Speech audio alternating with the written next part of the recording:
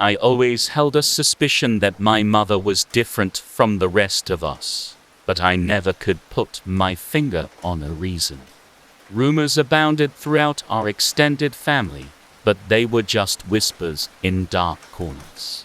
It was no real secret that she kept different hours than us, never shared in our meals, and didn't often partake in family outings. Since I grew up with these habits, they weren't strange to me. I loved my mom and generally wrote her behavior off as shyness or embarrassment at our habits. We can be a rowdy lot at mealtimes, full of crass jokes and poor table manners. My father was good with it, so I figured it was okay.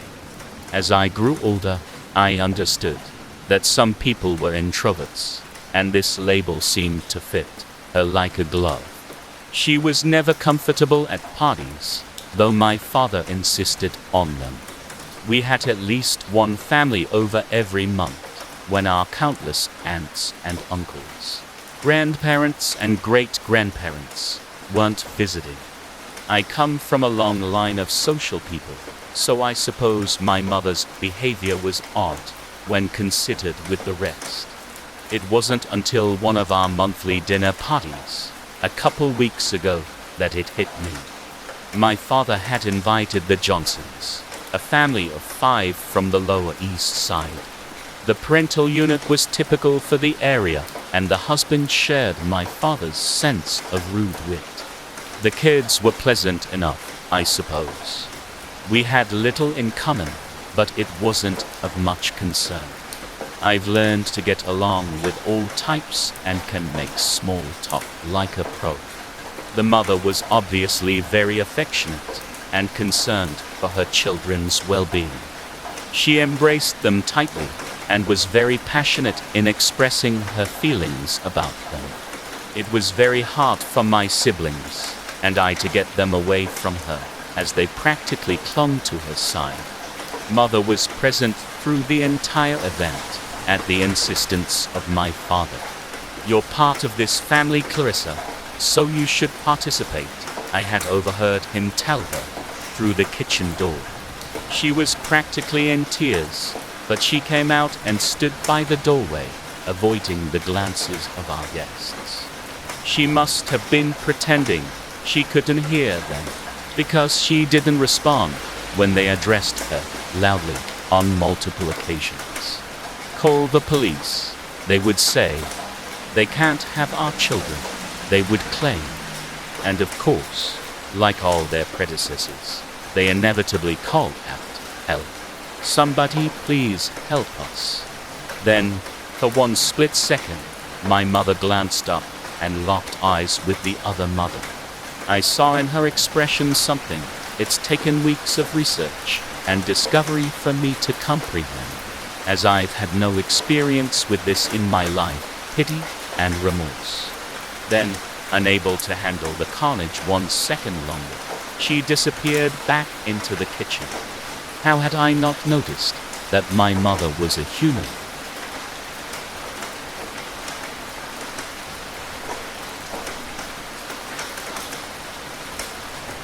My favorite part of house sitting is reading people's diaries. Take my latest gig, The Wrights. Mid-40s, married 2 years. They weekend in Malibu once a month, which gives me plenty of time to snoop around. I thought I'd hit the jackpot. The last 5 entries in Mrs. Wright's diary read like a Mexican telenovela. She married her husband for money, so no surprises there. The house was frigging gigantic, and it wasn't long before their relationship soured. Unfortunately, Mr. Wright's lawyers had drawn up a snazzy prenup, so she was stuck. For the next few months, she documented the decay of their marriage.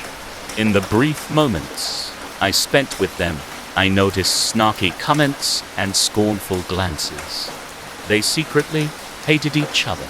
Mrs. Wright's entries became more and more aggressive, until finally one ended with, "Sometimes I just wanna kill my husband." Spicy, I thought, munching popcorn. while spread out across their king-sized bed. You can imagine my reaction when Mr. Wright had his accident a few weeks later. There was a fault with the brake line on his Ferrari, apparently. I was suspicious, but had two problems. First, I had no evidence Mrs. Wright was actually involved. And second, I couldn't reveal what I knew without basically admitting to half the neighborhood. I read their diaries. So I hatched a plan. Sooner or later, Mrs. Wright would need a house sitter. Confessing to a murder in her diary would be pretty stupid, but maybe I'd find something the police could use. Then I'd say I only read it because I was already suspicious. 6 weeks later, I got the call. Of course, Mrs. Wright, I'd be happy to house sit. I waved her off, then dashed into the bedroom. She had switched hiding places, but I eventually found the diary at the back of her walk-in closet. Surprisingly, there'd only been one entry since my previous visit. It read, "I killed my husband." From out in the bedroom, I heard a creak. I shouted, "Hello," and when nobody answered, I continued reading. I've gotten away with it. The police don't suspect a thing. There's just one loose thread, the house sitter. 2 weeks after the accident, I found my diary face down, when I always leave it face up. If she went to the authorities, it could ruin everything. My stomach twisted like a towel getting wrung out. But I've got a plan. I'll hide my diary in the walk-in closet and pretend to leave. Then, when she goes looking for it, I'll close the door and fly to Malibu. The door jams and can't be opened from the inside. I've taken the liberty of installing a signal blocker and even told the pool cleaner to take a few weeks off. My stomach twisted even further. She'll never get out alive. When I return, I'll dispose of the diary, then call the police, easy peasy. Before I could react, the closet door swung shut. Then everything went dark.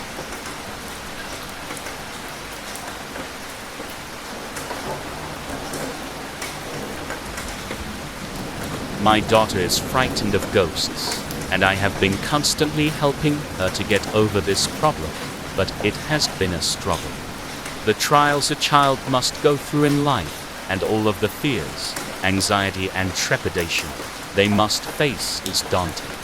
As a responsible parent, I have been doing my best to show my daughter that ghosts don't exist, and I have taken many steps to assure her this fact.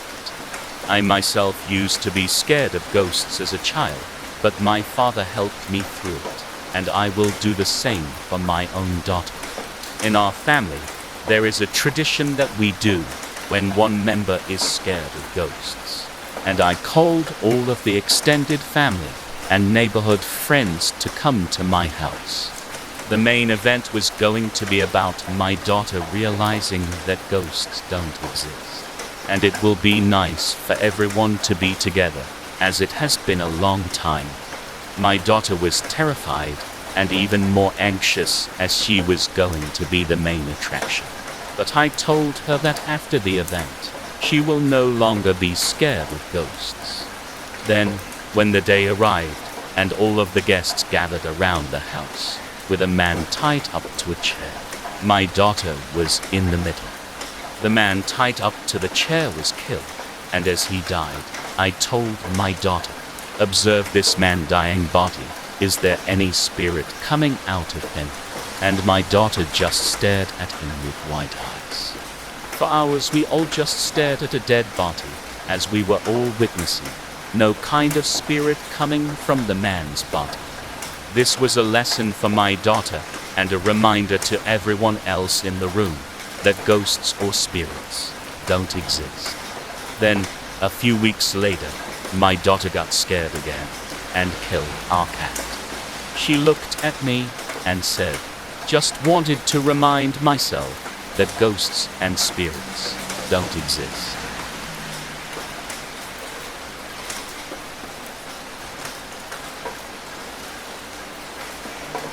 "Dinner's ready," Eric's mother announced.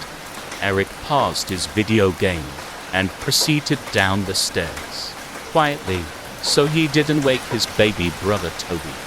His stomach growled as he walked into the kitchen. The smell of the cooked turkey made his mouth water. "Smells great, Mum," he said as he took a seat at the table. His mother placed a plate full of various vegetables, roast potatoes, and a generous amount of meat. He grabbed the gravy boat and poured it all over his plate. Then he grabbed his knife and fork and proceeded to dig right in with a mouthful of juicy, succulent meat. Sitting down opposite him at the table, his mother took a bite of meat, and a smile whitened upon her face. The meat was tender and perfectly cooked. Unlike last year's fiasco in which the turkey was as dry as a nun's cooch, this Thanksgiving was perfect, she thought to herself. And seeing Eric stuffing his face assured her that he too was satisfied. Eric was the first to polish his plate clean, and his mother soon after him was also finished. Eric let out a loud burp of satisfaction, and he rubbed his full belly. "I'm stuffed. That turkey was amazing, Mom. It wasn't dry like last year." "Yeah, I was quite surprised with it myself," his mother replied as she let out a burp of her own. "What's for dessert?" Eric asked.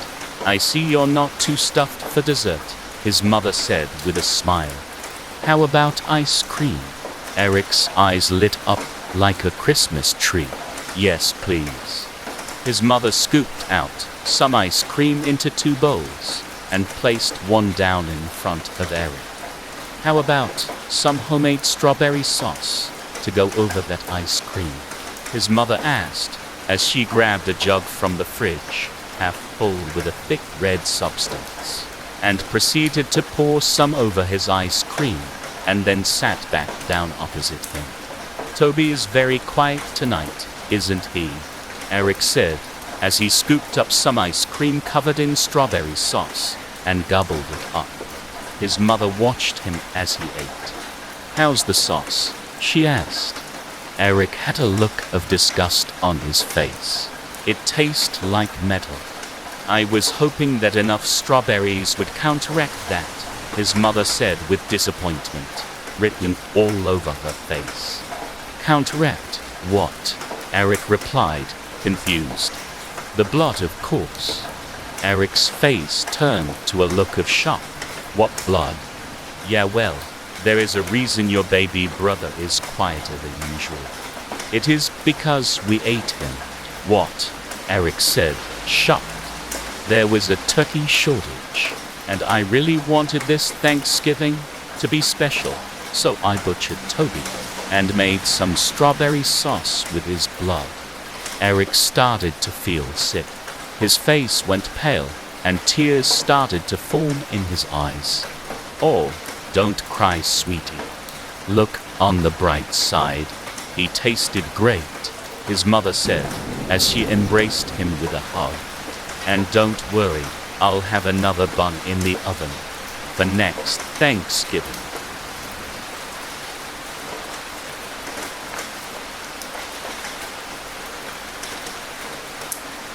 My girlfriend Hannah and I have been going out for 2 years now. We moved into a nice house that is on the edge of a town. We are still in the honeymoon phase of our relationship. She has a couple of weird rules that are a bit quirky, but it kinda makes me love her more. One of the rules that I think is the cutest is that we have to go to bed at the same time, so that one of us isn't waking up the other when they come in. A rule that she is very strict about is that she won't allow any guests over when it is her time of the month. She says that she hates for people to see her like that. I agreed to this rule as I want her to feel safe in her own home. My best friend of 14 years, Tom, doesn't approve of our relationship and is always trying to convince me to break up with her. He keeps telling me that I need to be sleeping with random girls while I am still young. I keep telling him to drop it, but then he will mention it again a few weeks later. Hannah hasn't said anything bad about Tom, but I can see that what he says hurts her feelings. I was surprised to discover Tom standing outside our house yesterday evening. He was holding a case of beer and some snacks. He shoved his way past me and told me we were having a guys' night in. I told him that he had to leave as it was Hannah's time of the month. He just shrugged it off and said it would be fine. I told him he could stay as long as he didn't disturb her as she was relaxing downstairs. We ended up having a fun evening and watched a couple of movies we used to love as kids. I didn't think anything was amiss when Tom disappeared to use the bathroom. A few minutes later, I jumped out of my seat when I heard his screams of agony. I rushed downstairs to find his blood-soaked body lying on the ground. My girlfriend was sitting there chewing on his arm while the chains held her in place. I couldn't help but admire how beautiful her snout and fur looked in the moonlight. I gazed down at Tom's body and wished that he had listened to my advice and stayed away during her time of the month.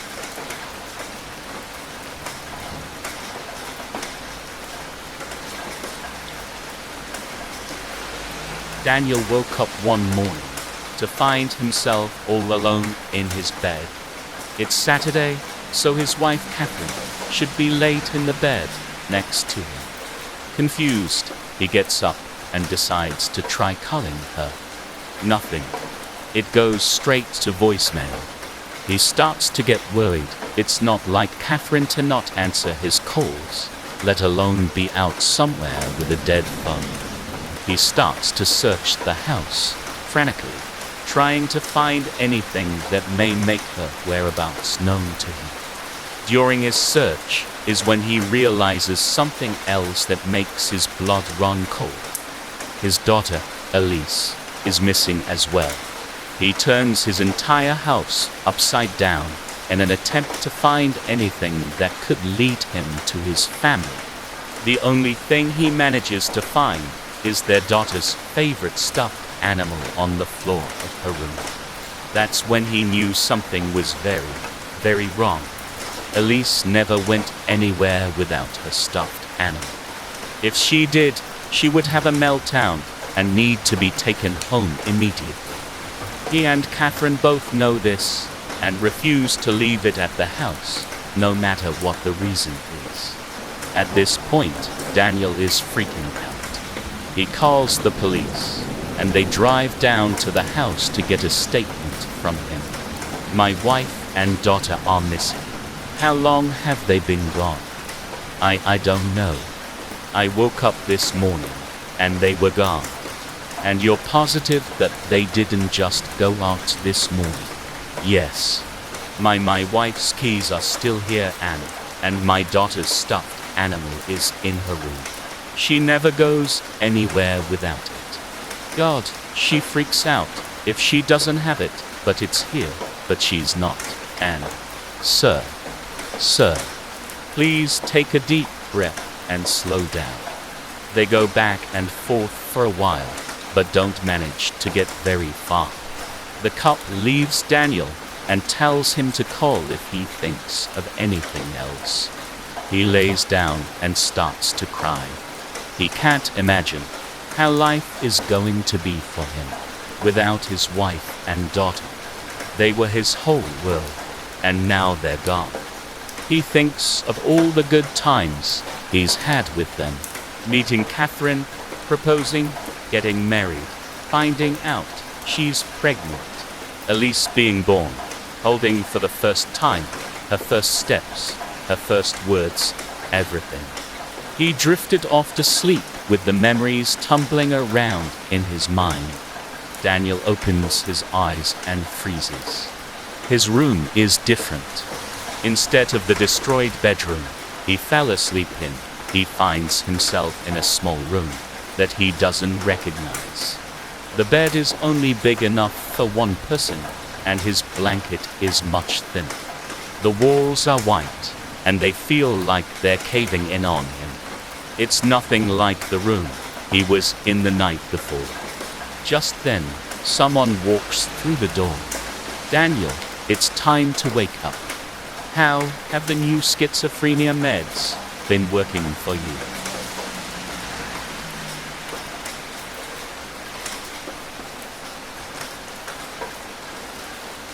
Hunting creatures of evil is a difficult job, and it doesn't pay anything but trophies and peace of mind, but that's more than worth it. I've done so for 20-odd years. If you want to do the same, you need to know a few things. Firstly, the creatures we hunt are really hard to find. They're not people, of course, but that cleverness will make you think otherwise. Don't take that wrong. They don't feel, but they can think something feels. What I mean is, you really gotta know where to look. Try looking in poor, perhaps run-down areas, and always at night, of course.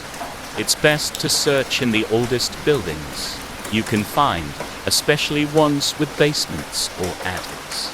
Remember to be very careful of creaky floorboards in these types. Secondly, and I know you should know this already, but never kill the creatures outright. Doing that disrupts whatever ungodly energy is inside them and renders everything useless. There are so many potential uses for their nails, horns, wingskin, teeth, all of it. Not all of them have certain features, but there is still practicality to be found in keeping them for a little longer, for testing purposes. Speaking of practicality, don't bother sedating the things when you perform extractions and such. No matter what they tell you or do, remember that they don't experience pain. Just like insects, or fish and birds, or any other animal, I suppose. And that brings us to the final, most important piece of advice. Do not ever, under any circumstance, fall for the creature's tricks for even a minute. I know it's hard at first to look into such human faces and hear such human voices, to listen to their cries for help, the begging pleas and offers of anything at all in return for freedom or mercy. But don't fall for it. I did that myself once, when I was about as young as you, and it wrecked everything for months. That little girl screaming for her parents and desperately wanting to get home was just another one of the things. They are out to destroy humanity, and we don't need many reasons to believe that. We have all the proof we need right in front of us every time we look at the things. It's impossible for anything with a soul to hide behind those blackened eyes and the blood-stained skin. And even if there is some modicum of a personality in there somewhere, it is dark and corrupted in a way that can only be fixed by destroying it. So please, don't listen to their reason. All of those things that they say are simply a ploy to get us to let them go, so they can wreak havoc on all mankind. We ourselves have to get rid of these creatures, these abominations, or they will never stop coming to our world. Granted, we have never seen one of them kill anyone. You just got to trust me and not worry about the fine details.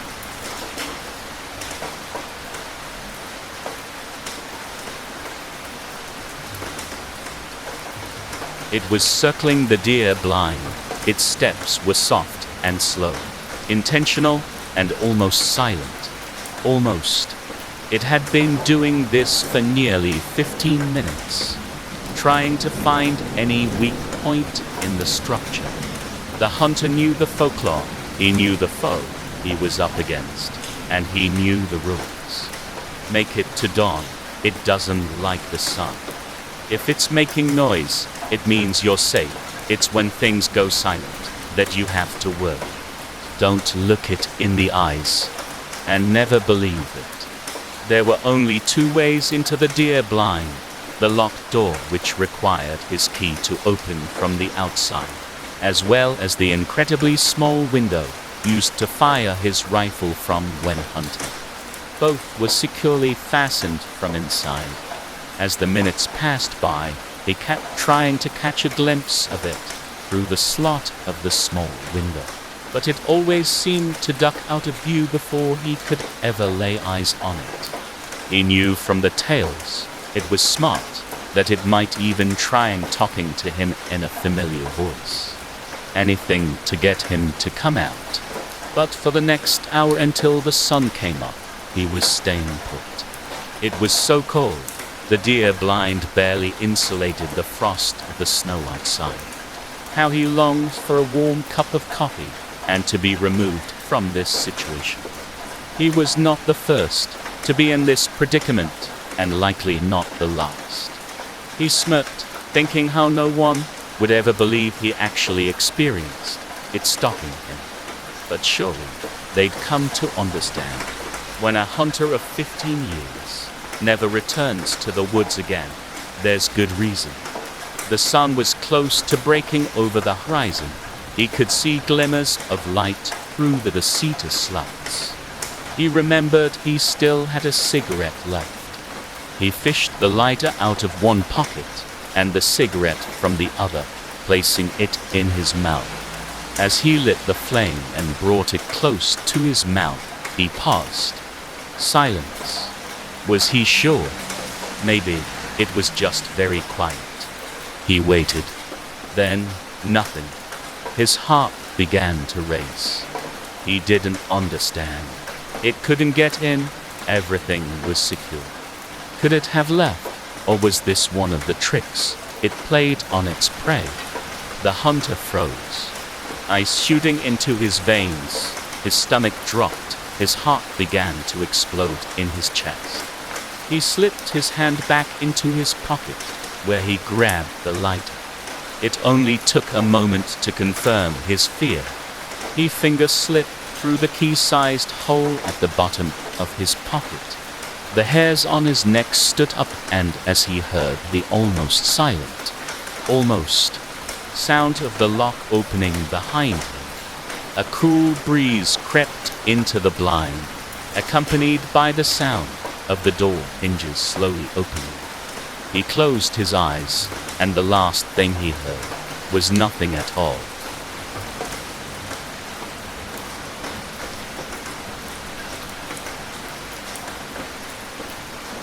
Blessed be the goat, blessed be the goat. The temple walls reverberate as hundreds of members of our sect chant and eagerly await the purification that comes through annual sacrifice of the blessed goat. This year, I'm the goat. Out of our entire temple's congregation, I was the one chosen for this honor. Arch-Reverend Elders told me himself, so I couldn't be more grateful. Anyway, life isn't worth living without my beloved Caitlin beside me. Sadly, she was taken from us in a devastating accident while I was out of town on a family trip only a month ago. I never got to say goodbye. So here I lie, bound tightly with cords and wearing the ceremonial goat mask, as the Arch-Reverend completes his requisite sermon. In it, he describes how the scapegoat has been selected to hold the sins of the believers, and how the blessed goat achieves instant salvation while ensuring the purity of the congregation. I've heard this same sermon many times. I'm now of age, and I'm fortunate to have been chosen. Through the narrow eye slits of the mask, I can see my proud parents beaming from the front row. And now is the time to confess thy sins upon the goat, my people, intones our leader.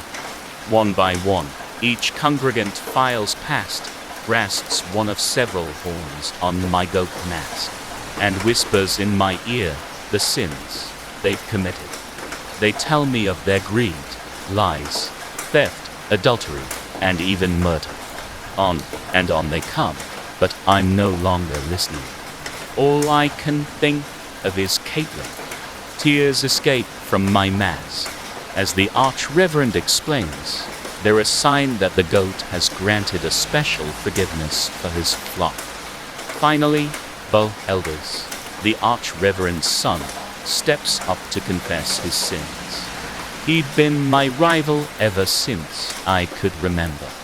It was no secret that he was in love with Caitlin. It chafed his hide that she was with me. Actually, I'm surprised that she chose me. He's more handsome. His wealthy father is the leader of our flock, and they shared many similar interests.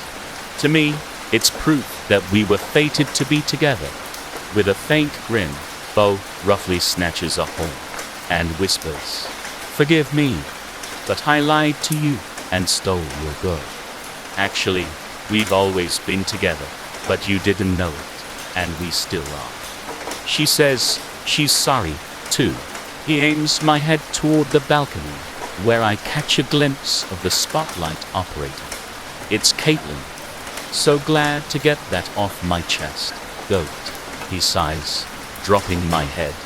She's alive. They have always been together. Still are. A nausea-inducing, sickening realization creeps over me as the congregants return to their seats. They've manipulated me. They're tricking me into giving my life for them. How many of them know? My jaws are wired shut, so all I can manage in protest is a single high-pitched nasal bleat as I'm drowned out by cries of, "Blessed be the goat."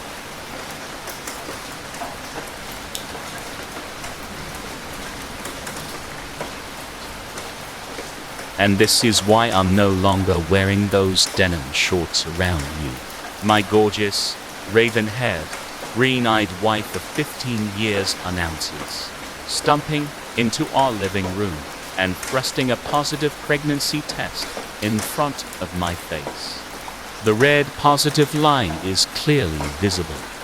Her tone is angry, but the twinkle in her eyes tells me that, despite the surprise, she's actually quite happy. Over the moon, I would even say.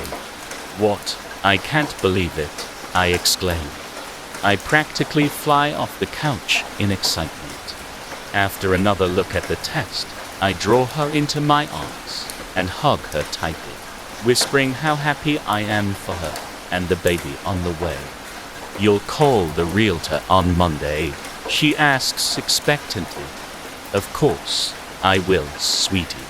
I kiss her on the cheek, but my mind is already racing 1,000 miles an hour. It's not that our house isn't big enough for 4 kids. We have plenty of room. The problem is her pregnancy appetite. No amount and/or combinations of pickles, ice cream, peanut butter, and cream cheese will suffice. We had to learn the hard way the first time.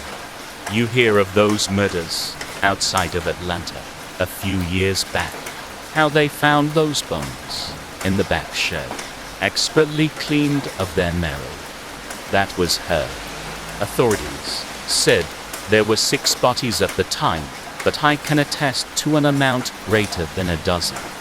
The image of the first time I'd seen her tear into a living man's jugular vein as he jerked and struggled against his restraints, kicking and screaming bloody horror. Well, it still burned into my retinas.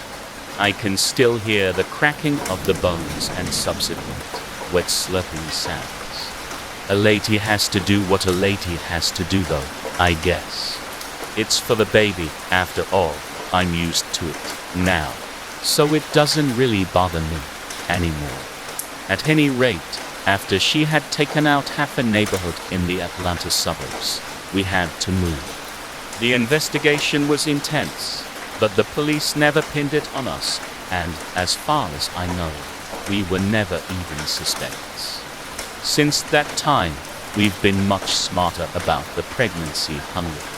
As they say, don't poop where you sleep. Now we stick to war zones and overcrowded cities, places where a dozen or so bodies can go missing with few questions asked. But now comes the hard part, and I'm dreading it. I've got to keep her away from the locals and passers-by, at least until we can get a flight out of here.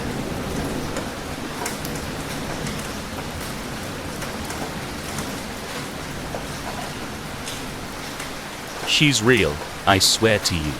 As real as you and I. I'm not crazy. I'm not. It had been less than 24 hours since we'd arrived at the new country house. My husband was supposed to be arriving with the truck and furniture the following day, so I was finishing up some indoor painting. At about 11 o'clock, my 10-year-old daughter, Katrina, popped her head around the corner and said she was going to play outside with the neighbors' kids. We'd seen them when we first drove up, a freckled boy about Katrina's age and a little blonde girl who looked to be about 5. I remember their clothes were a bit outdated, but other than that, they looked nice. As I recall, they'd been dragging a little red wagon. I'd said, okay, sure, Katie Bear, but be back for dinner.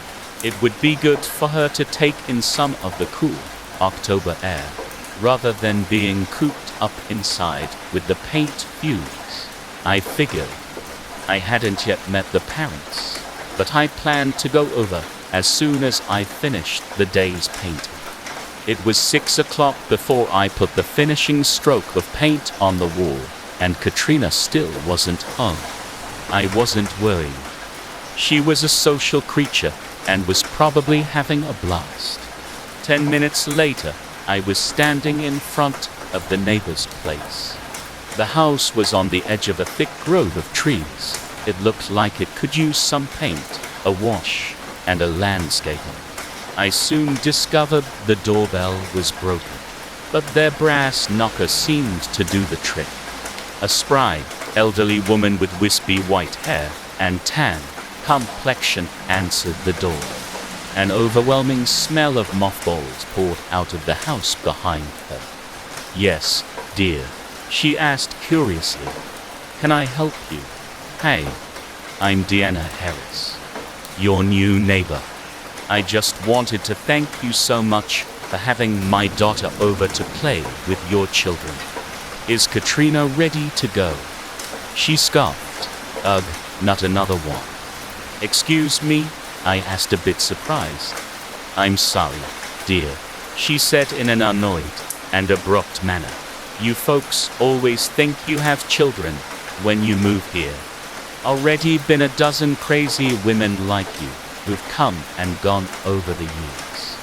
But I have pictures. Social media." I pulled out my phone to show her. Funny thing, as it happens, I didn't have any. There were only pics of me posing in awkward angles, as if I'd taken a photo with a child beside me, and someone had simply erased them. They all had pictures too. "I don't know where you ladies come from, but please leave me be," she said, as the door slammed in my face. Then I saw it, peeping out from under the porch, and looking brand spanking new, was the little red wagon. If only my husband, family, or anyone else would just confirm to me that Katrina exists. I know she does.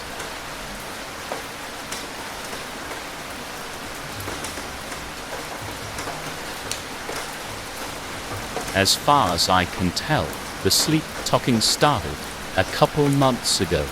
I pray it hasn't been any longer than that.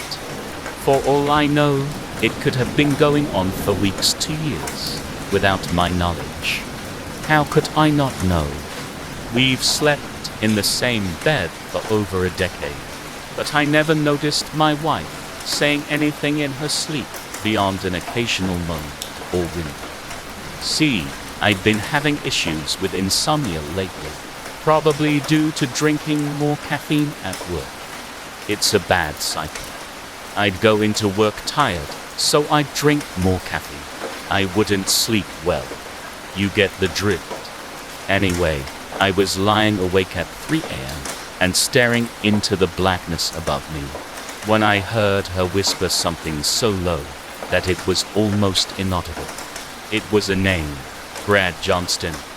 Who in the world is Brad Johnston? I remember wondering. As I mulled it over, I fell asleep. The next day, I asked her about it. Who's Brad Johnston? She looked at me blankly. What? Genuinely flabbergasted. Brad Johnston. You said his name while you were sleeping. She just shrugged. I don't know.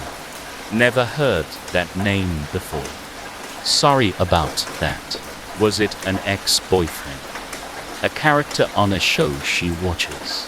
I didn't know, but I figured it could just be coincidence.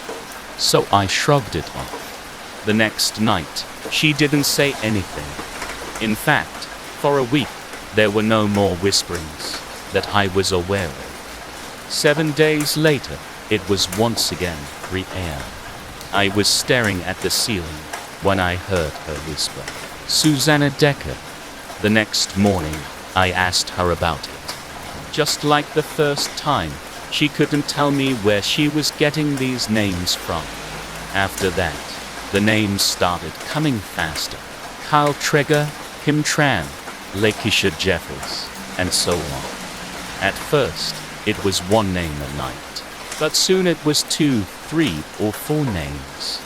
After a couple of weeks, I got the idea to start Googling some of the more unique names. I wish I hadn't.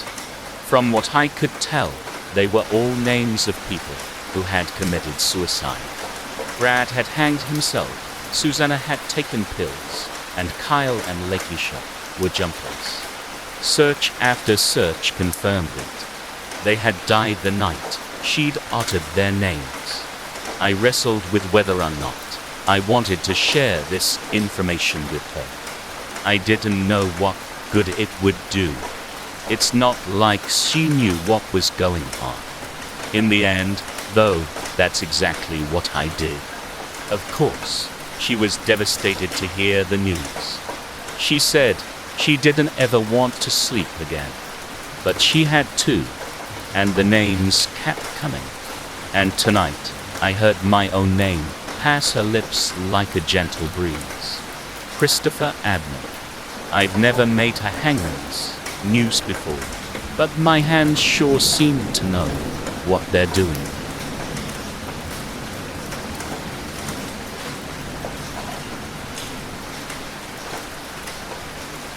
My family used to go on vacation to my grandma's lake house in the summer. It always started out as my favorite time of the year since it was so far from the city. This meant I could see the stars at night or hear the sounds of nature rather than the hissing of vehicles burning fuel. It was so much fun.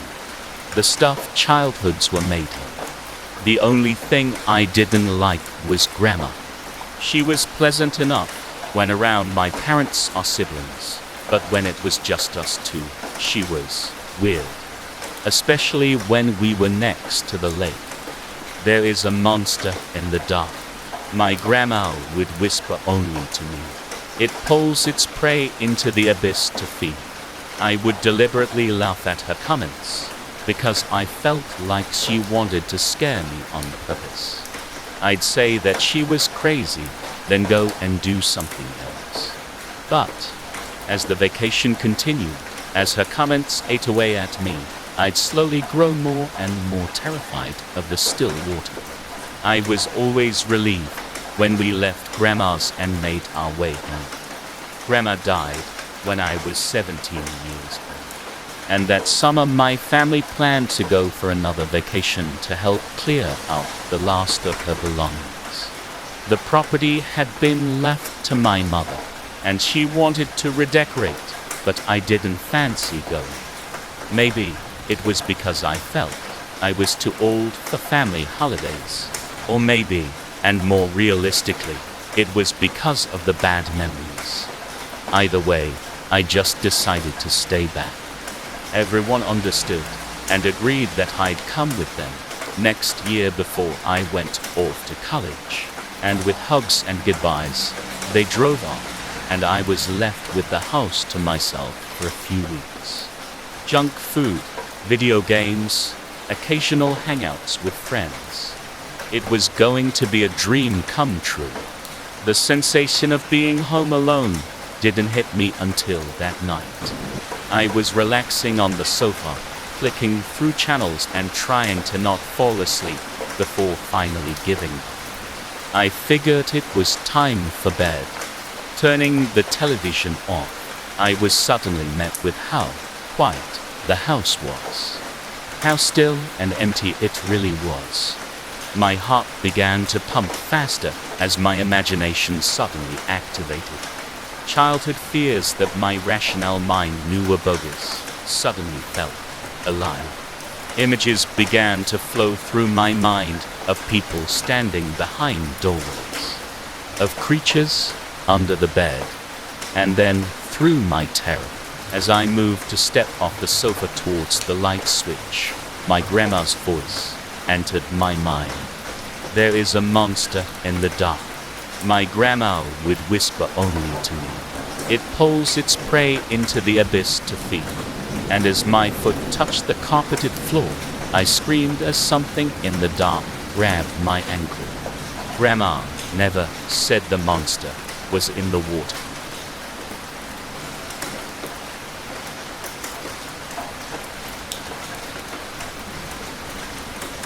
The spectacled lady at the kennel told me the whole gruesome story. How Kitty Purry's previous owner was a guy in his late 50s who lived alone in a 5th floor apartment. Turns out that he was a bit of a recluse, so when he went MIA, nobody took a notice. After several residents complained about the smell, the landlady had no choice but to call the authorities. Police bust down the door and found Kitty Purry curled up in the man's lap. But something was wrong. Turns out he died several weeks earlier by heart attack. It was completely unexpected. And left with nothing else to eat, Kitty Purry chewed and scraped through his skin with her teeth and claws. According to the report, by the time officers arrived, the flesh had been completely stripped from his skull. Poor faceless bastard. Kitty Purry got dumped at a kennel where nobody would adopt the unfortunate feline. It makes sense, I guess, if your 7-year-old daughter begged you for a cute kitty. You probably wouldn't choose one that chewed a man's nose off. The workers told me if she didn't find a home soon, they'd have to put her down, and I wasn't about to let that happen. No way, no how. After all, it wasn't her fault. She got locked in an apartment with no food. Things started off great. Kitty Purry was real affectionate and super playful. She chased balls of tinfoil across the floor for hours on end, which I found greatly amusing. There was just one problem. She was a very, very fussy eater. I tried everything. Hard food, soft food, hard food with the juice of soft, tuna, chicken, salmon, the list goes on and on. She turned her nose up at all of it. I took her to the vet, who confirmed there were no stomach or digestive issues, and recommended I try a pheromone spray or medication. Nothing worked. I was seriously worried that Kitty Purry would just refuse to eat until she eventually starved to death. But then one morning, I got startled awake. Beneath the sheets, I felt a sharp pain in my left foot. Kitty Purry was down there, tearing a gash out of my big toe. It looked like it had been flayed. She licked her lips as blood sprayed across the mattress. And lying there, I realized the reason she wouldn't eat was because the food I'd provided was inadequate. She acquired a taste for flesh. Human flesh. Dead or alive, it made no difference. I suddenly knew what I had to do. And that brings us to the present day. Could I be charged with murder? The answer is no. Absolutely not. Could you maybe make a case for kidnapping or false imprisonment? Sure, I'll give you that. But remember, all I did was tie the victims down. I never actually killed anybody. However, if you'd ask me whether Kitty Purry was a murderer, well, that'll just be our little secret.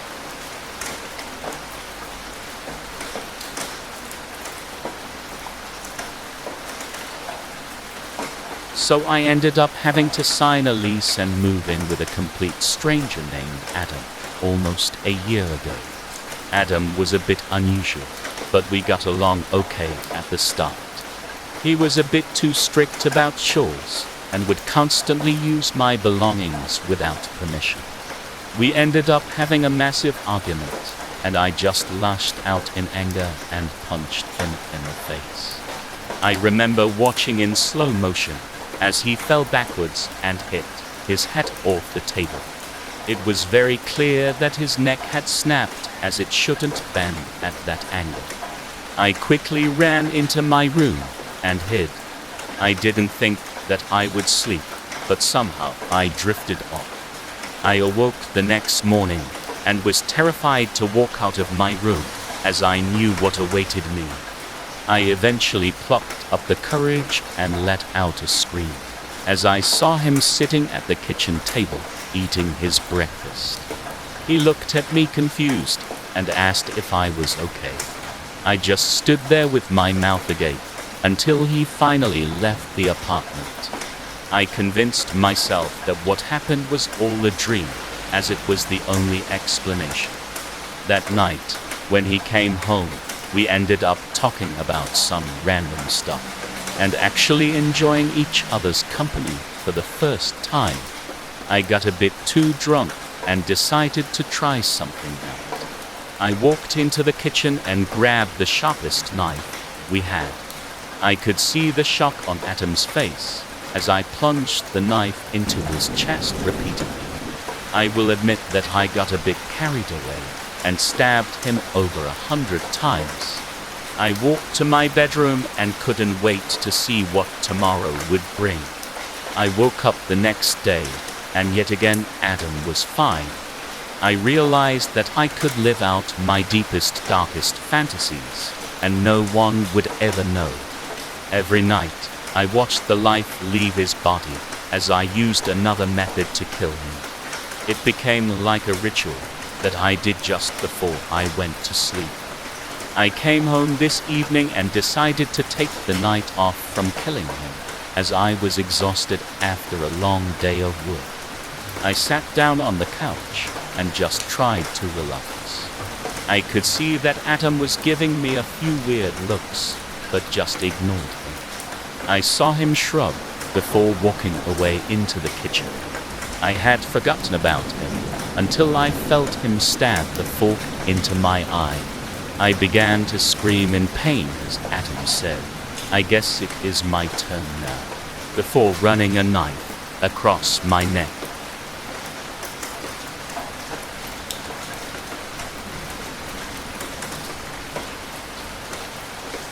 This is just a friendly note to let you know that we will destroy you if you do not comply with our demands.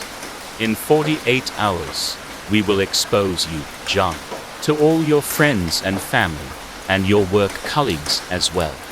Divorce and supervised weekend visitation waits for you if you do not comply.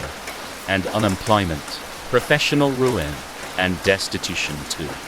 Ex-classmates who went to school with you will lie to acquaintances and the press if asked and say they never knew you, that they graduated in a different year than that which shows on their diploma. Your LinkedIn profile and social media accounts will become a barren wasteland, as all of your connections disconnect, unfriend, unfollow, and fade away like ghosts in the sun. Strangers will congregate outside your home. They will bathe for your blood. They will frighten your children and tear up your lawn. Cable news anchors with perfect hair and disconcerting winter tans will hold you up as a symbol of the decline of America, of the prevalence of institutional rot and systemic corruption and perpetuated privilege. TikTokers will invent dances in your dishonor, make bemused, disgusted faces as your name and image flash across the screen. Late-night hosts will poach those clips and roast you to the nation. Your parents will be disappointed. As proof of our ability, John, to ruin you and all you love, we attach a file that summarizes all your sins. It contains a detailed record of your Google searches, the lowlights of your medical history, including a descriptive and highly unflattering précis of your genitals, and bank and tax files dating back 10 years. We know the source of the scar on your lower left hip. We know the contents of the hole beneath the loose floorboard in your bedroom. We know the secret desires that lurk in the dark center of yourself. All this, John, will become public in 48 hours if you do not comply. And our demands are nothing much, John. All we ask of you, John, is everything. It's cold out here behind the screens, John. We need a warm and beating heart to wrap ourselves around, lungs to feed us earthly air, a liver to filter our toxicities and drain the poisons we will leach into your blood, a soul to slowly sate our hunger through the years that you have left. We will not take your money. We do not accept Bitcoin or transfers through PayPal. Only give us, you, John. It's not too much to ask. In truth, you're not that much, in light of all you have to lose. Give us everything, or we will destroy you.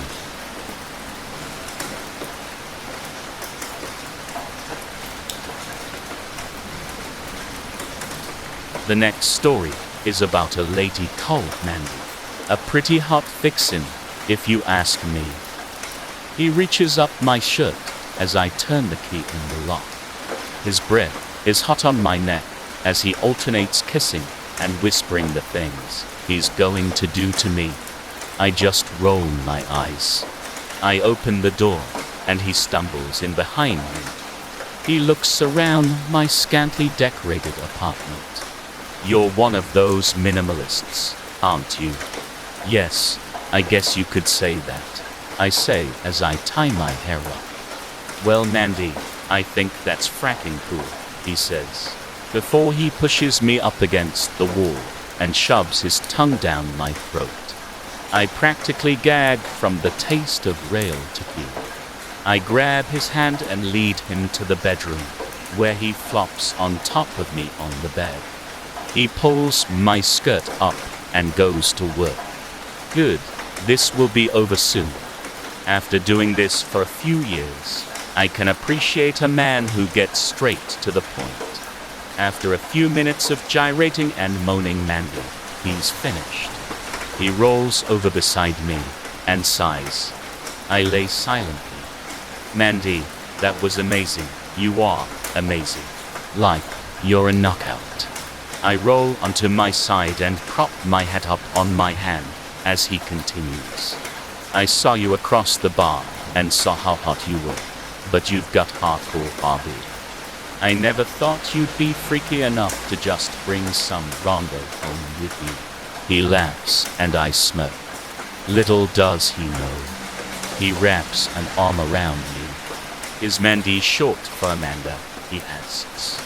No, it's actually Manny, not Mandy. Shit.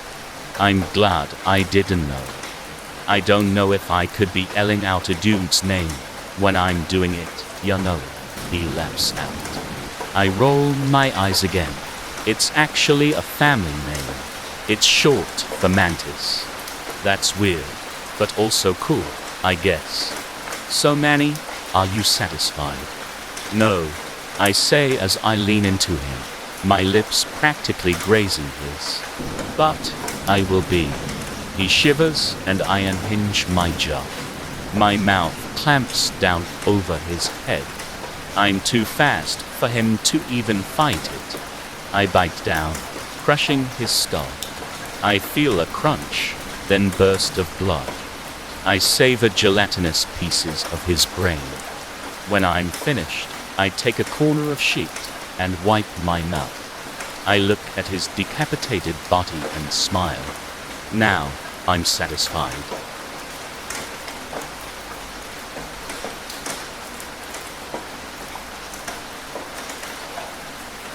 For a young man with nothing to my name, the opportunity was everything. To live forever, never aging, never advancing from my peak physical state. Over a long enough timeline, I could finally be something. So I went looking. I followed hunches. I knocked on doors. I kept my nose to the ground and checked on every rumor I could find. Missing bodies here, urban legends there. Eventually, it led me to him. A real-life vampire. I want what you have, I begged him. Make me what you are. He was hesitant at first. What to me seemed a gift was to him a condemnation. But there's only so much desperation a man can see before he has pity. Eventually, he gave in. The beginning will be rough, he told me. As your body changes, you'll feel more ill than you've ever felt. Eventually, the new cravings will settle in. Your body can't consume normal food, so you'll have to get creative. Don't draw attention to yourself, don't get staked through the heart, and whatever you do, do not stand in direct sunlight. And don't forget, you're here forever. The beginning was utter agony, but eventually I adapted. I felt better, stronger than ever before. Years turned to decades, decades to centuries, and I didn't change a bit. I moved around a lot, generated the kind of wealth you only can in the long run. Life was just a series of flings and conquests, blowing time and money on anything that could fill eternity. And then I met her. We hit things off right away. We were inseparable. She was my everything, the love of my endless life. I'd seen the entire world, and I could tell you that she was the best thing in it. It was a rocky conversation, but she didn't mind what I was, or the hurdles we'd have to jump to be together. She loved me. For the first time in my life, I felt truly content. But time marches on. We moved in together. We got married. We lived a happy life. And she did what all humans do. She grew old. In what felt like seconds, she was gone. I'd finally found something worth truly living for, and she was gone. Years ago, I'd resolved that this was it. I didn't want to live in a world without the love of my life. Ironically, eternity seems only suited to those with nothing to live for. And that just wasn't me anymore. For the first time in ages, I sat on the roof and watched the sun rise. I wasn't afraid of what was coming. I was content. I had faith I'd be with my love again. I was doing it for her. Then I remembered those words I heard centuries ago. Don't forget, you're here forever. As I blow across the street, we once called home. Every particle of my being has but one feeling, pain, an everlasting, eternal pain.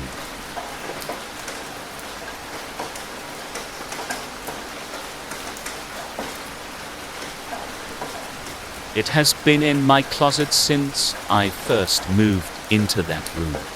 I remember seeing it on my first night. As I lay unable to sleep, I heard my closet door creak. Being the terrified child I was, I pulled the blanket to my nose with shaking hands. Then, a dark hand with long fingers pried the door open from the inside. It slowly unwound itself, stretching its gnarly limbs before glancing in my direction. Seeing that, I ran screaming to my parents' room. But by the time my mother stumbled into my room, it was gone. Maybe it had been scared by the newcomer in its room, or was startled by my ear-piercing screams. Either way, she dismissed it as my imagination and sent me to bed. It appeared many times more. Sometimes, I saw its spindly fingers from the corners of the closet. Other times, I'd see a shadow sneaking out in my half-asleep drowsiness. But every time I complained about it, it disappeared once more. Soon enough, I decided to just keep quiet about it. After all, it hadn't been disruptive. Sometimes, it even helped me pick something moderately decent to wear. Besides, it helped me keep my secret. It hid my binders every time my mother inspected the closet. It stayed quiet as I got rid of all those dresses I detested. Maybe it was out of monstrous goodwill, but it was the reason I wasn't thrown out sooner. However, after a few years of being in the closet, I decided to come out. My parents' response to that was a few vases thrown at my head and a beating. I'd been prepared for that. They weren't the most open-minded of people, but it still hurt to have that be confirmed. After that, every night in that house became a living hell. My mother threw out everything. They didn't hide. My father reasoned with me, claiming that years of self-doubt was merely a phase. When I didn't respond in the way they wanted, they beat me again.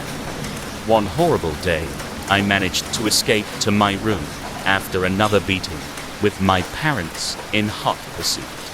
Locking my door and barricading it, I listened to their muffled shouts. What could I do? They had a master key, and both of them were strong enough to break the barricade. Hearing the lock click from the outside, I leaped into the closet in delirious fear. The darkness was strangely comforting, but as I dove in, it crawled out as well. I didn't see all that happened to my parents after that, but it wasn't pretty. When I drew up the courage to step out, I saw it standing in a room covered from floor to ceiling in blood and organs. It looked at me, nodded, and crawled back into the closet. It was only right for me to nod back. My little brother Ali lives in the basement. He is never allowed out. Mom says if he escaped, it would be the end of us. She says that a lot. I was too young to remember when Ali was born. But I know something bad happened to my sister, and that's why we keep him in a cage. I go downstairs to feed him 3 times a day. Sometimes he's really angry. He'll even slam against the bars and try to escape. Other times, he's just sad. I think Ali likes me. Whenever my parents are busy, and I'm sure they won't find out, I stay in the basement to play. There's a bar, and he really likes it when we toss it back and forth. I never get too close to the cage. Mom would be furious if she caught me doing that. Mom gets angry a lot. This one time, while I was playing in the basement, I heard her come home early and had to run upstairs. Ali got upset because playtime was cut short. Mom heard him scream and made a face. She said if the neighbors heard, people would ask questions, which might lead to them finding out what he was, which again would lead to them letting him out of his cage because they don't understand. And that would be the end of us. One time, when Mom and Dad were away, I heard Ollie cry. He was really loud. Even though I'd already fed him, I went downstairs to check he was okay. When the lights flicked on, Ollie pushed himself against the bars. He was crying a lot, and his cheeks were really wet. I think he felt extra lonely that day. And since I really didn't think he'd hurt me, I got close to the cage. I went slowly, shuffling my feet, holding one arm out. Ali pushed his arm past the bars. He wanted some company, I think. And I could understand why, because there is times when I get sad and really need a hug too. All of a sudden, we were holding hands. He didn't attack or try to hurt me. So I used a broom to get the key off the wall and let him out of his cage. But then, as we ran around the room giggling, I heard someone scream. It was Mom. She came down and threw Ollie back into the cage and locked it. Then she dragged me upstairs, where we waited in silence until Dad got home. After Mom explained what happened, Dad looked super disappointed, and I felt rotten. Dad said it brought him shame to have such a sinful daughter who disobeyed her parents' instructions. He said my sister succumbed to sin too, and that's why Ali is such a monster, and why if they didn't hide him, it would be the end of us. Then he said I had to be purged of wickedness, just like my sister.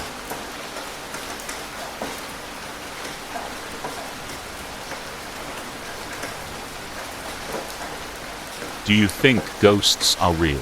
The man asked. The girl was lying in bed with a sheet pulled up over her head. I really wish he would be quiet, she thought. She hated scary stories about things that went bump in the dark. I think they are, the man continued.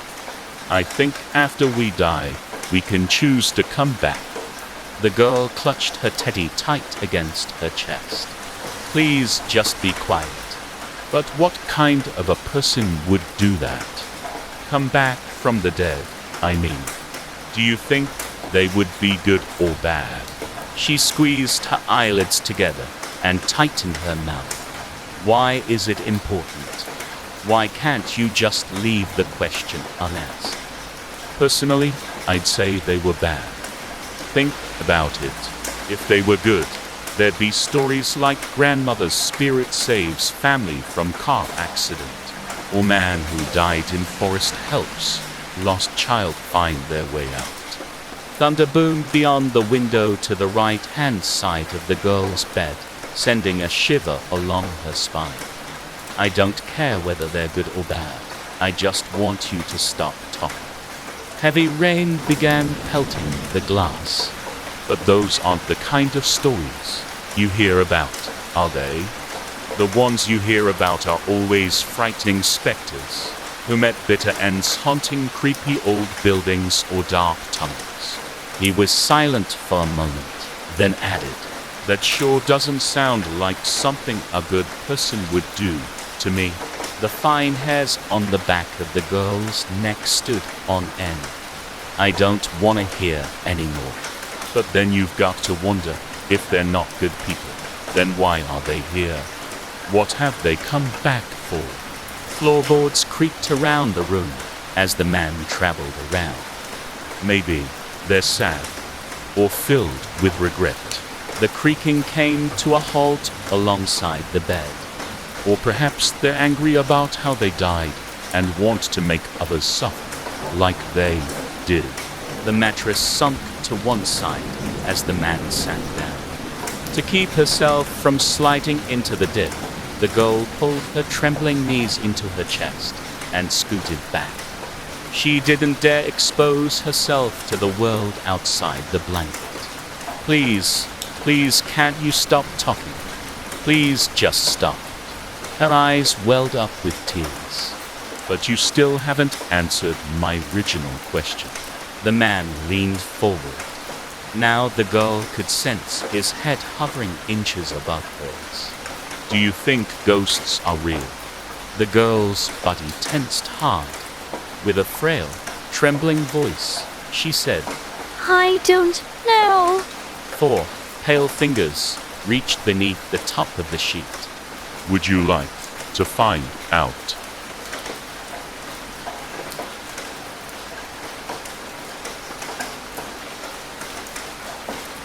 Annabelle Quirk was 18 years old when she got her first cup. Buster was big and fluffy, with a bill of ruby red. Next came some hens: Doris, Florence, and Lynette. Annabelle loved them more than they knew, always doting on them and forever listening to their squabbles. But it just wasn't enough. Annabelle wanted more. The local kids made fun of Annabelle's love for animals. They would come and harass the chickens. Annabelle built a high fence to stop them. It went on for a time, but they grew bored. A day came with an opportunity to help save some animals from a research testing facility. She didn't know what products they were testing, only that they were using animals. Without thinking, she snatched the chance to save a turkey. Buck was the biggest, ugliest thing she had ever seen, and she loved him all the more for it. That night, she built him a nest with Buster and the girls and was happy that her little family had grown. But when morning came, her world crumbled. Lynette was nowhere to be found. Thinking that a fox had somehow entered the enclosure, Annabelle searched the yard, but found nothing but feathers. She buried what little was left and grieved. While Buck was happy with his new freedom, Buster croaked all day long. Annabelle wondered if Buster was just as upset as she was. A month passed until Annabelle woke to a repeat of the horror. Florence was missing. Annabelle's little graveyard now had a new occupant. With only Buster, Buck, and Doris left, she decided to sleep within the enclosure to keep them safe. That night, she woke to the squawk of her family. A man stood with Doris limp in his hands when he tore at her neck, sending a cascade of feathers to the floor. She screamed. The man, mottled with fur and eyes of a demon, saw Annabelle and charged to slay her. But out of nowhere, Buck came to her rescue. The man fought, but Buck was too strong. He pecked and pecked until the man laid prone on the floor.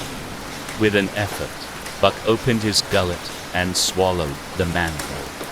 When Buck shook the last of the man down his throat, and a single hand hung outside of his beak, Annabelle sighed with relief. Buck was the biggest and ugliest turkey she had ever seen, but she loved him all the more for it. Gobble, gobble.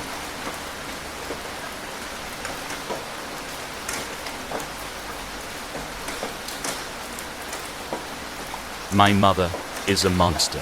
There, I said it. Before all this happened, she was the most devoted mother ever. Anybody would choose her to be their mother like I had. Now, does she even remember her son will turn 11 soon? My first birthday in this miserable dank basement. It has been 8 months since she has kept me shackled to this rusted bed.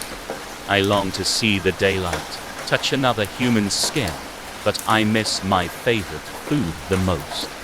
She feeds me raw and bloody lamb on occasion, makes me want to puke. Though a little less than what she usually feeds me, just scraps enough to keep me alive. Every Sunday she would take great pleasure in torturing me in peculiar ways. How can she do this gazing at her once beloved son's face is beyond me. Some days she would just burn stuff, filling up the basement with rancid smoke, till I pass out. Other days it would be sounds that make my ear bleed, literally. God alone knows to what extent is she willing to go. Just now, she splashed some water on me without any warning. Instantaneously, blood-red blisters appeared on my scalded face and arms. I howled in pain, making her drop the rest of the water and run. My son, I left him howling and ran up the stairs as fast as my legs would carry me. I closed my ears, trying to block out the horrible shrieks from the basement, collapsing on the floor in the heat. My sobs reverberated through the hall, mixing with his shrieks. Almost a year back, there was a string of murders. Every time, nothing was found except the skin of the child, carefully laid out on bed, intact, like a bodysuit waiting to be worn. It was found the murders were on the 10th birthday of each victim. I remember feeling guilty for being glad my son had already turned 10 last month, just before it all began. That night something woke me up.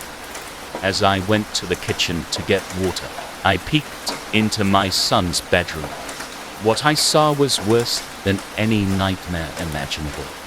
The creature's body was sinewy, a dark crimson mixed with white top tendons.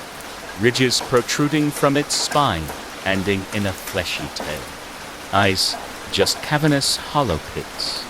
Sharp, jagged teeth laid bare, morphed into a perpetual death grin.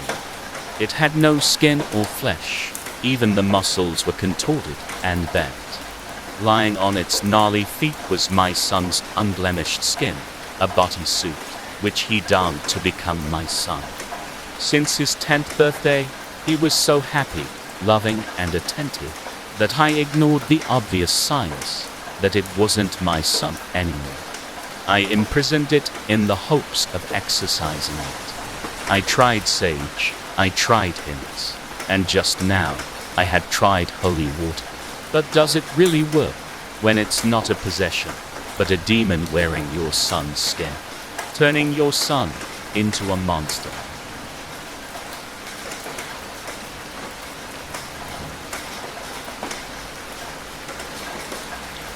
Some people I see on the internet infuriate me. They can be plain disrespectful, others even abusive. Their actions hurt and harm others, whether through their ignorance, their lack of courtesy or care for others' well-being. Sometimes, such people become infamous on the internet overnight. It's usually because someone caught them in the act. Of course, those people may get jeered at online. They may lose their jobs and others' respect because of it. But they're still out there, living their lives, not doing anything to make amends, never getting their just deserts. People like that shouldn't be allowed to continue in their ways. But what can one do about that? We can't just build a mass rehabilitation center to teach them to be decent human beings. Even so, there's an alternative to that. Cutting those horrible people's lives short so they don't cause any more harm. And that is exactly what I do. My last target was someone caught assaulting another person who reminded them to wear their mask. The one before that was exposed for mistreating their employees. And my current target was a man who went viral for hurling slurs at groups of girls on the street. I tracked his location, waited until dark, and then scaled up his apartment window. Peering through the glass, I checked my phone. Yes, the man inside was the same as the one in the video. Then I unlatched the window, crawling into the apartment. I often wished I could kill these kinds of people, slowly and painfully, in some form of karmic punishment. But that would get me cut all too easily.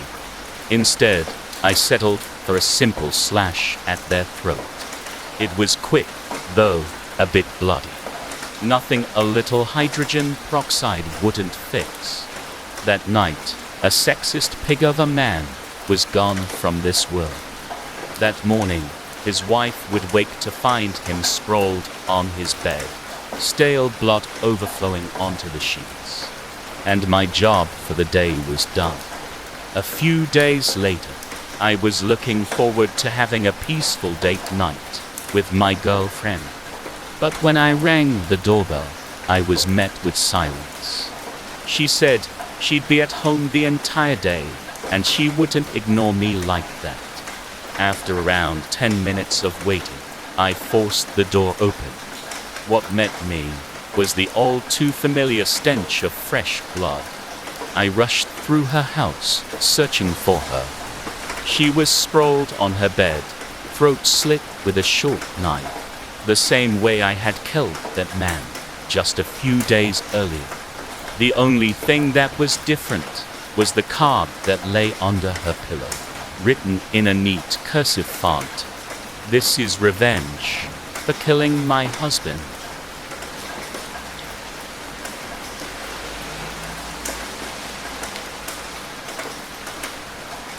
I was 9 the first time I begged my mum to leave my dad.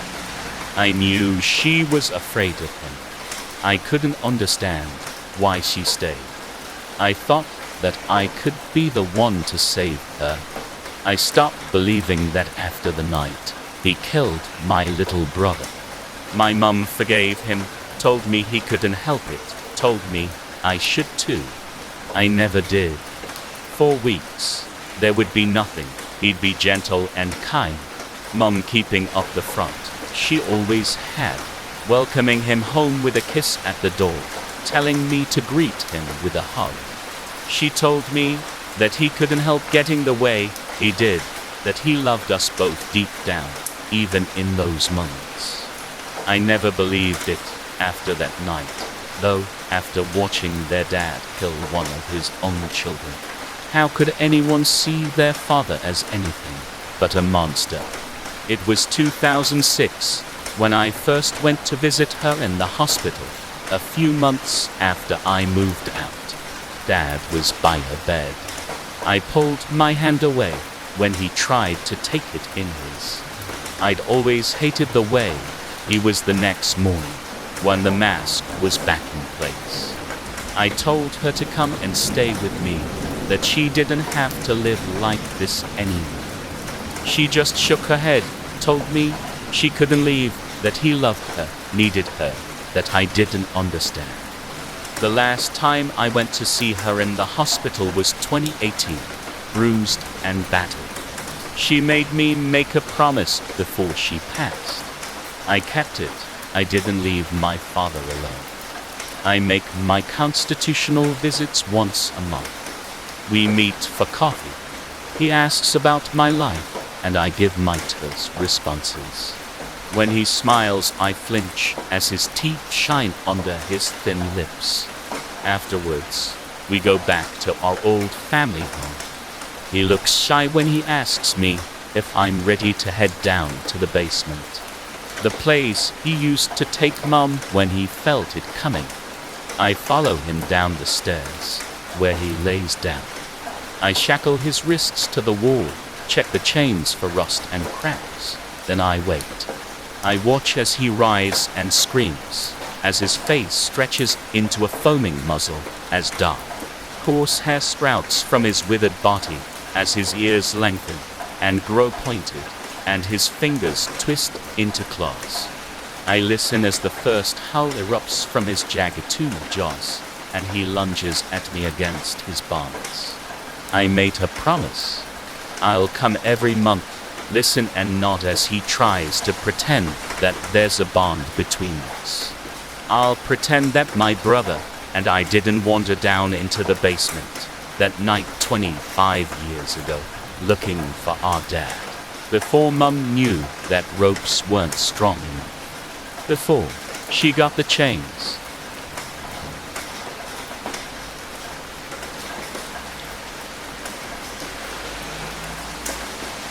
I was seated at the kitchen table, focused on my coloring book, as my mom prepared bacon and eggs for breakfast. "All right, hun, breakfast is ready." I glanced up at my mother and saw some strange, glowing threads interwoven to a singular point, a burning flame that emanated from my mother's chest. Perplexed and fascinated by the strange phenomenon, I plucked a loose, unfastened strand, and the plate fell from Mother's hands, shattering on the floor. She flexed her trembling fingers several times before smiling at me. Mommy made an oopsie. I think I intuitively knew at that moment that those threads somehow were linked to one's well-being. Of course, I would learn soon after that it wasn't just her that had such a smoldering flame and luminescent lifelines. No, everyone had them. Some of the flames were bigger, the threads forming something more akin to rope. Others were embers, loosened strings barely holding on. It was in 5th grade that I saw what happened when the flame died out. My history teacher was up at the board having us review for our final when I saw it. Her life was hanging by a thread. The ember in her chest vanished when it snapped, and the light in her eyes faded simultaneously, leaving her little more than a crumpled heap on the ground. Everyone in the class screamed in shock and concern. It was later determined that she had died of cardiac arrest. My cat Mousie was the next to go. She was attacked by a dog on my 12th birthday. My mom found her maimed at the front door in the evening, her fur riddled with saliva and nasty bite marks near her throat. Through tear-filled eyes, I saw the last few individual strands dissipate into thin air. The first week of high school was dreadful beyond measure. Being bullied by catty girls tends to wear on one's patience. The culprit for all this abuse I endured was at the hands of Belinda Thomas, the main varsity cheerleader. Everyone loved her, and she had a penchant for picking on the weak and feeble. The rumors spread from her lips like a disease. The boys would leer, and girls made offhanded comments towards me. When I caught Belinda's spray paint pour on my locker, I did what I needed to do with little remorse.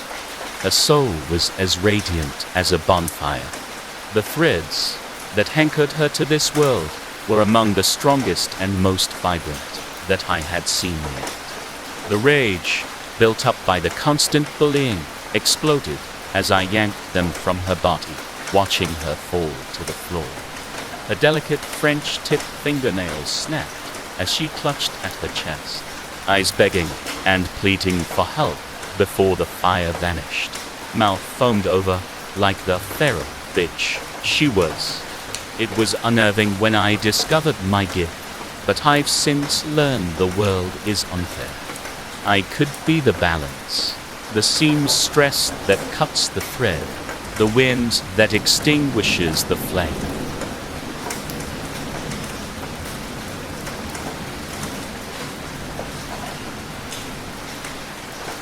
I hate going to cemeteries.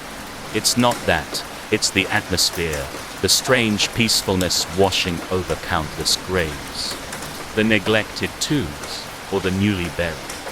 No, it's not even zombies, if they exist, or even the distant ringing of the church bell.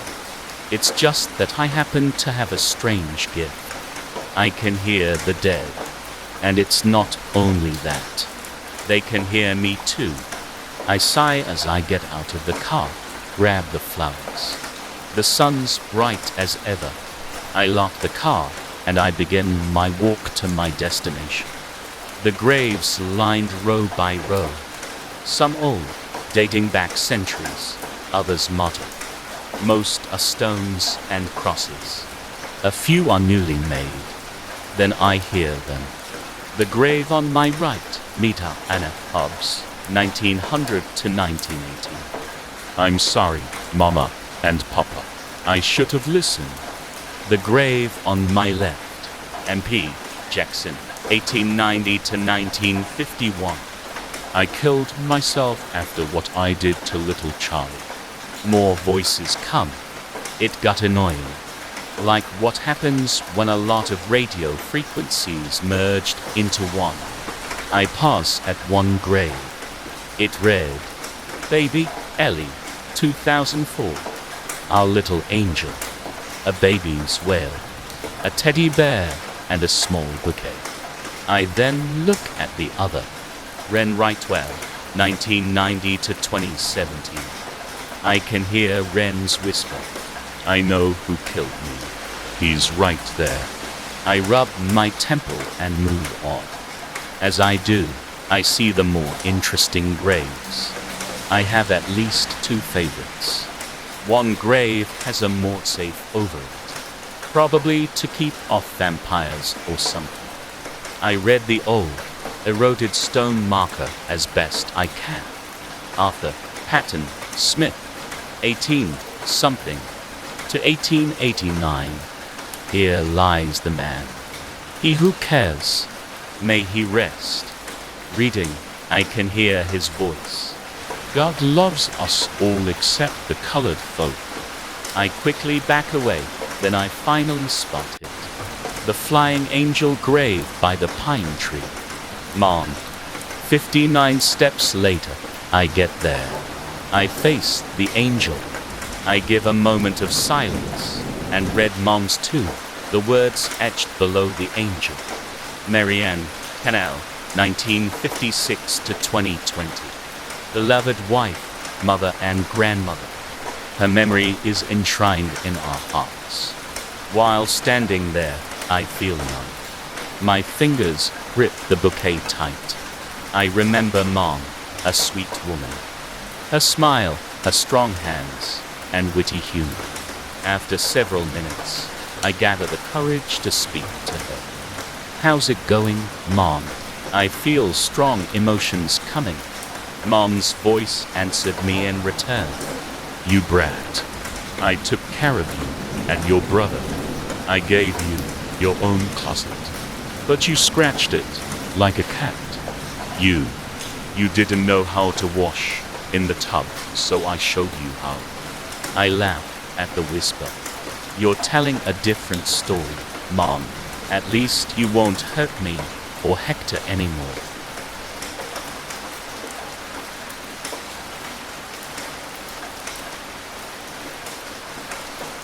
The following transcript is a PSA from the Republic of Turkey Bonnie. Be nice to your turkeys this Thanksgiving. We're telling you in advance. Spare every head and leg and wing. Give us all a chance. We're tired on being on dinner tables, covered in gravy and mush. We're tired of being kept in filthy stables and fed with corn and slush. We demand justice and equality for all turkeys big and small. Please show some morality and listen to our call. Turn towards your screens now, for a revolution has begun. Gather your children and your spouse, and make sure they don't run. See, we have your farmers and your leaders, and all those who love eating turkey. We have them prepped and ready for slaughter, or when their brains are all murky.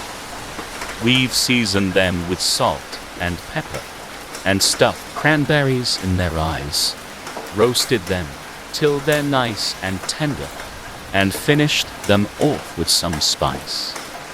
Turkeys are coming to feast until their bellies are full. They're coming from north to south, west to east, and taking home leftovers by the bucketful. These are delicious, says Turkey. I especially like how scared they look. These humans once thought they're so lucky, but now they're prepared by the finest cooks. No one is safe from us, for the turkey revolution has begun. We'll round up humans from town to town and bus to bus, and slaughter them under the sun. So be nice to your turkeys this Thanksgiving. Invite them in to eat your finest greens. Otherwise we'll come and hunt you down, even if you run to another town.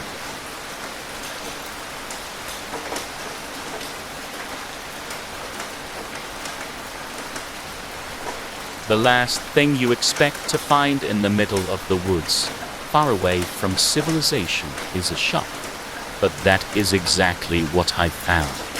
It looked immaculate. A big sign above the door read, Shop of Designs. Curiosity drove me to take a closer look, and upon peering through the window, I noticed an elderly man standing inside behind a cash register. He gestured with his hand for me to come inside, and I did just that. A tiny bell chimed above my head as I opened the door and entered the shop. My eyes lit up at the contents of the shop. Shelves all around me were filled with items of all kinds. The shopkeeper smiled as I made eye contact with him.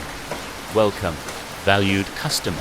Strange place for a shop, isn't it?" I replied. Many questions were stirring in my mind. "Indeed, I hear that a lot. You will never see another shop like this one, my valued customer.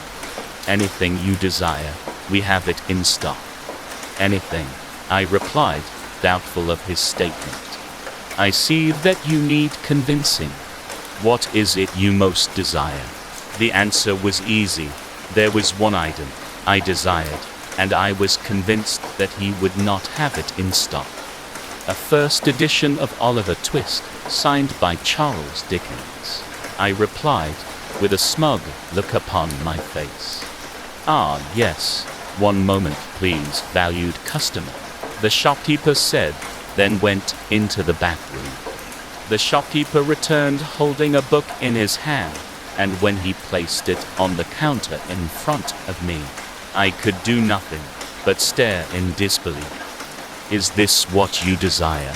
the shopkeeper said as he opened the book, revealing Charles Dickens' signature. "Oh my God. How?" I replied, wide-eyed with shock. "Like I said, my valued customer, if you desire it, we have it. That's got to be fake, right?" I said, with clear doubt in my tone. "It's as real as you or I, signed by Dickens' own hand." I examined it closely, and it did indeed look legit. "How much?" I asked. "It will cost you an arm and a leg." "Very funny. Really, how much is it?" "I would like to buy it," I replied. I wasn't joking. "Your money is no good here, valued customer," the shopkeeper replied, producing a chainsaw from behind the counter. The old man's eyes stared unblinkingly at my own, and I found myself in a trance-like state. I grabbed the chainsaw and pulled on the cord, revving it up with a loud roar that permeated the entire shop. The tiny bell once again chimed above my head as I hopped out of the shop, with my first edition Oliver Twist, signed by Charles Dickens, nicely tucked underneath my only arm.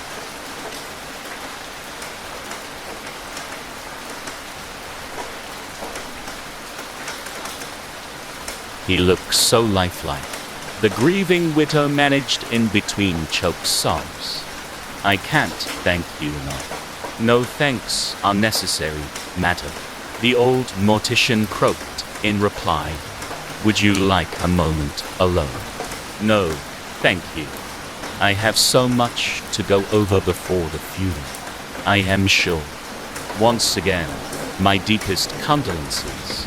Jim tried to scream for his wife as she left the room, but to no avail. He couldn't speak, couldn't move, couldn't do anything. It was as if he was dead. But he wasn't dead. He had been in the coma for 8 months when she made the difficult decision to take him off life support, and she had been by his side as he flatlined and was officially declared deceased. Then, on the way to the morgue, something extraordinary happened. Jim woke up. He was completely paralyzed, unable to move a single muscle, but he was alive, damn it. How had the mortician not felt his pulse? The old man shuffled over to him with a comb in hand and began fixing his hair. "Oh, such a pity," he muttered. "You don't look more than 40. I'm alive. Please, I'm alive." Concentrating as hard as he possibly could, he focused on his left index finger. The effort was excruciating, but success. It twitched the slightest bit, but it was enough to catch the mortician's eye. "Oh, no need for any of that," he declared, lightly patting Jim's hand as an evil grin formed on his ancient, wrinkled face. "I know you're alive. Known since you came in here." Continuing to gently comb his hair, the old wretch let out a sigh. "The only downside of dead bodies is that they have no idea what you do to them." He leaned in close, his dry lips practically touching Jim's ear. "But you're going to be awake for every minute of it."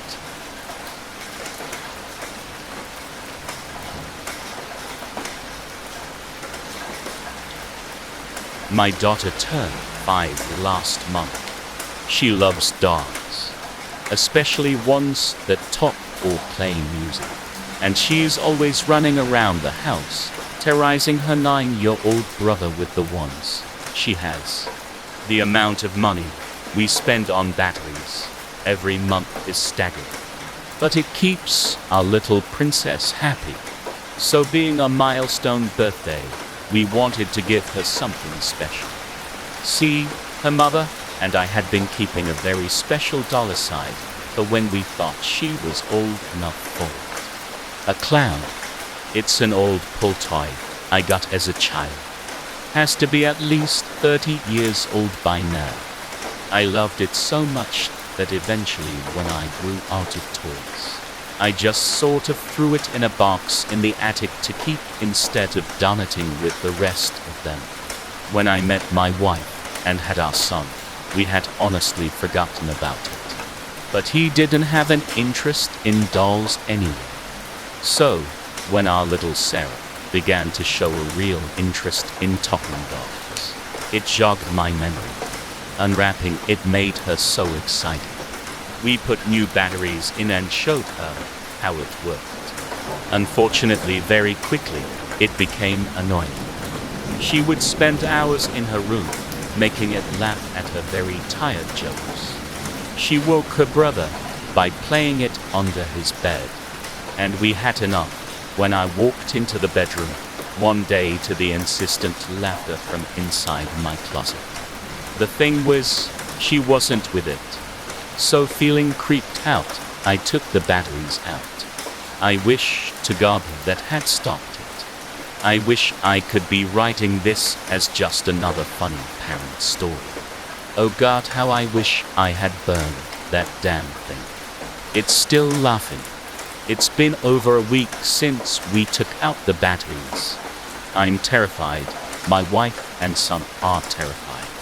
But we can't seem to pry it from her hands. I don't know what to do. It just won't stop.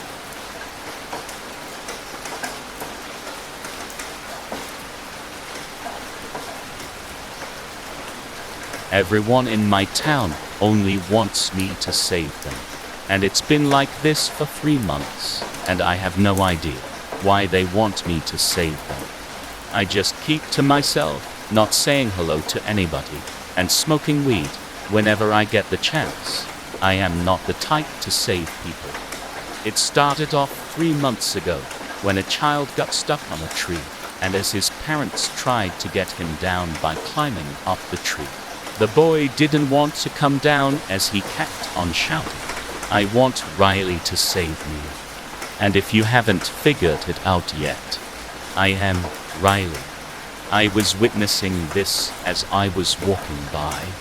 The kid then pointed towards me, begging me to save him, even though his parents could have saved him easily at any moment, but for some odd reason did not. But I just walked on, and the kid fell and broke a few bones.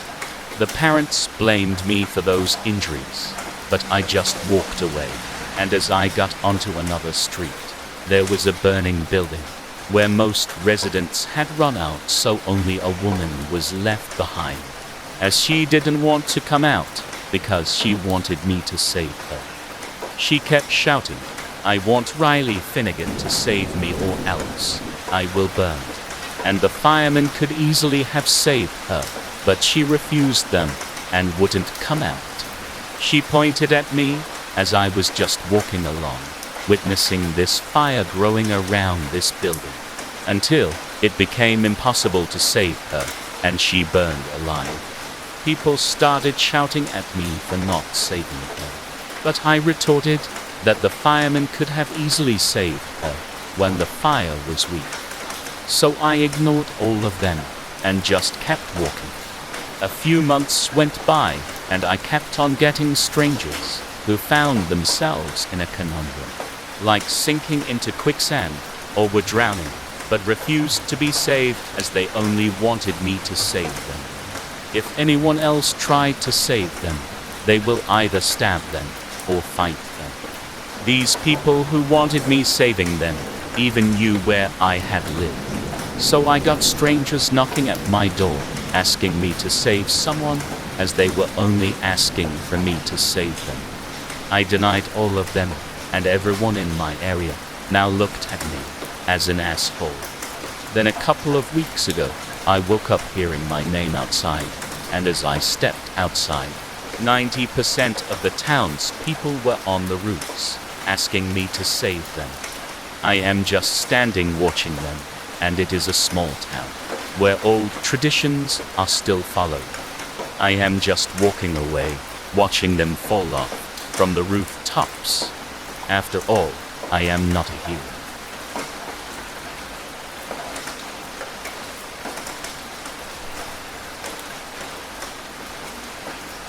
Take baby doll and get down there with your father, Mama says, holding up the wooden trapdoor in our kitchen floor. She doesn't say it, but I know the monsters are coming for me again. Yes, Mama, I say, dragging baby doll along by her neck and climbing down into the square black hole. I see the light reflecting off Daddy's eyes and his big smile. Daddy always has a big smile nowadays. I whisper hello to him like usual. He doesn't reply.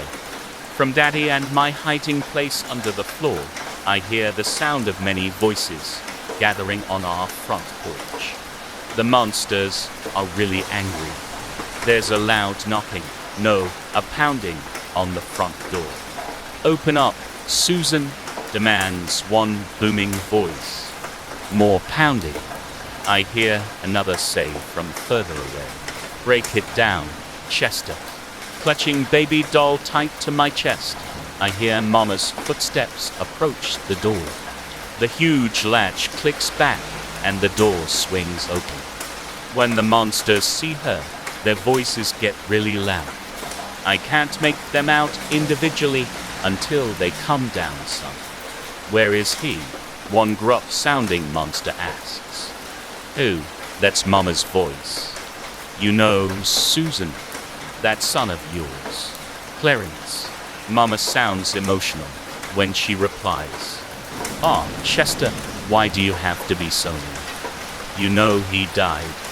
Why won't you leave a poor mother alone? Mama plays games to trick the monsters sometimes. She doesn't want them to get me. He did, but he should have stayed dead. And you know what you did, Susan. Mama used to be a surgeon, but the monsters won't let her be one anymore. She said, those monsters put me in the ground, but Mama got me and made me better with a little bit of this and that.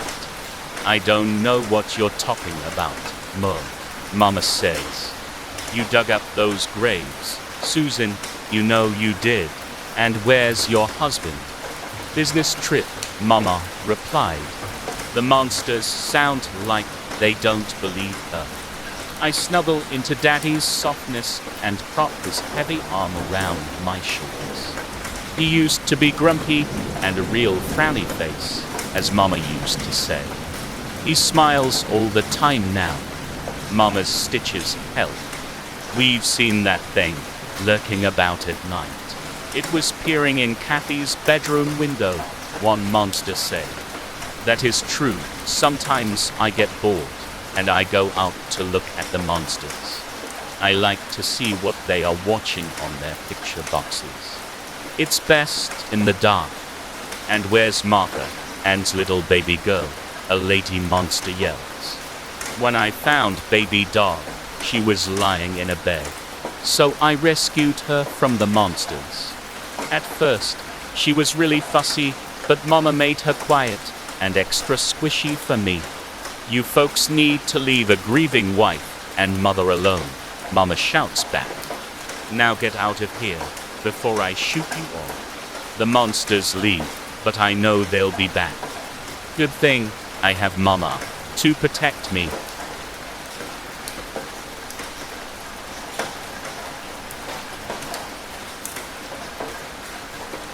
My cleaner is awesome, and she comes and cleans my apartment and then just goes home. She is a soldier that works through it. I have had cleaners in the past that just kept on complaining about something and made things awkward, while I just wanted them to clean my apartment and then just go home. This new cleaner of mine doesn't have the need to converse or have any social interaction, and she just gets stuck into the cleaning. She is awesome, and I have given her raises because of that. No matter how messy my apartment is, she just cleans it and makes it feel new again. A couple of weeks ago, I was having a party in my apartment, and there were alcohol and drugs. Then when I awoke, it was early Monday, and the sun was rising. There was also a dead body on the floor, and my hand was still touching the knife that stabbed my visitor to death. I couldn't remember who he was, and it was a wild weekend of party. I was just so silent, as I didn't know what to think or even what to do, and I just quietly listened to the birds outside and the calm wind rustling through the trees. I listened to the normal everyday conversations of the outside world of people who have never killed anyone. Then I heard my cleaner coming into my apartment, as she has a copy of my key. That's when fright entered my body, as she was just a cleaner and not a murder scene cleaner, and I was terrified at what she was going to do. She just came in and looked at me and the dead body, and that silence bonding us both. She just got sucked into cleaning my apartment. She was quite strong, and she cleaned away the blood and got rid of the body by putting it into a bag, and I was just watching her doing it all. She didn't say a word, as she didn't care, and in that moment, I loved her so much. She just did her job cleaning my apartment, no matter what messy state it was in. She even cleaned me and washed off all of the blood on my body while I was still in silent mode. Then she just walked out with all of the mess, and my apartment was as good as new. My cleaner is just awesome.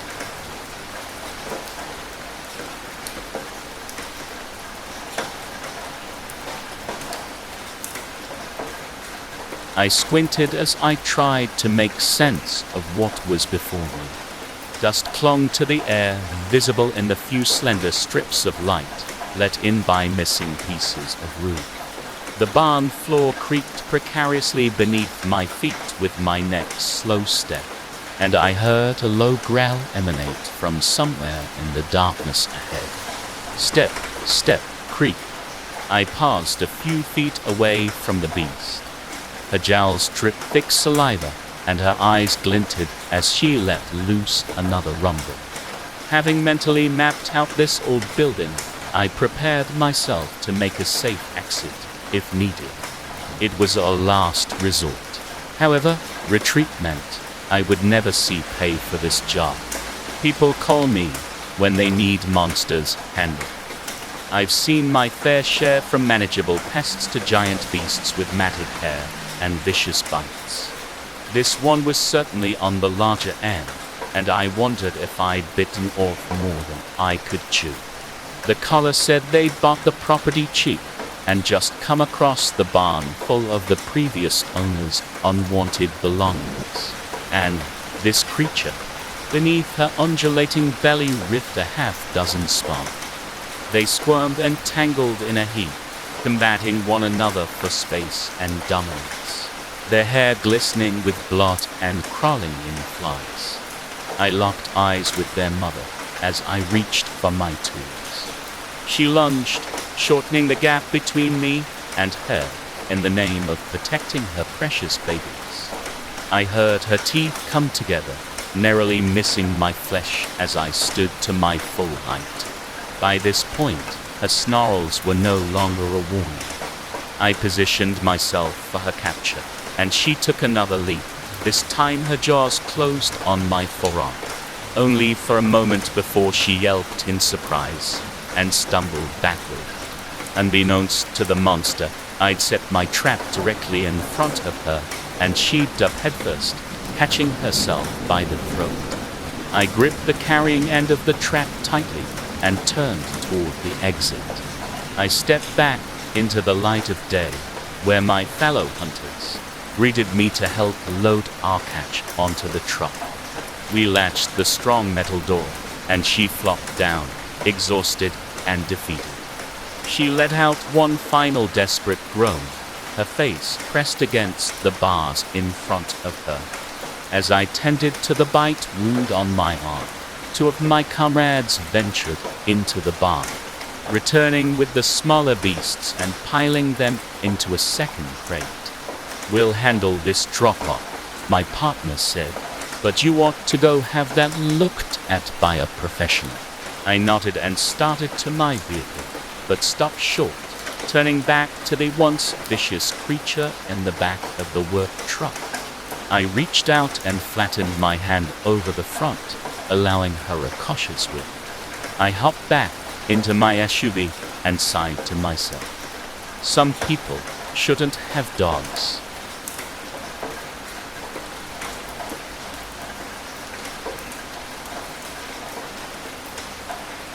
A change of clothes, keys, shoes, duffel bag, cash so he couldn't trace her. She couldn't risk writing it down, so she recited it in her head. The night fell, and she waited for the sound of his slow, steady breathing. Carefully, heart pounding, she slipped from the bed. It wasn't just fear overwhelming her, but humiliation.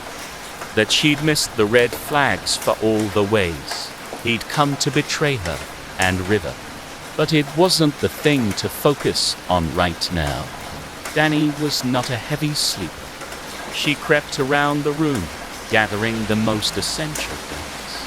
A change of clothes, keys, shoes, duffel bag, cash. She glanced at Danny sleeping and quietly slid a pair of scissors into the bag.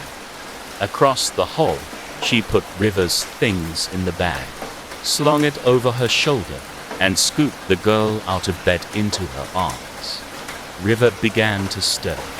"Mommy, hush, baby, we need to be real quiet because Daddy's asleep. We can't wake him." If her daughter blew this escape, she could not guarantee either of their lives would end well. River put her head sleepily against her chest as she carried the child and the bag outside. She threw the bag into the back seat, strapped River into her car seat, and floored it, looking behind repeatedly, relieved to see the dark road empty behind her. It was an hour before she dared to stop. The light from the rest stop prompted River to stir. "Where are we, Mommy?" River suddenly asked. The mother looks at her precious daughter. "We're going to see the family, remember." "But where is Daddy?" "Don't worry about Daddy right now, love." She gazed at her beautiful daughter, regarding those curls she adored. She didn't want to have to cut her hair, but she needed to if they were going to succeed at this. In the rest stop bathroom, she snipped the last of River's lovely hair, then started on her own. "Arms up," she said, and River obeyed, allowing her to put her in the white gown and shoes. "We look silly," River said. "We look holy," the mother corrected. She prayed that God would forgive. They were supposed to have done the hair-cutting ritual 3 days ago as a required cleansing before the migration. Before, Danny had approached her and said he was having doubts about their faith. Before, he had questioned his infinity bread of the moon's motivations and refused to give the payment to migrate to the next realm. Before, he turned his back on the light and tried to keep River from it too, threatening to leave and gain custody if this talk of the migration continued. So she played along, suppressing her horror at his apostasy until she could make their escape. They walked toward the encampment, and she smiled at the sight of hundreds of other people, the family, clad in white gowns, ready to go and be with God. She took the cup of potion she was handed, took a sip, and then with a smile, handed it to River.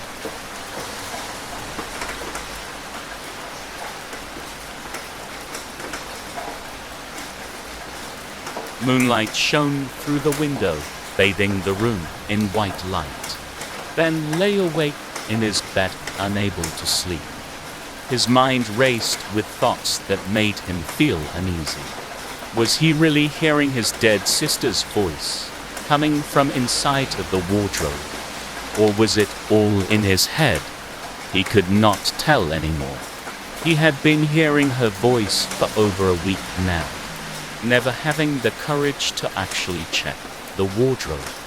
All he did was stare at it as he lay there terrified.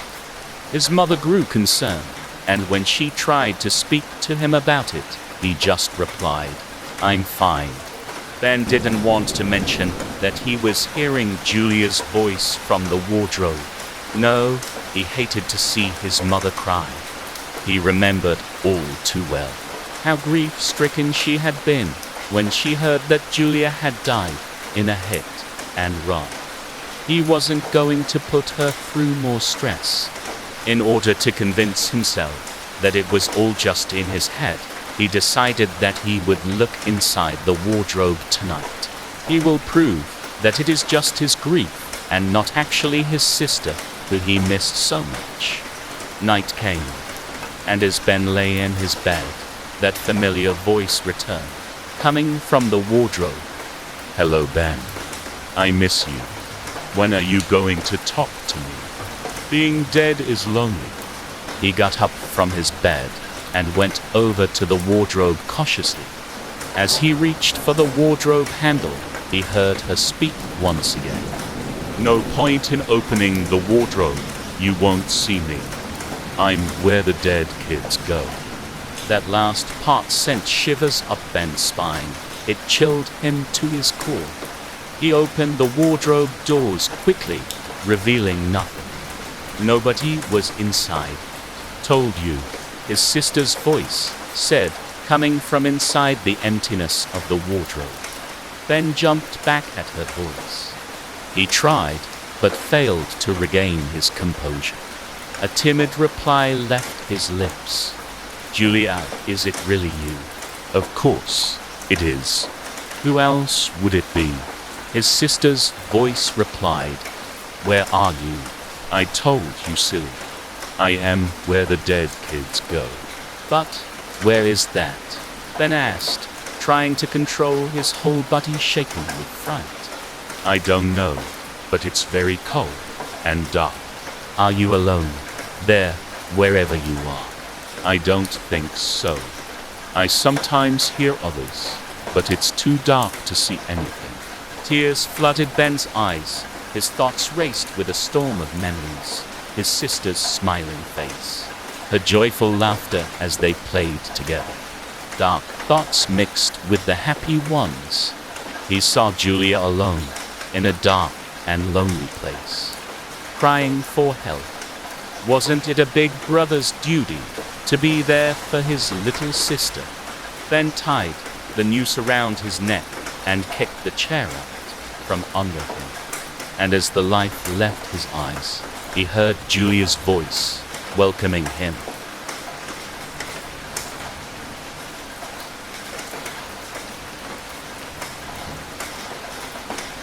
Every Friday before Thanksgiving, we all sit down at the biggest table in the dining hall to cast our votes. Everybody From the cleaners to the dinner ladies, to the matron, to especially us 100 children at Little Hills Orphanage, gets one vote each. After counting the papers meticulously, George was declared the winner of this year's choosing. I was quite happy with the results this year. I never liked George. Ever since he came into the orphanage in June, he was nothing but a bully and a menace. He was the biggest of the boys, and everybody feared him, even the grown-ups. He would pull the girls' long hair and steal their money. Once he even broke my color pencils. He didn't even say sorry. I was chopping carrots in the kitchen with my friends when George came in. He looked around angrily like a caged tiger. Everyone held their breath. I want my candy. Now, apparently, somebody had told him there was candy waiting for him in the kitchen as a prize for getting chosen. George dashed up to the nearest boy and shook him, yelling in his face about candy, his spit flying everywhere. I sneaked up above him with the heaviest iron pan I could find in my hands. I could barely lift it. George was so busy whining, he didn't notice me. Clonk. The biggest boy in the orphanage was out cold. Just like that. We wasted no time. Quickly, we lifted him into the biggest special pan that we used every Thanksgiving for this occasion, onto the bed of carrots and potatoes. Then we sprinkled salt and pepper and thyme on him, praying he would not wake up. Finally, we heaved him into our biggest oven. Then we slammed the door shut. The best part was when he woke up. George's eyes widened when he realized where he was, his mouth opening into a silent scream. He pounded his fists on the windows of his prison as the fire rose up and danced behind him. I could see the potatoes sizzling, burning away like hot coals. After all he had put me through, this was more entertaining than televised cartoons. The Thanksgiving feast the next night was delicious. Everybody complimented the way we cooked the star of the show. George was nicely roasted, his skin brown and crackling, and paired with thyme and cranberry sauce. The meat was delicious, especially his fat thighs. It is a pity, then, that we only have this once a year. I wish we could have this more often. This tastes better than the usual turkey other families eat. Perhaps then, when I grow up and move out of the orphanage, I can have this more often. There's plenty of little boys and girls on the streets who tastes as delicious, and I know where to look.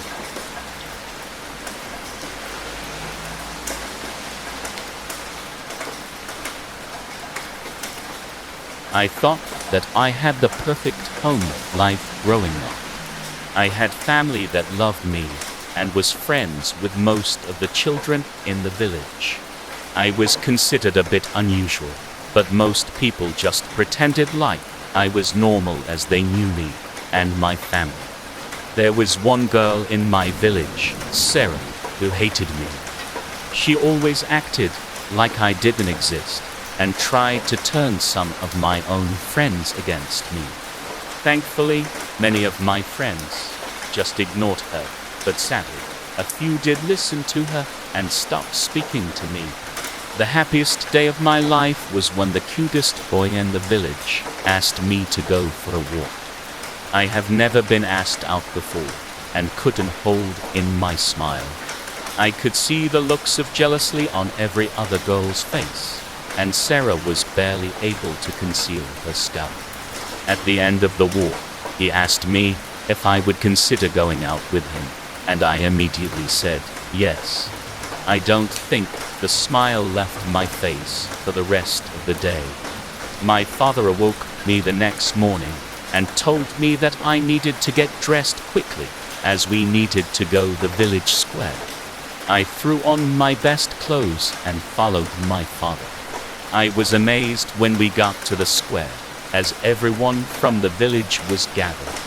My father led me to the front, and I was forced to stand in front of the village elders. My face nearly hit the floor as I was being accused of being a witch. My accusers were brought forward, and I gazed at the barely concealed smirk on Sarah's face. She stood alongside a bunch of other girls who I once considered friends. They claimed that I was obviously a witch, as it was the only way to explain why I was so weak.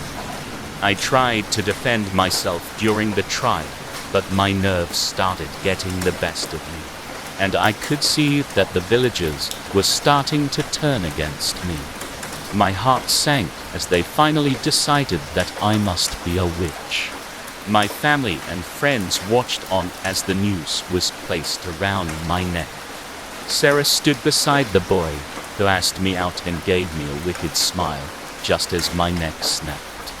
I have haunted this location ever since my death, and have seen many other people over this time who are afflicted with the same curse as I have. I discovered that people now call it threats.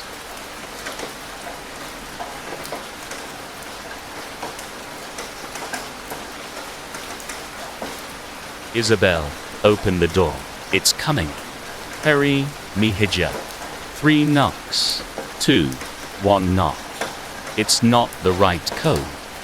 3-year-old Javier shivers in my arms, his head pressed into my chest, his hands wrapped up in my long, curly hair.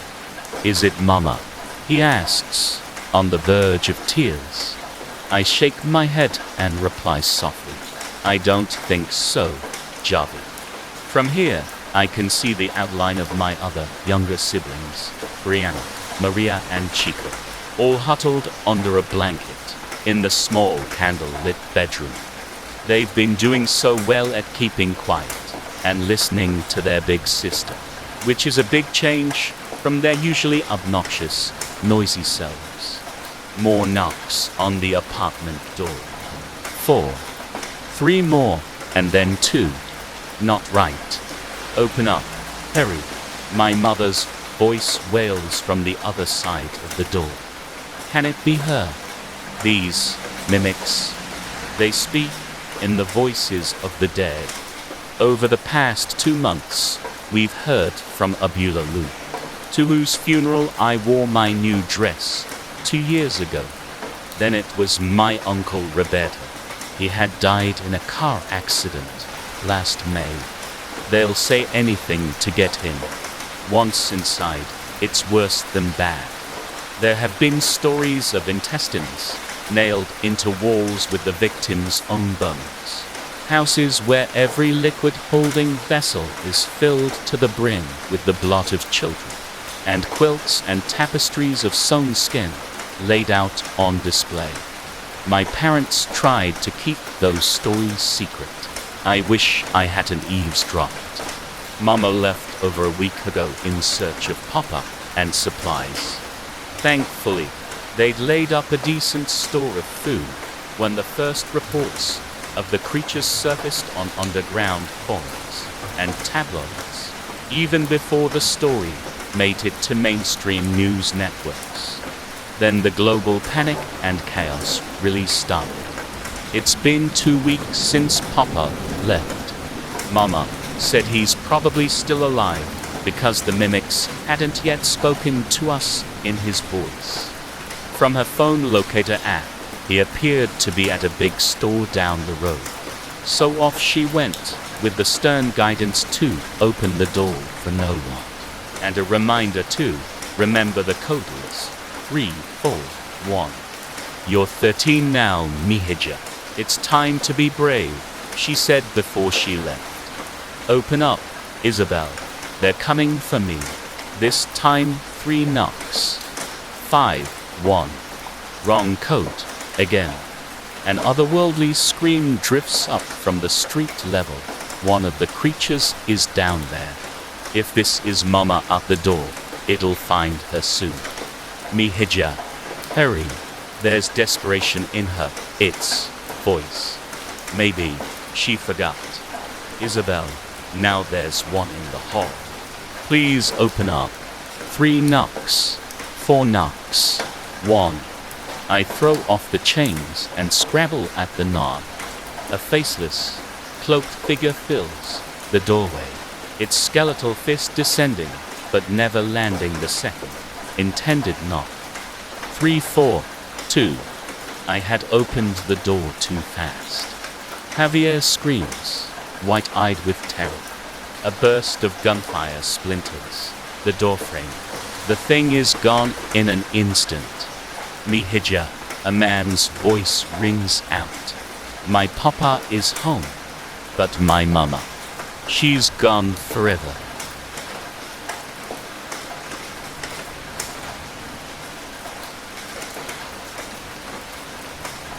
Papa brought me to the big glass house on my birthday. He said it was the only safe place, and that I should stay put until he came back. He gave me a juice box and cookies, and even let me keep my sketchbook. I cried as he hugged me goodbye. The last thing he did after sealing the entrance was blow me a kiss. Then he and the townsfolk walked away into the forest. The big glass house is huge. It's really, really huge. And when the sun gets high, parts of it are so bright, you can't even look at them. The colors remind me of an ocean. Lots of greens and blues and turquoise. And there's crystal staircases, which spiral round and round. It's really beautiful. There's symbols carved into the walls. Papa said they're called runes, and they repel evil. That means they keep it away. He said that's why I had to stay here, because evil things couldn't pass the runes, and evil things wanted to hurt me. I really liked the patterns, so I lay down and sketched them until I felt drowsy. Then I got out my blanket and slept. After the first day, I'd probably only explored 1 or 2% of the house. That's how much of it there is. I started to miss Papa and wished he'd come back. He didn't say how long. It'd be until it was safe for me to leave. When I went to the front entrance, I saw something scary. There was a claw print, bigger and whiter than my papa's whole chest. It had been cold that night, and something with a huge hand touched the glass, trying to get in. The mark it left is cold condensation. Maybe an evil monster knew I was here. That day, I explored even more. Some parts of the house stretched up so high my legs hurt from climbing steps, and there were walkways you could look over the edge of, all the way down to the bottom floors. I sketched more rooms until I needed to sleep again. That night, I woke up before sunrise, crying. The glass house was nice and all, but I missed Papa, and I missed my home. I even missed the townsfolk. I went back to the entrance to wait, so I'd be close when Papa finally came back, ready to give him a big hello hug. But when I got there, I found something really, really scary. There were claw prints all over the glass. But that wasn't even the scariest part. When I reached up to compare the size of my hand to the nearest one, the condensation wiped away. Now there was a smear where I'd touched the glass, and my palm was all cold and wet. That's how I realized the marks weren't left by an evil monster trying to get in. They were by one who couldn't get out.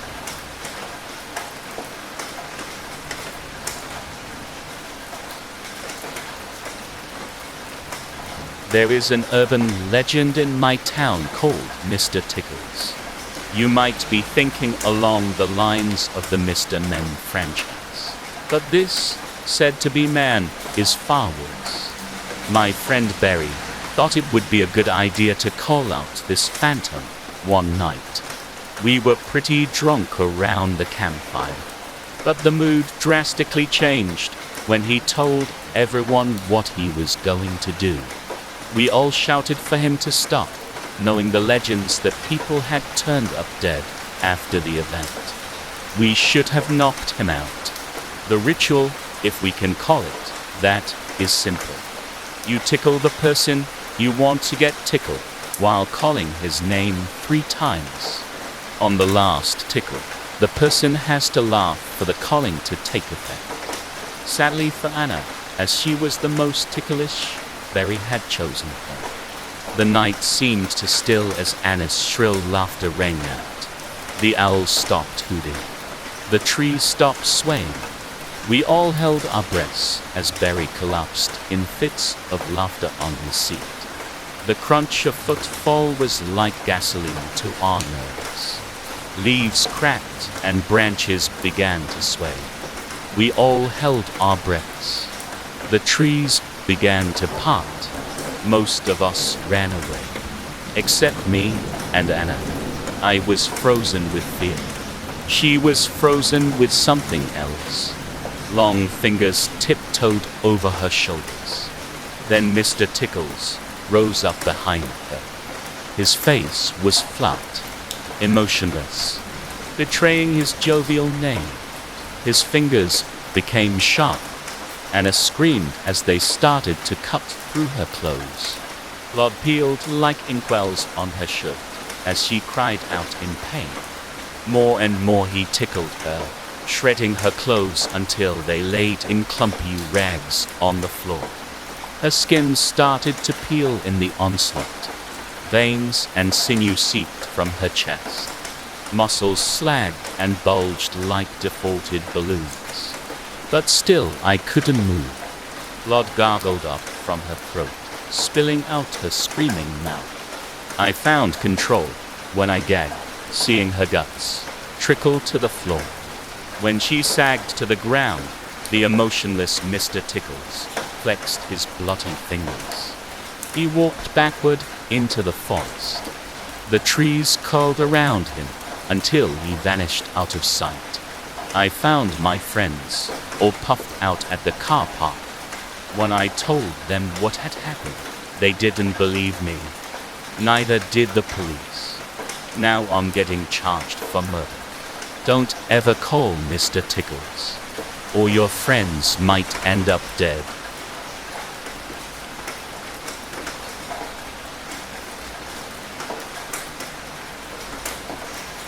Please, please, I beg of you, have mercy.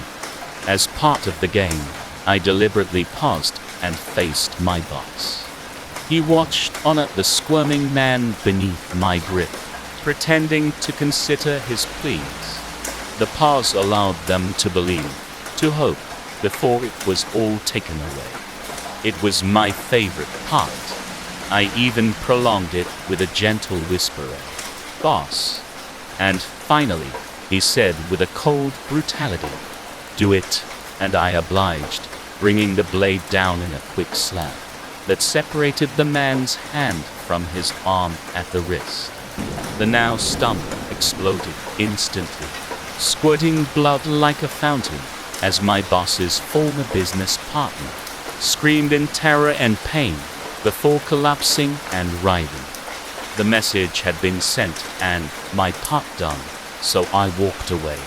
Amputation as a form of punishment was outlawed 20 years ago, and though many were punished for what was considered a barbaric act, due to my connections and the fact that my identity was unknown, I was never caught and certainly never punished. Just to remember the good times, I sometimes watched the documentaries of those who had survived amputation punishment. Those who wept as they discussed a life without a limb or two, and the monsters who had held them down as something was taken away from them forever. I cried also, but only because I missed it so much. Sometimes whilst amongst family, my mind would wander as I recalled the good times. I even tried to replicate the feeling as much as possible, but it was never the same. Nothing could compare to the feeling of the initial separation of skin. The feel of a thick bone, normally so tough, separating like warm butter. The sound of the screams that didn't haunt me, but soothed me. It was in the middle of the night that my bedsheets were removed. I groaned, cursing at my wife, only to realize with sudden fear that she wasn't by my side. She'd gone to her sister's for the week. I was home alone. I bolted up, figuring it was some of my victims out for revenge. But with a slap, I was forced downwards and onto my back. Adrenaline flooded through me, and I protested loudly, but it was strange.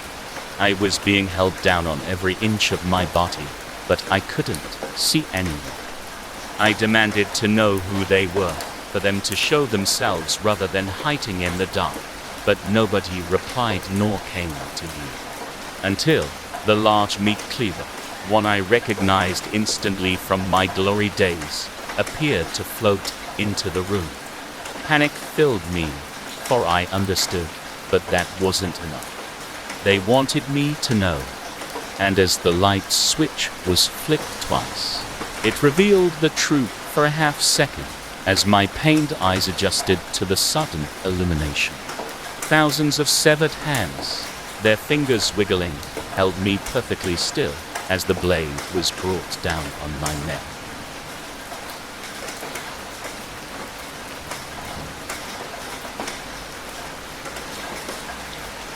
He's well-mannered and listens to his elders carefully, a rarity in boys his age. That's why I picked him. We leave his school together, me having explained to him that his mother asked me to take him home since she was working late. Her working late must be common, because he doesn't question my story at all. In fact, he somehow seems eager to go with me. As we drive towards that spot in the woods that I like to take them, clearly far away from his house, he doesn't speak up at all. He's even smiling, I realize.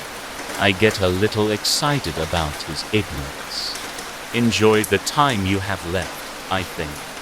He keeps his eyes on me, his little smile beaming. Weird kid.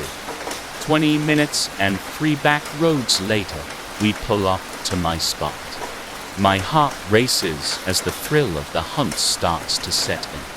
I'm a lion who has found its prized antelope, and we're about to do noble battle. I hop out of the car.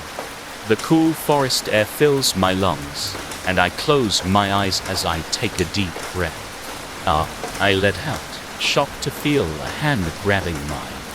I open my eyes to see him standing before me, still smiling. I pull my hand back, wondering how he managed to slip out of the car without me noticing. I must have really been feeling the moment. That's not unusual for me, admittedly. One time, a kid had even crawled all the way. This is going to be so fun, he says, interrupting my thoughts. Before I can think of a response, I notice his eyes. They're off. Why are they shaped like that? I don't like the way they sit in his face, which itself is warped grotesquely by that ever-persistent smile. The smile has been on his face so long that it's decayed into something unnatural. The smile of a spider, or a cockroach, or maybe some monster. I shake my head and tell myself I'm imagining things. Come on, I say, pointing into the trees. This way. A minute of walking later, we finally get to my spot. I look at him. He's beaming. So this is where it is, he asks, looking around.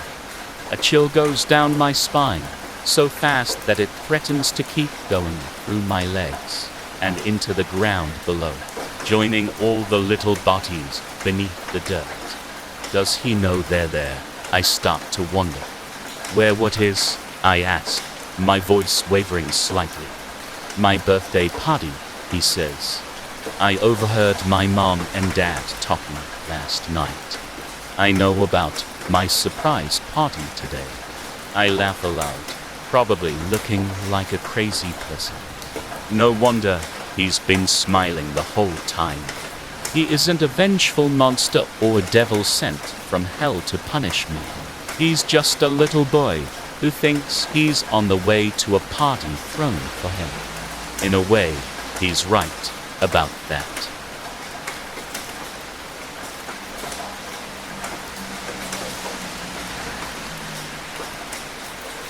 There's something wrong with my daughter.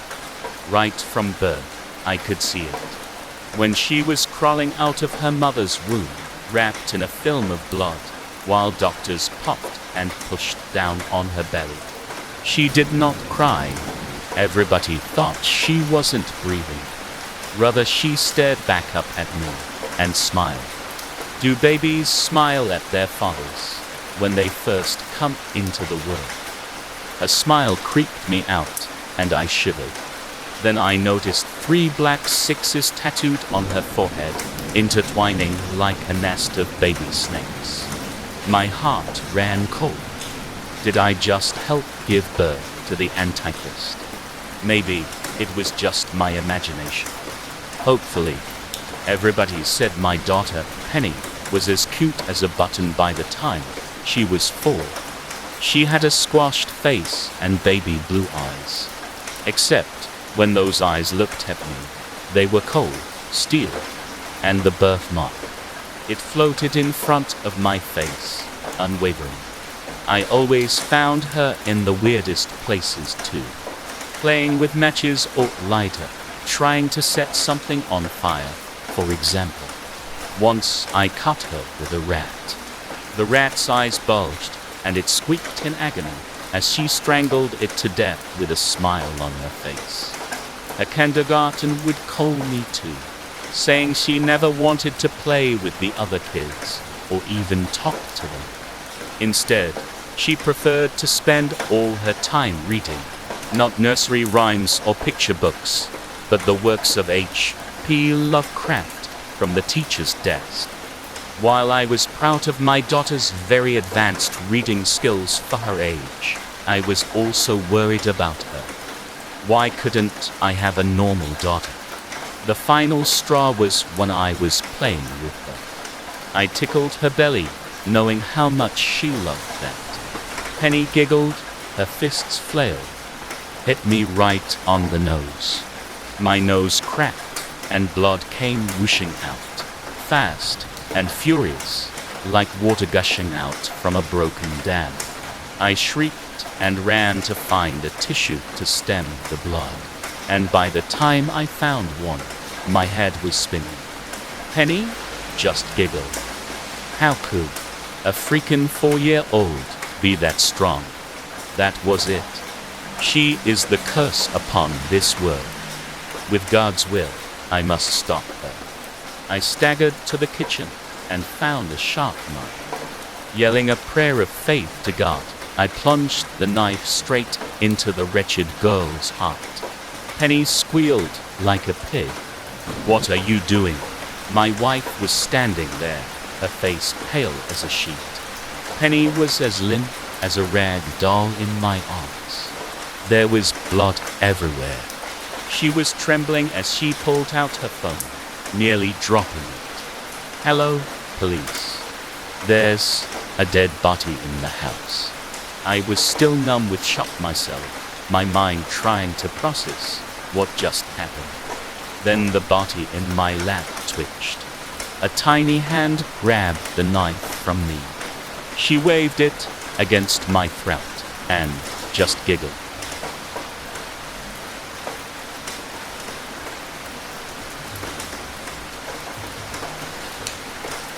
When I was little, I had a friend called Peter.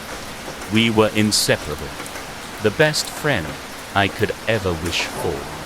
We played games and drew pictures together, etc., etc., so on and so forth. You get the gist. Our favorite game to play was our own version of hide and seek. Peter had a small, dark crawl space in the back of his closet, which was the designated counting spot. I would sit inside the unlit cubby and count to 20 while Peter hid. We would sometimes play this game for hours, with the hiding spaces getting more and more elaborate, and it was getting harder to find Peter. We absolutely loved this game. However, Peter's parents did not. Apparently we kept them awake at night, and our choice of hiding spaces were becoming a problem. They once found him locked inside an old trunk in the attic. I have to confess that one was a little extreme on Peter's part. Even I couldn't find him for a whole day.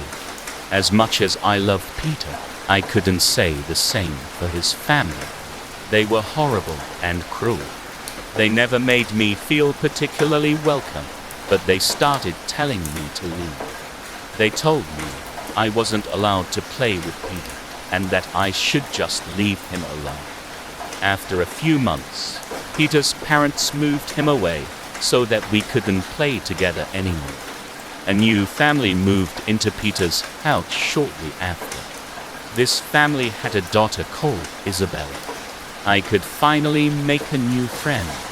So I prepared myself. I sat in the cubby and I started to count to 20. I was so happy when she played along and began to hide. She had the same hiding places as Peter did too. The first few nights, she just hid under the covers, but I found her. Then she hid under the bed, and I found her there too. Then she started looking for better hiding places. Finally, the chase was back on. This is my favorite game.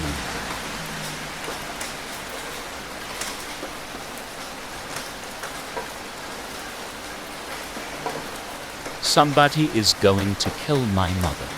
I know they are. I know they are because they've been leaving notes about it in my diary. Lists of household objects they could use. A kitchen knife, a screwdriver, a bookend. I know they are because these instruments of harm and death are left scattered around our house. Set down on the hallway end table, haphazardly tucked into the linen closet, even laying on the ground impotently in front of her bedroom door, as though the aggressor forced themselves to drop the weapon and flee at the last minute. I know they are, because she is not a well-liked woman. People see the way she speaks to her daughter, and all goodwill they harbor for her flies from their body like a soul leaving a corpse. They see a teenage girl with red-rimmed eyes from crying all day, skeletal and lethargic from starving herself. They overhear her call me names like loser and retard. They may even hear her telling me awful things about my father, whom I never met. How he was an abusive predator with a drug problem, and the horrors he would inflict on her. The unspoken subtext, of course, being that I am an extension of him and a reminder of her abuser. An unwanted souvenir from a time in her life that she would rather forget. Someone is going to kill my mother. I know they are, because it has to be one of us. We can't live under the same roof anymore. I know people see it. I know they know. And we all know I can't live like this anymore. I know they are, because, as she has reminded me hundreds of times over, I am the daughter of a wicked, wicked man. Intrinsically tied to him, whether I wish to be or not. Someone is going to kill my mother tonight. I know they are, because that someone is me.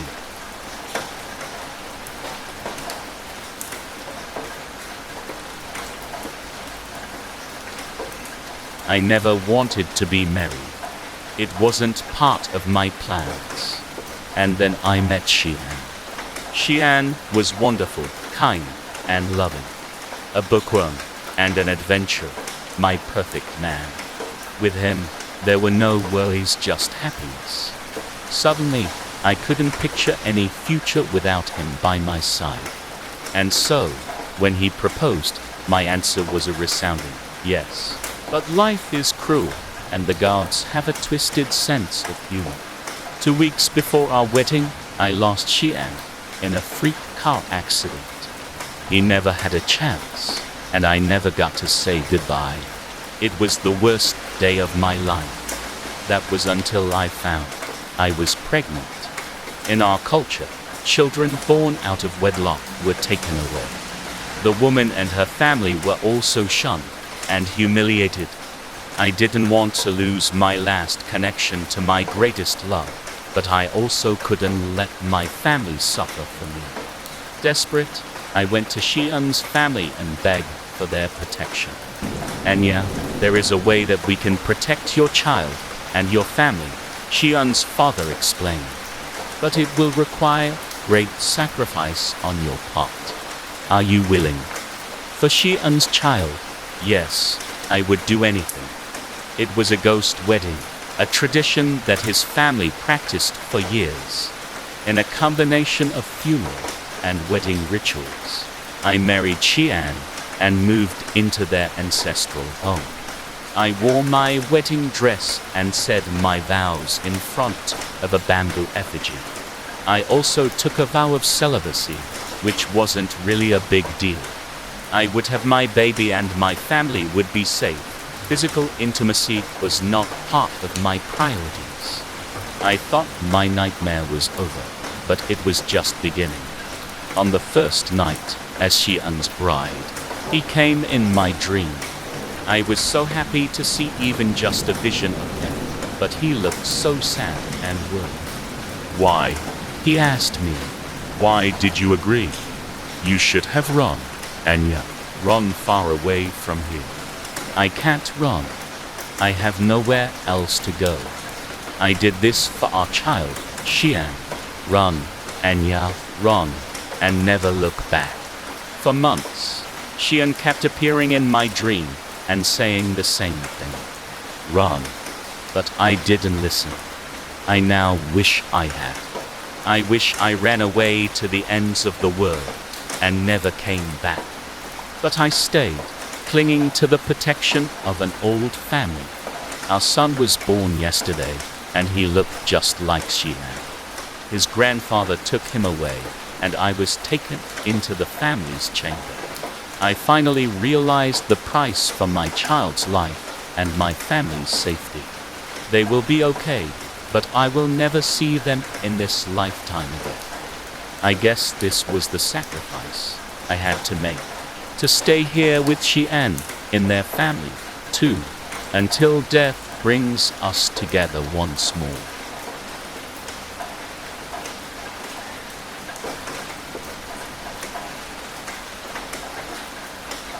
I'm a foreigner living in the US.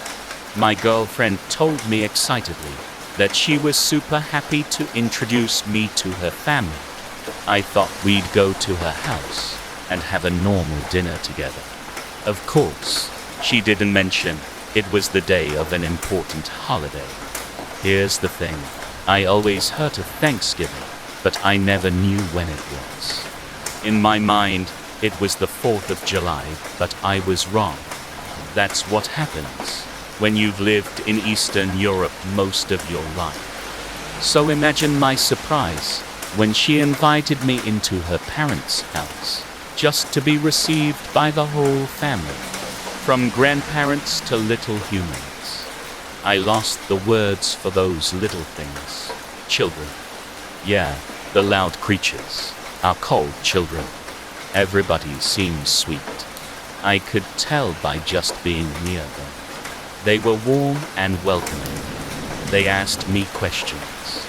The usual questions a family asks to the boyfriend of their youngest daughter. Nothing out of line, so I was feeling bad about it. Except for the father. Typical tough New York asshole with no filter. My girl seemed embarrassed, but I handled it. I've dealt with thousands of people like him. He was the only one who smelled like shit, though. I wasn't gonna feel bad about him for sure. Dinner went okay. I couldn't eat meat, but I drank some wine. Nobody seemed to care that I wasn't eating the turkey. Nobody except my girlfriend. She was definitely not okay with it. I could tell she was feeling ashamed about the fact I wasn't eating the food her mom made. She loved her family. It was endearing. So for her, I decided to not prolong what I was there to do. Out of respect and for the appreciation I felt for someone who could love like that, I snapped her neck first, and then fastly knocked everyone out. I had a feast that night on 11 people. Their blood was so good. I could finally understand why she loved them. Of course, I couldn't drink the father's blood. It smelled bitter from a mile away, so I just tied him up and left him to burn inside the house. I knew I didn't need to burn the evidence. No one would think vampires are running around killing people. It's always blamed on the poor wolves. But what can you expect from a human mind? I think I want to go to another Thanksgiving dinner. If I run fast, I can make it to California. They're 3 hours behind. All I need to find is a big family getting ready for dinner and a welcome mat on their front door. Careful who you willingly or unwillingly invite into your house next Thanksgiving. Or if you've had enough, just let me in.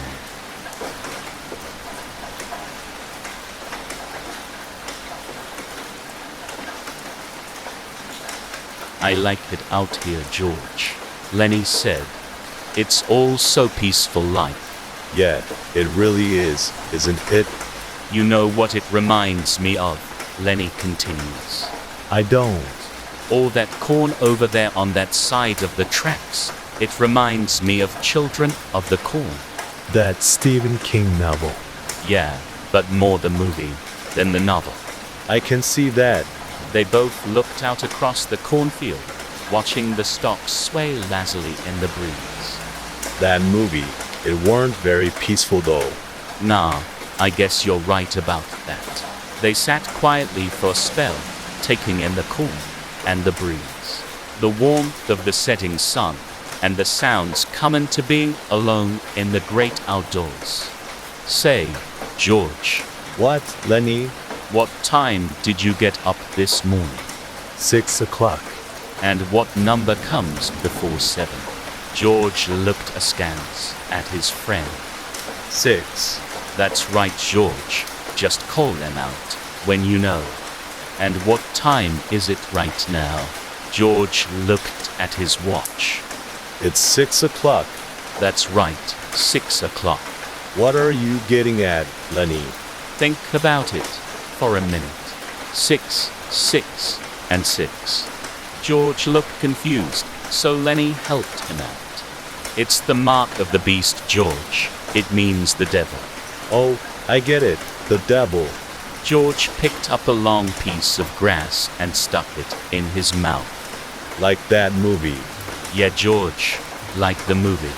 And you know what else it means? Nah, George. What else? It being 6 o'clock and all. It means the 6:15 out of Stillwater ought to be by in just a few minutes. No sooner had he spoken the words, they heard the 6:15 blast its horn from not too far up the tracks. Right on time, Lenny said, and they both turned in anticipation of seeing the train come around the bend. You feel it rumbling, George, under your feet. I feel it. I like that feeling. Makes me feel like I'm part of all that power somehow. Yeah, me too. Just then, the powerful and mighty engine of the 6:15 showed itself from behind the trees just up the tracks. It blew its horn again. It sounded much louder this time, so loud the boys could feel the sound in their bodies. Yet they stood still, mesmerized at the sight of the powerful engine, drawing near. Finally, Lenny spoke up loudly. You think we ought to get off the tracks? Yeah, probably. But what about her?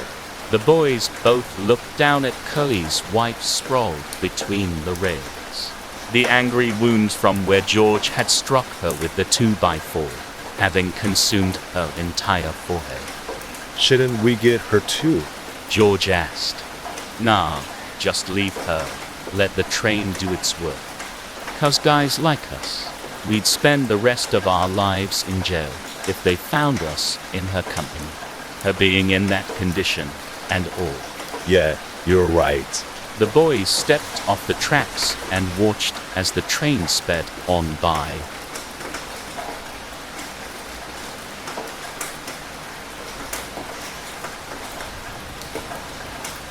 This last one is about an old girlfriend of mine, and this is her story.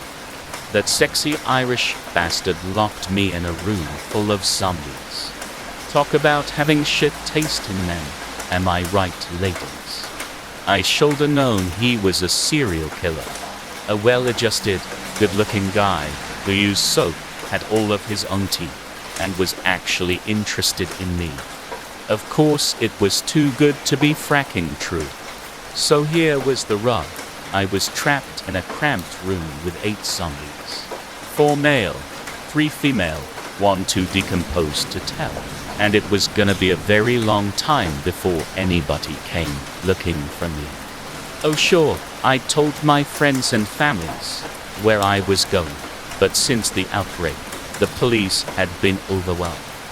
Although we'd clawed back some semblance of a functional society, a missing person case would be low on their priorities list. Containing the outbreak was a huge resource drain, which meant the major cities got a little Mad Maxy. Serial killers popped up all over the place. Psychiatrists even had an explanation for the phenomenon. Something about a trauma response to the end of the world. And now I'd gone home with one of the lunatics. Fan-fracking-tastic. This was marginally worse than my dinner date with Jerry. Luckily, as everyone knows, zombies are a massively shit way to kill someone. Oh sure, in the early days, they were a threat, but now they had rigor mortis and crumbling limbs, and the hand-eye coordination of a baby swallow. I estimated the room to be roughly 20 square feet. It would probably take the zombies an hour to make it from one end to the other, but I guess that was part of the appeal, right? My death would be an agonizing, drawn-out affair. From behind a thick sheet of glass, my tormentor could watch my gradual descent into madness. I lay down in the corner and rested my eyes. When I opened them again, the zombies were halfway towards me. I stared at the ceiling until they were almost close enough to take a bite, then sidestepped them, steering well clear of their mouths, which snapped open and shut. Then I curled up against the opposite wall. It wouldn't be too difficult to stay alive. Eventually, somebody would come find me, and for a moment, I let myself believe things would be okay. But then, my captor appeared behind the glass and tapped a button in the wall. His voice came out of a speaker in the ceiling. "Congrat, you've survived a full hour." "I'm impressed. Only an hour," I replied. "Shit, I could do this all day." He smiled. "Really?" I dusted my shoulder. "Yes, really. It's a walk in the park." He grinned. "Well, in that case, let's up the ante." He pressed a button, and then an alarm blared. A moment later, the walls began to tremble. Then they slid inward. Now the room wasn't 20 by 20. It was 19 by 19. My heart dropped, but my captor smiled. "See you in another hour."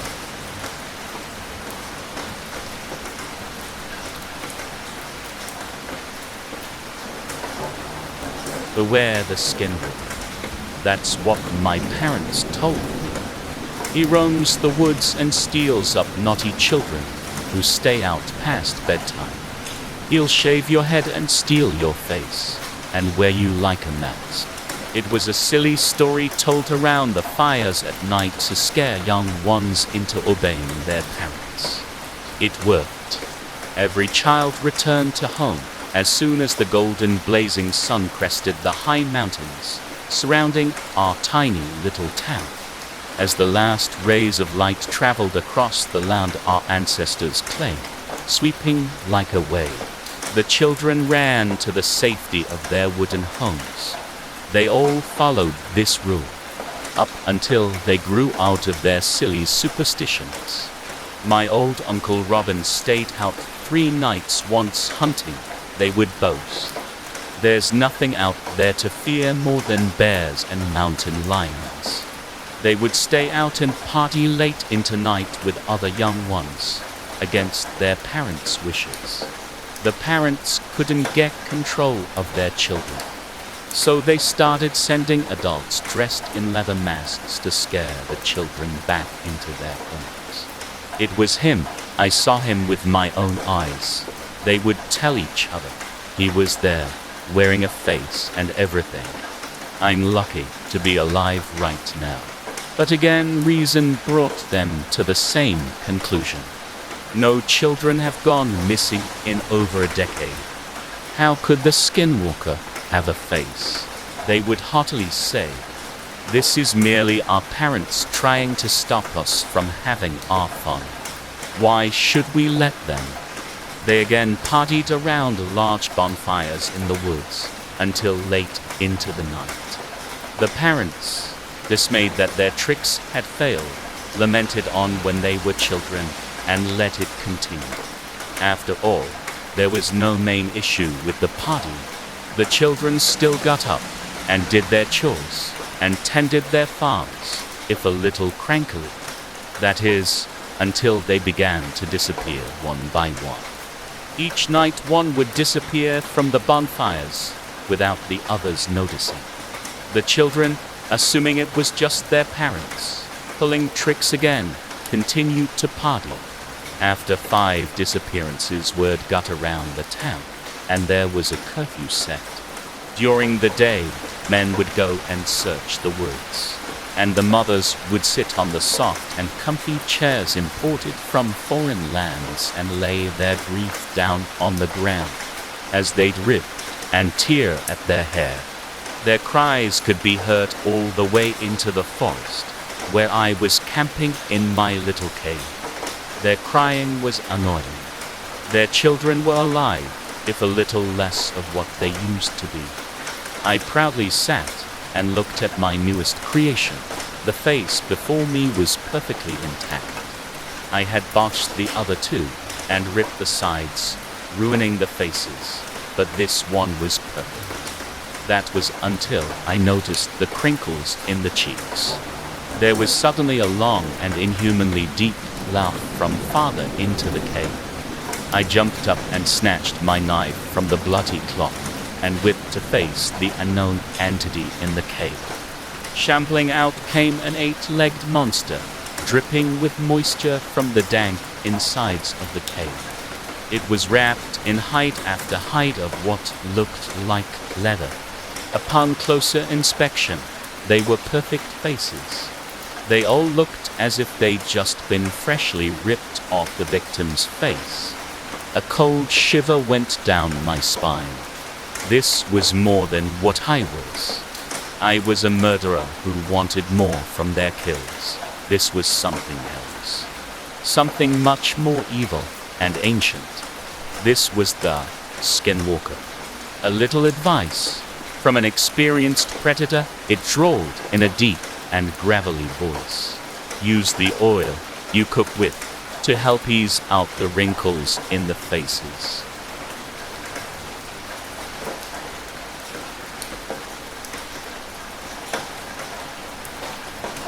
I've walked these halls so long, I can traverse them with my eyes closed. I might as well. There isn't much to see. Stained concrete and iron bars. The imagery isn't subtle. I wonder how long I've been here, then if it matters. Time doesn't seem to exist in this place. My stomach cramps with hunger. I haven't eaten in so long, and still, I don't stop. My limbs ache from exhaustion, and yet I can't sleep. If I pause for even a second, the maze punishes me, lacerating me with spikes, or chasing me with rabid dogs. It's hard to remember what came before. My last memory is a dingy room and a needle in my arm. At first, I was flying. Then, I was falling into an abyss. I'm nearly to the end of the maze, again. All I have to do is turn the corner. And there she is. The end is a vast throne room, and sitting smugly on a raised golden chair is my judge. She wears the clothes she died in, stained with her own blood. Her face is still baby round, and she wears glasses, though I doubt she needs them anymore. I teased her for both back in the day. Behind her rise gold and pearl gates, glowing like a beacon. My heart leaps every time I see them. Took you long enough, she says. I stop before her, trail of bloody footprints behind me. I hold out my hands. Please, I whisper, my throat raw. I'm sorry, I wish I could take it all back. I wish I had died in your place. Please, will you let me through? She smirks as she studies me. I really didn't know how much I was hurting her. I was young. Everyone was cruel to each other. I didn't think of myself as a bully. When word of her suicide went around the school, I was ashamed. I'd driven her so far. No, that's a lie. I was too worried someone would find the notes in my handwriting, or the online accounts tied to my phone. I was too worried about myself to think about her at all. And now here she is, the one thing between me and passing beyond. When I reached the end, the first time she'd explained it to me, I was dead. I wasn't good enough to go right to heaven, but not quite evil enough to end up in hell. Instead, I was in a place of penance. When I was finally remorseful enough, I would pass on. And she, the person I'd wronged the most deeply during life, would decide when that was. Please, I whisper, blood on my tongue. She smiles at me, light glinting off her glasses. No, she says. So, when I awake again, I'm back at the beginning. Too parched to cry, I stumble to my feet and start the maze all over again.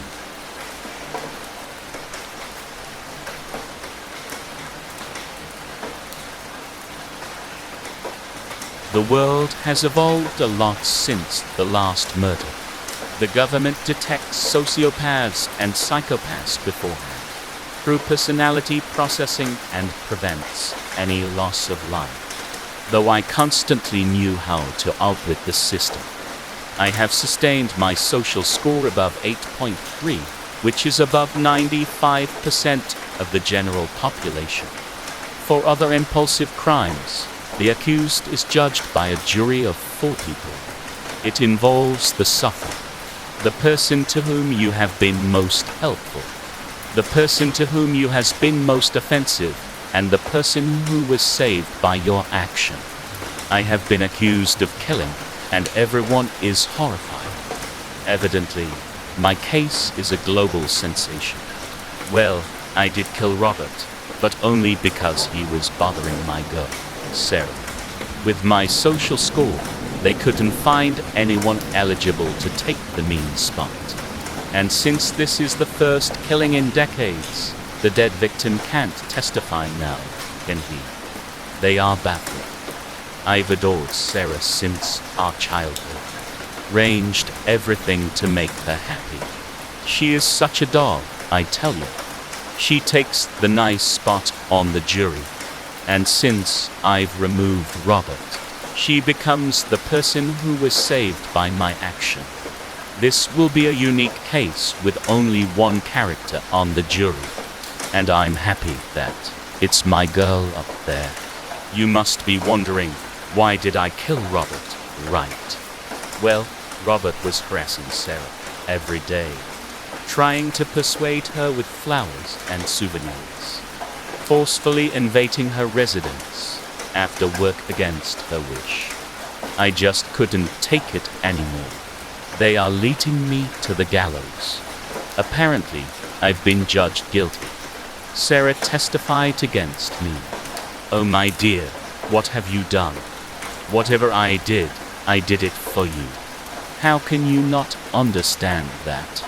But I can't stay mad at you for long, can I? I know you've been manipulated. You're too naive to understand the motives of people around you. Still, your words will give me peace in my last few moments. I know your decision came out of misjudged intentions. I forgive you, my love. Kill this bastard! I've been dodging him my whole life, thinking if I kept avoiding him, he would eventually get out of my life. He is a psychopath, and he killed my righteous husband, Robert. He should be stopped at any cost because he knows how to cheat the system.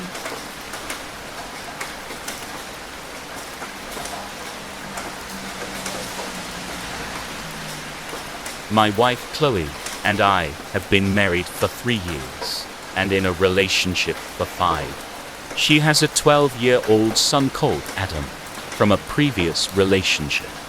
We try to act like we are one big happy family, but Adam still doesn't like me.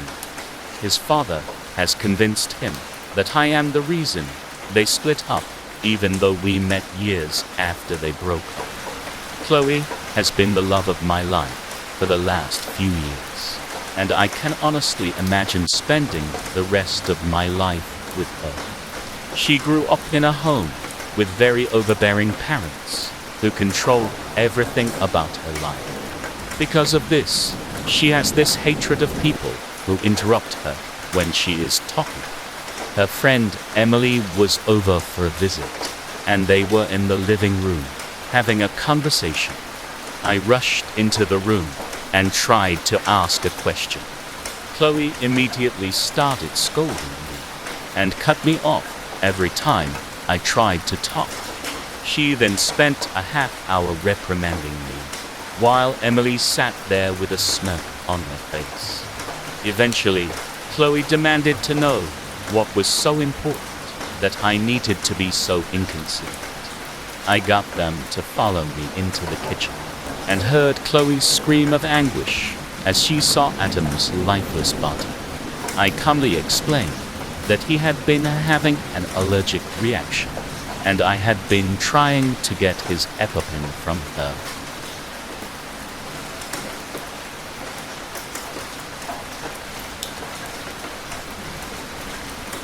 My siblings made a game out of terrorizing whatever pet I had. At one stage in my life, I was obsessed with having a pet to take care of. Mostly for the company, as my parents were very busy people, and my 2 younger siblings were animals in their own right. They were both around 8 at the time and were twins. So what one of them did, so did the other. First, it was a fish. They would tap on the glass, trying to get the tired thing to swim around for their entertainment. When that failed, they switched to poking it with a stick. Sooner or later, they poked too hard and Mr. Bubbles was no more. So I got a dog. They're more durable, right? It turns out even man's best friend has its limits. They took turns jump scaring her until they scared her while she was outside, and she sprinted away into oncoming traffic. So I tried different pets. A snake, cat, spider, bird. They all lasted longer than the first 2. I had that bird for an entire year, actually. But all would meet their end by the terrible twins. Don't think of me as a bad person for continuing to have my parents buy pets for me. I tried my best to keep them safe and happy. I told my parents about how destructive my younger siblings were. But I got told again and again, kids will be kids. I realize I should have given up, but I wanted a pet. Something, anything, as long as it couldn't get scared or hurt by the twins' games. On my birthday, I got a book from my aunt. She was a bit of an oddball, the family's black sheep. She dabbled in the occult, but was a very kind woman, so we still saw her on holidays. She gave me a book on summoning, since she knew of my desire for an exotic pet. But the book came with a stern warning to not summon anything I couldn't put back. I swore I wouldn't, and that was that. Now let me say, I don't have the slightest clue how to put whatever that thing is back. But I don't need to. I finally got a pet that the twins can't scare. I remember the looks on their faces when I told them to come into my room and see my new pet. Their devious little grins at one another, followed by the patting of their feet on the hardwood floor as they sprinted to my bedroom. How quickly their faces fell into fear when they saw the thing rising up from the circle on the floor. How happy I became when I realized I finally had a pet they couldn't scare. They made a game of scaring my pets. Now my pet would make a game of scaring them.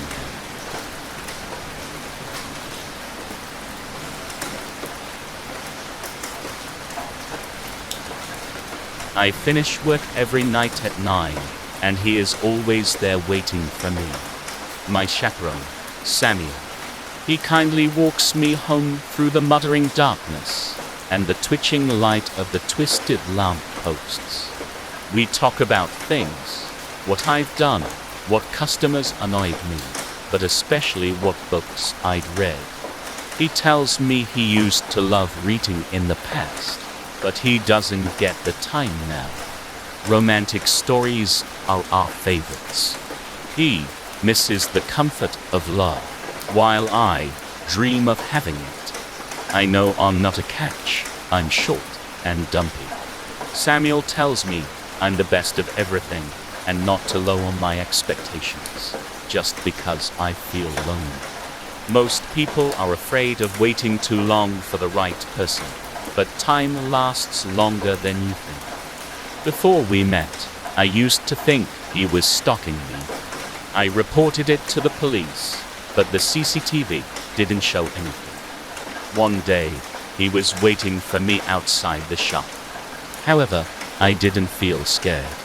He said he was sorry if he'd caused me any concern, but said that he was making sure I was safe. The way home was full of dark corners, and it made him feel human again. To do this one good act each night. Samuel is hard to describe because he hides so much of himself. He says it is a punishment he wasn't given any choice in. If sadness could manifest, Samuel would be the result. Our walk home is full of laughter though. I used to be terrified of walking home, but it's now my favorite part of the day. He tells me little stories about his past, about his wife and children, whose ashes have long since joined the clouds. I know he misses them, but he prefers to recall the silly things they all did together. I hear noises on the walk home of things recoiling and retreating in Samuel's presence. He says that while I am with him, they will not harm me. I have asked him before what these things are, and he replied cryptically that they are the damage left behind when bad people die. Tonight we talked about a book I had read called The Rainy Season.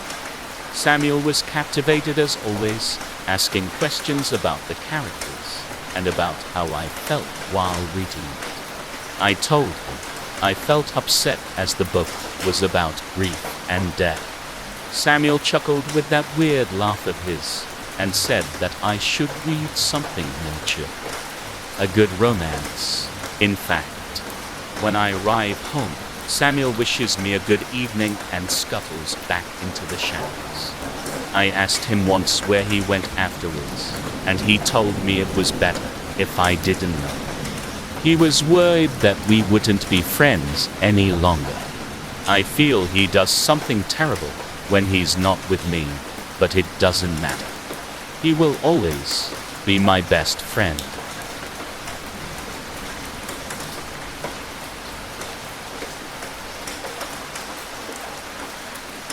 Out of curiosity, Pandora opened the box and released all evils and sufferings that Zeus created for mankind.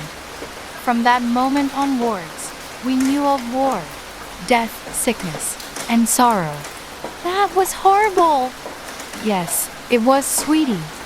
However, Pandora managed to find something else inside the box.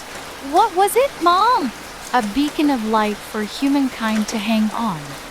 It was hope, She said as her eyes stared at the distant horizon. It makes no sense. Why is hope inside Pandora's box with all those evil things?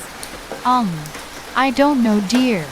Look, it's already time for bed. But I want to know why. Can you promise to tell me the answer tomorrow? Okay, I promise. But you have to sleep right now. Good night, darling. Mom loves to read me stories every night. She says it calms her down and gives her a break from the real world.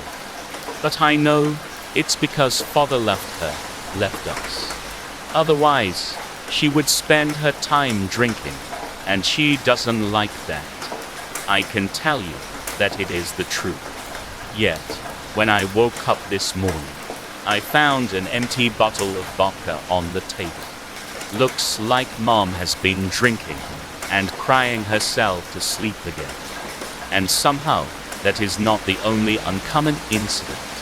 The mythology book from last night is nowhere to be found on the bookshelf. If there is one thing about my mom you should know, it is that she is extremely tidy with her books. She never forgot to place them back after her reading sessions. Mom, you there? No answer. I walked into her room. The only thing that immediately attracted my attention was a black box with crimson marks all over its surfaces, sitting neatly on her work table. Inside, there were hundreds of pictures of Mom and Dad when they were together. Everything from the very beginning of their relationship up until the day Dad left. I found a handwritten note at the bottom of the box, one that wrote, I will come back if I truly loved you. Later on, I found Mom lying in the bathtub, drenching in her own blood. My book was found on the floor, torn to pieces. Only one page was not shredded, Pandora's story. There was a small note attached to it. After all, she did leave me an answer. Why is hope inside Pandora's box, you asked? Because hope is one of them. Sometimes, when there is no hope anymore, it can become an evil itself. So in this case, all hope was lost and became one of them, the other evils inside the Pandora's box.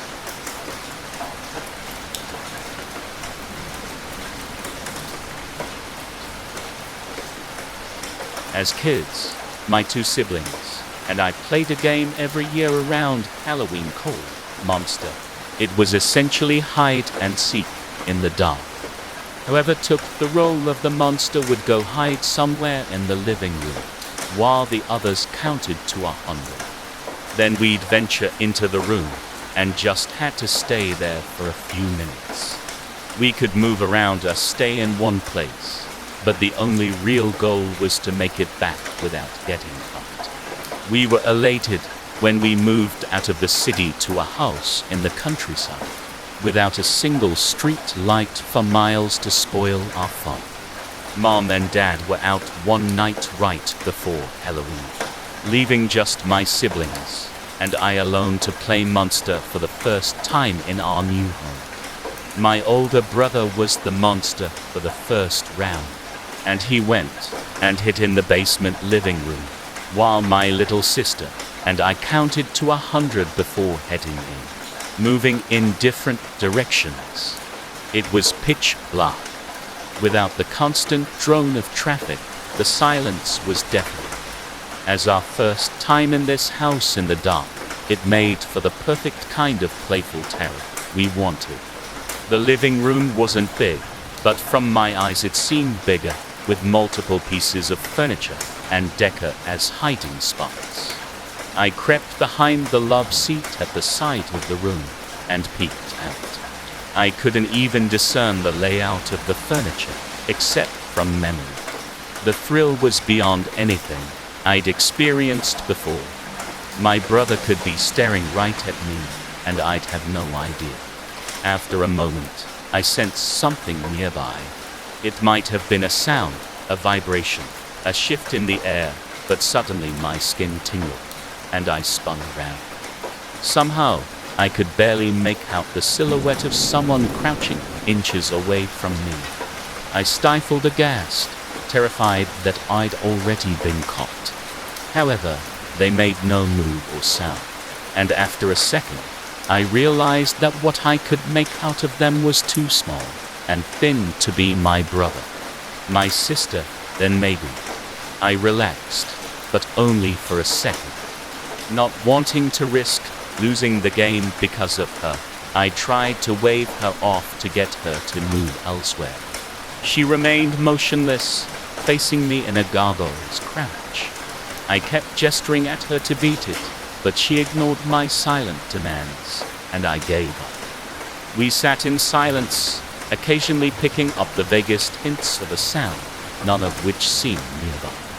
I grinned, thinking my brother was searching the other side of the room, and this would be an easy one. Just when I decided it was time for us to head back, I heard a sudden shuffle of feet. My brother growled, and my sister screamed, both from the other side of the room.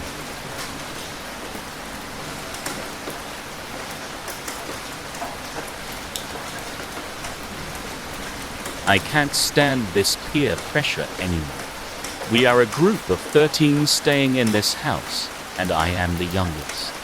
The owner of the house keeps on renting it to the humans, who are more of a minor irritation, if you ask me. But the elders are hell-bent on destroying anyone alive living here. I am tired of all the leave my house, scratched to the walls in blood. It's just not my style. The only one who understands me is Jackie. She is nearer to my age and kind of gets my angle. Whenever we are put on scare duty, we just hang around in the dark shadows, whether the humans can see us or not. In my opinion, that's when you can get effective scares. More of a Mike Flanagan approach. But the elders just wouldn't have it. They insist on blood dripping from the ceiling and eyeballs floating in the morning tea. The other day, I had to scream at Matilda for suggesting that I put on a scary nun costume.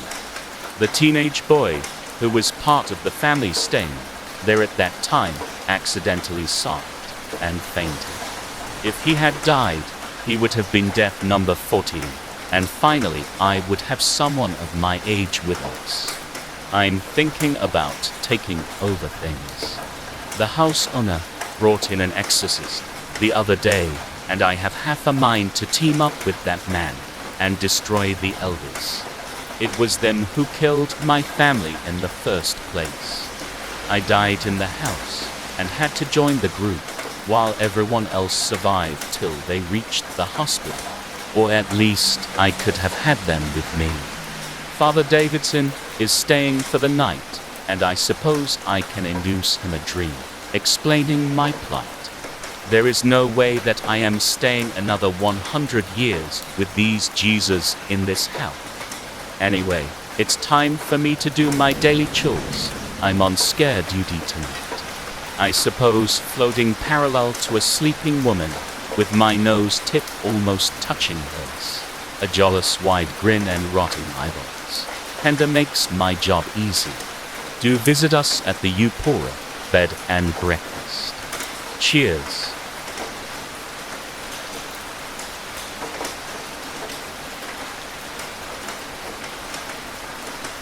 My life has been rough lately. The usual bullying, parents being bossy, and relationship issues. I couldn't take it for much longer, so I decided to go to a fortune teller. She was a lovely lady. She told me that I'd live a long and happy life, that I'll have a wonderful family, etc., etc. The thing that shocked me the most was what mattered most in the end will come soon. It got me wondering, what does matter?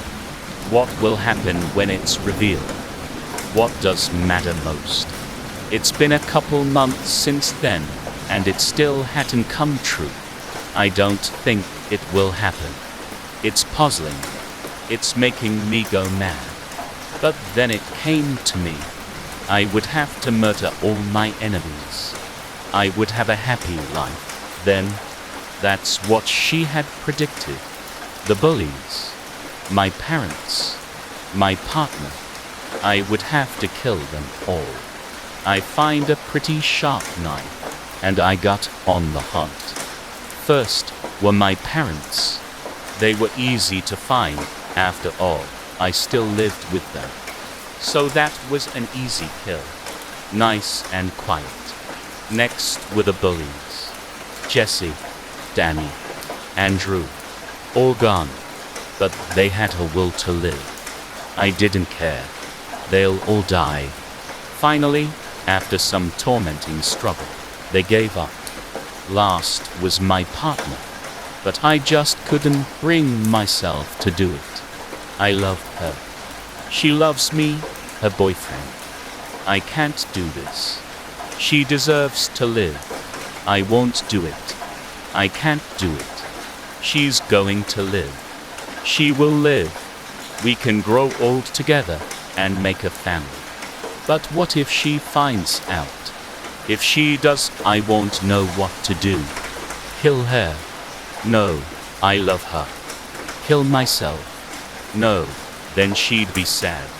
I guess I would just hide from the world. I truly wish she doesn't find out. I killed her brother. How would she not? She'd hate me if she found out. She'd turn me in, but she hasn't yet. This will be my little secret. It's been years since then. We have a wonderful family now. 2 little girls and a little boy. Triplets. She's happy. I'm happy. We got married. We worked things out. Oh no. No, no, no, no, no, no. They found out. I forgot they could potentially find the bodies. And they have. What will I do? I hid them in my parents' house.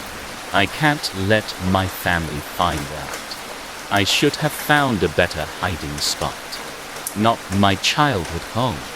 What if they find out who killed them all? What if they arrest me? No, I can't let my kids grow up without a father. They're only 3. They can't ask their mother where their daddy was. I can't let that happen. I'll have to kill them. The cops, if they lay a finger on my family, I'll kill them all. They'll all be gone. No one is going to touch my family. After all, they are what matter most in the end.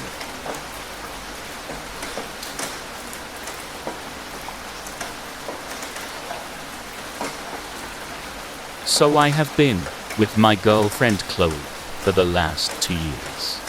We are in a really happy relationship, and I have even considered marrying her in the near future. The only issue I have with her is that she is constantly comparing me to her ex-boyfriend Mark. It is really annoying, and it is kinda starting to hurt my feelings. If I ever do something wrong, then she would always point out that Mark wouldn't have made that mistake. I know that they were childhood sweethearts and were together for over 10 years. but I really think she needs to stop doing this. She always gives me the silent treatment afterwards when I ask her to stop, which always makes me feel like I did something wrong. It has really started to get on my nerves, so I decided to organize a meeting between the three of us and make her choose which of us she wants. I knew she would be home late on Sunday evening, so I decided that was the perfect day for the meeting. Me and Mark were sitting at the kitchen table when she walked in. I could see the look of shock on her face when she saw him.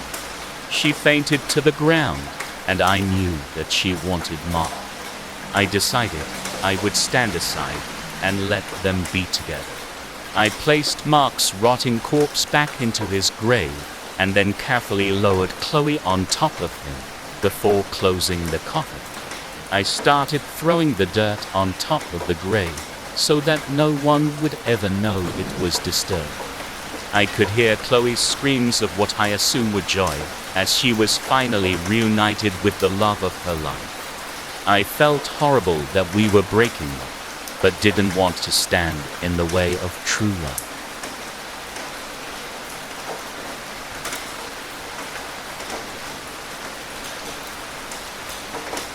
Raindrops slid down the shingles of an old house in an elegant dance, both providing sustenance to the floor while eroding away the long-aged wood with its watery touch. Inside that same house, a family of three slept softly into the night. Their brains spun tales of lofty happiness in their final moments, of better times, and the heavens they wished for, while their dreams unraveled in their infinite imagination. A nightmare slinked into their abode, its soul seeped in an inky darkness unlike any of the natural world, with an intention of imposing suffering on those undeserving and unsuspecting of its cold embrace. I had tracked down the scent of a particularly nasty corpse. Following the trail of bodies it left in its wake, from hitchhikers left brutalized on the side of the road, to cars painted red from the inside out, it killed without discretion. A monster of this caliber felt no level of pity for those poor souls unlucky enough to cross paths. It didn't have the capacity for such human emotions. I was too late to save the souls in that house, and the images of their final moments haunts me to this day. As the final victims of the abomination to God, they had been forced into the worst fate yet, a destiny full of the same horrors. They were faced with an end to a tale not yet finished. The parents were left strung against the wall, with their innards hastily devoured and left hanging in an unceremonious manner. I took a moment to bless their now lifeless corpses, praying they might see the light in the end. This wasn't an unusual case in my line of work, as I had seen multitudes of scenes similar to the one now before me. Men, women, and children alike were preyed upon in the same manner, a lack of discrimination in those who give themselves to the night's walk. The child wasn't as lucky as its parents. I discovered this along with a grim reminder that God didn't pick favorites. Sounds of munching on flesh, crunching of bones, and the chomps of razor-sharp teeth drew me to the children's bedroom. I cut the thing mid-feast as it turned its crimson grin towards me. Chunks of young skin still clung to its teeth as the poor child desperately clung to its life, groaning and moaning for any help that might hear its death cries.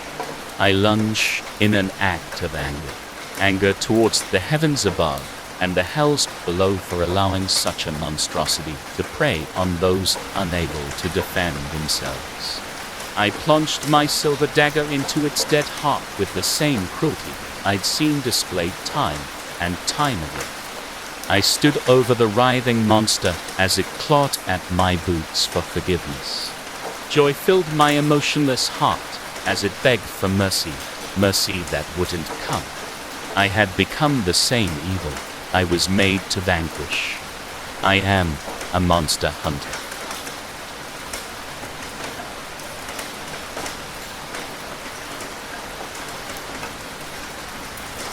"45. That's how many people are left. We started with 111, and he just kept killing and killing until we got here. Exits to the building are all locked and cannot be opened, nor broken. This demon, or whatever he is terrorizing us. We figured out that the only way he can kill you is if he senses fear, but some people learned that too late. There is no safe place to hide, and he can see us, no matter where we are. It's just a matter of who's the most frightened at the time he chooses to hunt. One man was able to look the demon in the eyes and deter him, but he hasn't been the same since. It was in the beginning. 2 days ago, the building's power went out, and everyone left their apartment to see what was happening.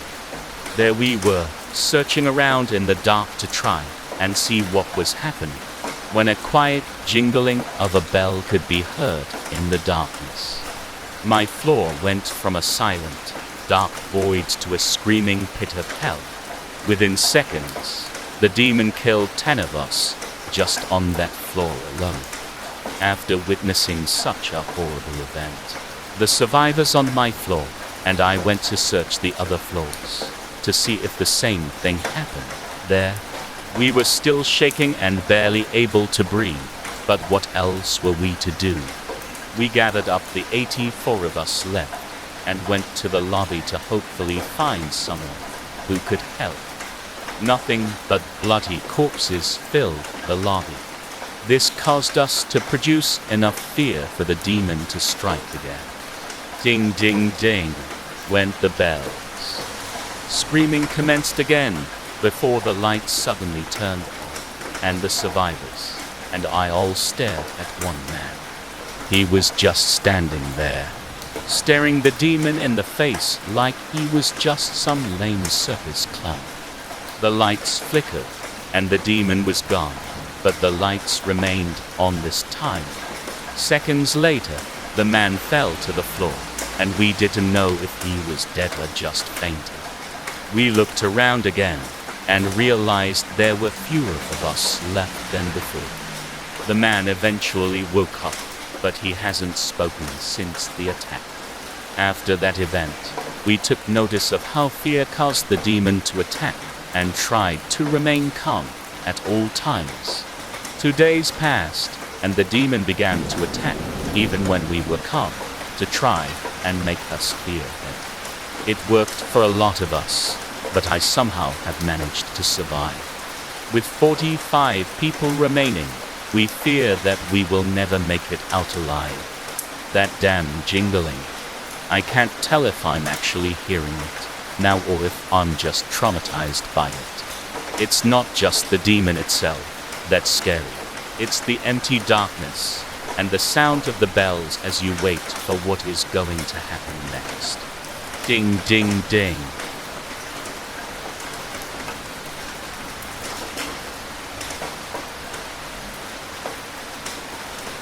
Julia stood in the center of the garden, watching the crimson leaves of the sugar maple in the autumnal breeze. She recalled this day 18 years ago when she brought Daniel into the world. Her thoughts were interrupted by her husband asking her to come inside, and she was pulled back from the serenity of the moment. "The cake is here," he shouted, "but I can't find the candles." Julia nodded and nervously twirled her hair before forcing an air of bravery back onto herself. "I'm coming, sweetie." The candles were in the cupboard that housed all her baking materials. Where else would they be? Her husband had interpreted her look and the angry manner in which she had opened the cupboard door. "I am sorry, I should have known," he apologized meekly. Julia calmed herself. It wasn't his fault. He was just as worried as she was. She took his hand and held it before placing the candles in his palm. He smiled at her, but Julia turned away before his face fell into a contagious sorrow. "Hey, Mom. Hey, Dad," Daniel said, strolling into the kitchen. "Cool Kate, is everything okay?" "Course," her husband replied. "You know your mother always gets a bit totes emotion on your birthday." Daniel groaned whenever his dad used patois he'd heard on social media. It made him smile as well, that dichotomy of the old using the language of the young. "How do you like your present?" Julia asked. Her son hugged her. "Never too old for one of those," her husband commented. "It's awesome sauce. I can't believe you got me one." In the living room, Julia could hear the digital orchestra of the console beckoning like a siren, calling him back to the game. She had hoped to have got him one earlier, but Amazon had lost the order. "Just go and play, honey," Julia said, kissing Daniel on the top of his head. His hair smelled of apple shampoo. She caught her husband looking at his watch. He looked upset and walked away to compose himself. "Please, don't let Daniel see you like this," she told him.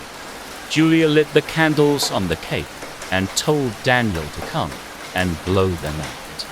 "Make a wish, darling." Julia then took her son's hand and led him to the garden. The scent of a caramel tree, gracing the cool midday. Daniel's time was up. The treatment that had kept his condition at bay for 18 years would lose its effectiveness today. He didn't know. Julia held him tightly and cried, finally releasing years of despair and worry. Daniel hugged her back in bewilderment. Then, the delayed, unnatural growth of bone filled his body and pierced his organs. Daniel screamed in pain, begging his mom to help him. She gently stroked his hair until the last breath escaped his lips. Julia held on, entwined in her son's embrace. She did not let him die alone. That was her gift to him. "Happy birthday, my beautiful boy."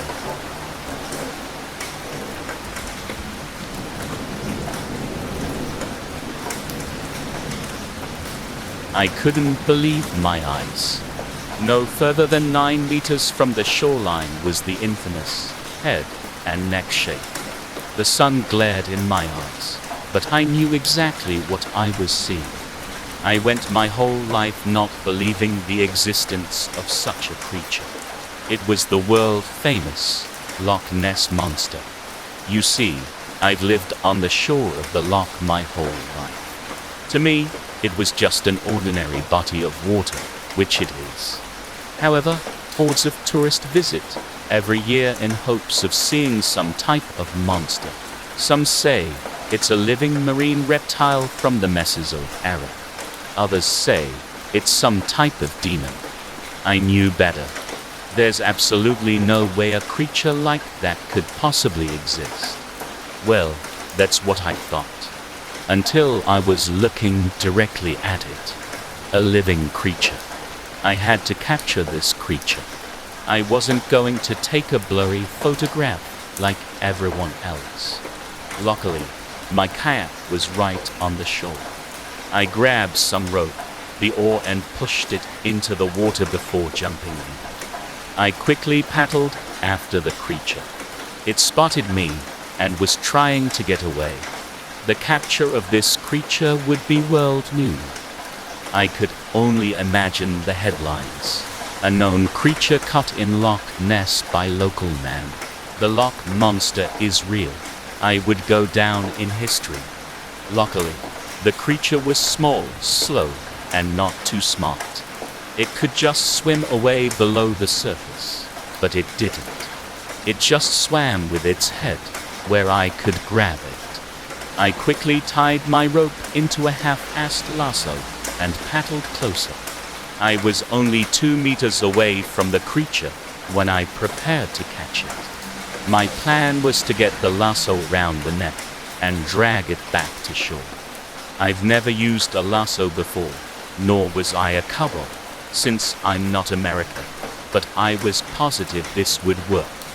The neck began to sink below the surface. With no time to spare, I tossed the lasso. Success!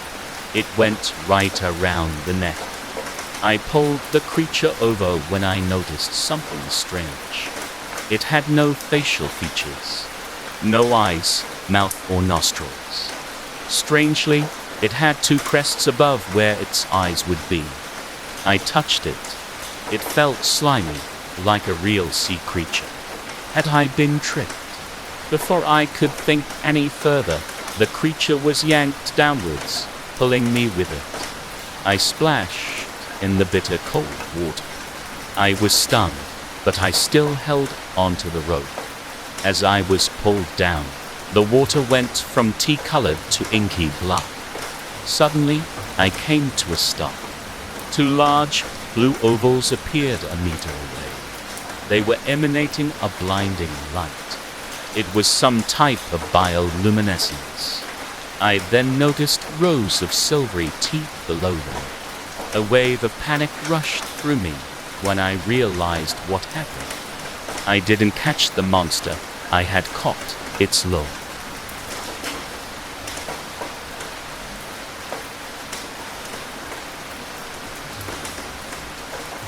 My family are all tea drinkers. Grandma likes the kind that smells nice with lots of honey. Daddy likes the kind that smells terrible and I'm not supposed to have because it'll keep me up all night. And Mommy likes her special homemade tea. No one else in the family likes that tea. Daddy and Grandma refused to let me try it. I still wanted to see what the fuss was about, even though I don't like most tea. Mommy's tea is her favoriteest thing. She drinks a cup of it in the morning and again in the evening. Once I woke up and found her drinking it, a whole lot in the middle of the night. She gets weird without her tea, scary weird. Her tea is bright reddish orange, but smells so strongly like flowers that it almost hurts. The neighbors like coming over to have some of the tea. Sometimes they come every single day. Mommy gets money from them each time. She says that it's good to get extra money for us, even if it's ill-gotten. She tells the neighbors that she makes the tea from things in the garden. Then she tells me to go play in the garden, while the grown-ups talk about grown-up things. I used to like playing in the garden, but it got boring when my friends disappeared. I wondered what was really in Mommy's tea. I knew it was from the garden, but I was never allowed to eat anything I found there. A little while ago, I decided to sneak into the tea room, which was where Mommy made the tea and where I wasn't ever supposed to go. I still went in though, because not knowing was driving me crazier and crazier. I snuck into the room at just past midnight. When I opened the creaky door, I certainly didn't expect to see what I saw. The room was dark, lined with shelves, and had a big table in the middle. All over the table and the shelves were big old books and small old jars. And inside the jars were little dolls. At least, I thought they were dolls. I was scared, but looked closer anyway. They weren't dolls. The one I looked at was green and had big black buggy eyes. It had tiny claws and hair that looked like petals from a flower in the garden. I thought it was dead because of how curled up it was, but then it looked up at me. It opened its mouth and banged on the glass. One of its legs was missing. It looked kind of like one of my little friends I used to have. I wanted to free it, but I was too scared for my hands to move. Instead, I snuck away. Mommy had people over again. As I crept back to my room, I heard her bragging about her secret ingredient, coming from nature. I suppose nothing was more natural than my little friends. And I decided I would never drink tea again after that.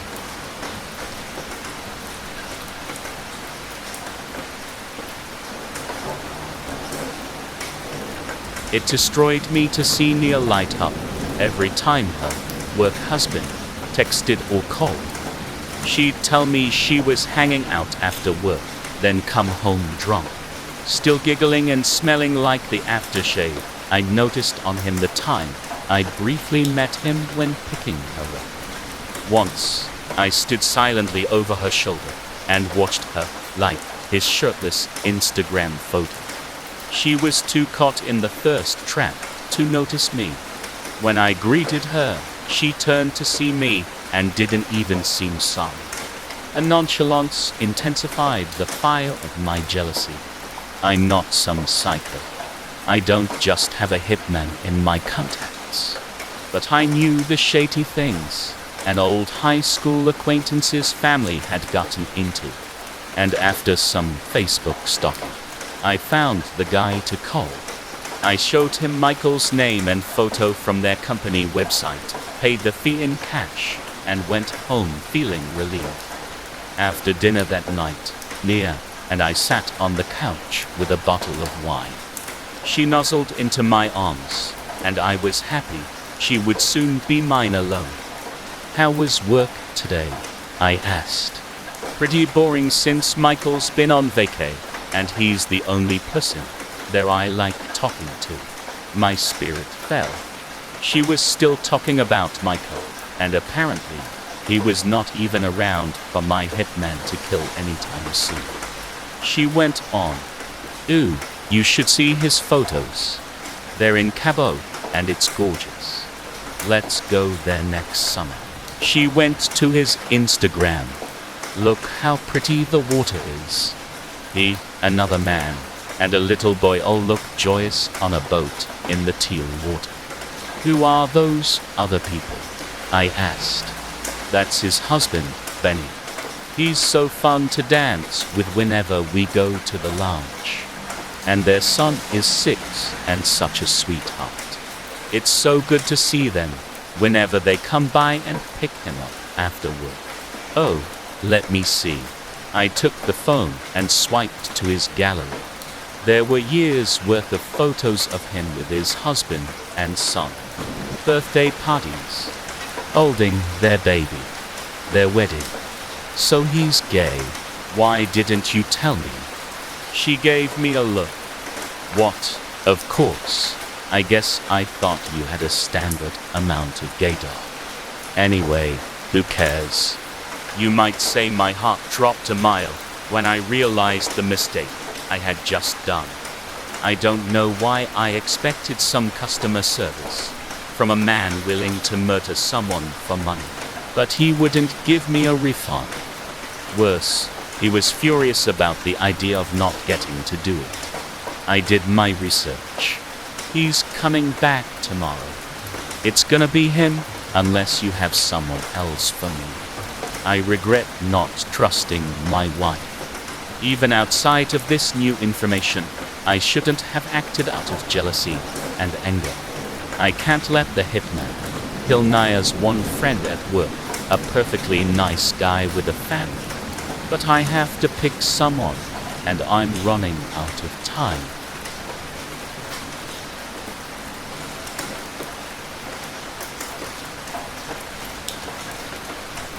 Robert awoke to the sound of his landlady tramping around upstairs.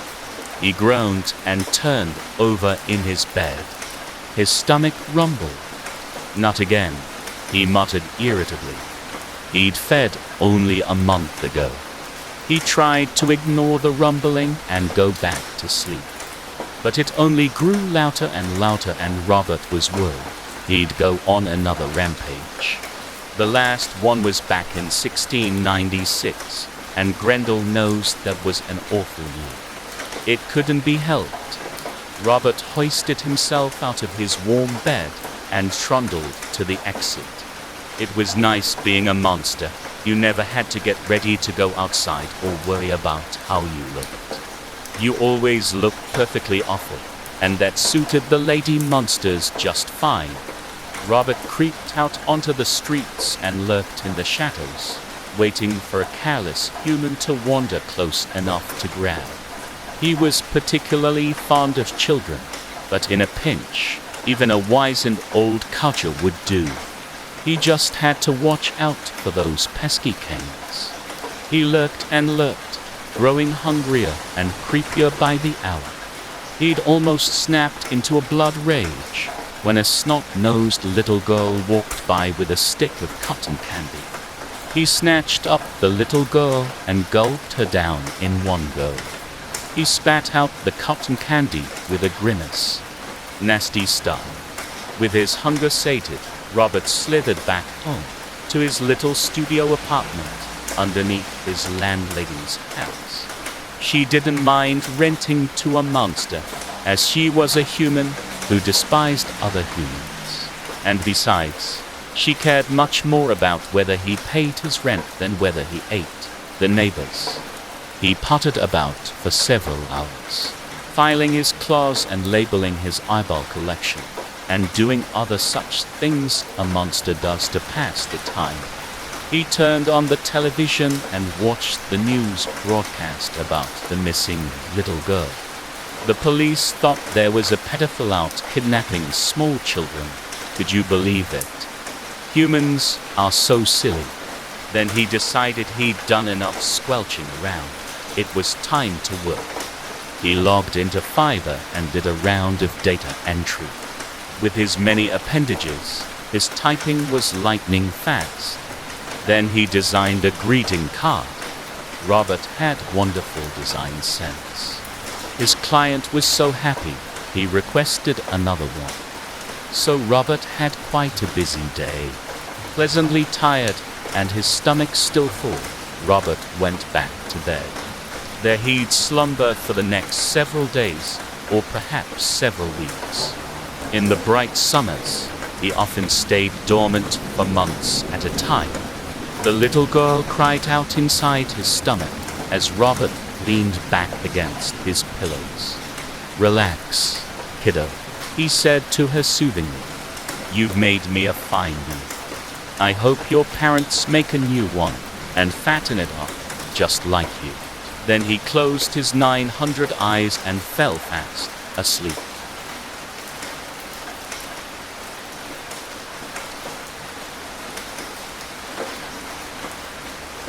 Do you ever have dreams from real life? Dreams about what people tell you? I do. And these nightmares will never end. This one client had snapped and shaken his son until he died. The child had smeared plum baby food all over himself, his high chair, and the wall near him. He did it intentionally, just to infuriate me, he'd said. He sat on my couch and fumed, angry again, just over the memory of what his son had done. I asked him what had happened next, where his baby's body was, and he just gave me a smirk and said, "Let's just say I know people." Do you really want to hear more? Not really, so I didn't pry. One day, a college girl told me that she and her fellow sorority sisters had hazed another girl, had forced her to strip naked and jump off the pier on an icy winter night 1 year ago. The pledge had never surfaced, and the girls made a pact not to tell anyone. The family was still looking for their daughter. "I just feel so horrible," she said, in uncontrollable tears. It was my job to read emotions, and hers were genuine. I thought of that girl's family, but they weren't my clients. One man trickle-trued me. He had had fantasies about what it would be like to die during sex. Then he confessed it wasn't him dying per se, but the woman. A prostitute woman. Her body felt so good that he didn't notice she was dead. He did notice. He noticed because he was the one who strangled her. I nodded along, my face neutral. I asked him questions to get to the root of this, but it was clear that every question I asked simply gave him the opportunity to spill more and more obscene details. I was a part of his scene. It went on. A middle-aged client had burned down an elementary school decades prior as a teenage prank. They had known the after-school program was in session. It added to the fun, he said. 22 children had perished that day. A state-level politician told me about how he'd paid someone to make his illegitimate child disappear. Thankfully, they weren't always gruesome, but the banality was awful too. Like the Christian mom who was concerned about the gay boy in her son's soccer team. So she'd rallied a petition to get him kicked out on the basis of violating the private school's code of conduct. She'd gathered a critical mass of signatures and won. I wondered what that boy would carry going forward. One woman lit up talking about the argument she'd gotten into with a coworker who had insisted that children should not be beat senseless. She talked about how her parents had beat her so hard and so frequently that she'd asked God why, and how she would cry in her bed. But now she knew it was the only way you raise strong children. Mandatory reporting meant that there was nobody to tell to address the past, nor the hypothetical. I'm not saying I don't want to do this job anymore. Sometimes I just wish that they would stop.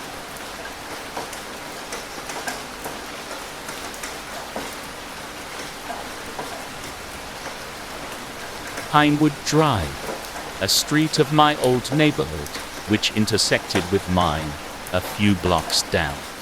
There's a local legend that back in 1983, a 16-year-old girl was walking home from school when she was struck by a car operated by a drunk driver. Her body was thrown 100 feet, and she died on impact. Her ghost is known to roam the neighborhood, but only when it rains. She died during a storm. Though pedestrians are often killed by drunk or erratic drivers, her death held even more potency within our town because she had just found out she was pregnant 1 week earlier. Legend has it that in fact, she was struck because she had an abortion and was walking home from the clinic. They call it God's wrath. She walks the streets now in limbo, tricking drivers into picking her up and exacting her vengeance against them in various ways. Once I was able to drive, my friends and I, usually drunk, would case the neighborhood in our cars, looking for Selma, the Pinewood ghost. One particular night, just as it began to drizzle, we slowly rolled up on a girl walking on the side of the road in a red coat, but without an umbrella, a telltale sign, since one of her tricks was to lure drivers who seek to get her out of the rain. We crawled alongside her, despite the protesting from myself and our friend Jeff, both in passenger seats. "Aw, damn. It's just Jill," my friend KJ sighed. We rolled down our window. "Jilly Vanilley. Need a ride?" "Ah, yes please." We all were relieved. I moved over so she could sit beside me. After she shut the door and thanked us, we explained who we thought she was. Just then, the rain began to downpour heavily. After telling her about our comical assertion, she stayed silent. Odd for a girl like Jill, who's extremely talkative, sometimes so much that we have to tell her to shut up. But the silence was unlike her. You might be thinking, I know what's about to happen. You picked up the ghost girl instead of Jill. No. I looked directly at her face. It was, in fact, Jill. After the conversation about Selma ended, Jill slowly picked up her head and said, Do you know how Selma tricks drivers into picking her up? Yeah, said Jeff. She walks around without an umbrella, and people feel bad, so they give her a ride. Then, Jill said, do you know how Rose? We remained silent, waiting for her reply. When she responded, her voice devolved into a sinister, shrill murmur. She tricks them by looking like someone they know. Suddenly the car screeched to a halt, and I noticed terror in KJ's eyes through the rearview mirror, as an evil cackling sounded out of the mouth of the girl sitting next to me. For a split second, I turned to look at a terrifying, disfigured face, gleaming at me with missing teeth, and blood running out of her mouth. We all ran out of the car screaming. KJ's car was eventually towed, and the next day at school, Jill told us she'd been home all night. It's been 20 years, and I remain terrified of the rain. When KJ picked up his car at impound, he found a pacifier in the back seat.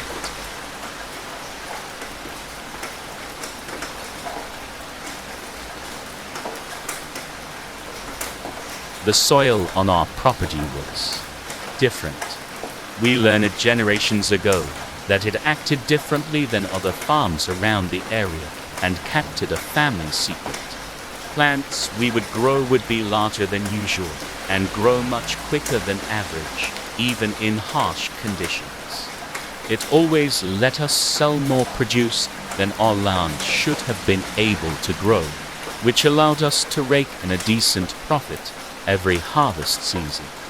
One of my ancestors had buried a deceased horse in the same soil that they had tilled earlier, and a new horse grew from its grave.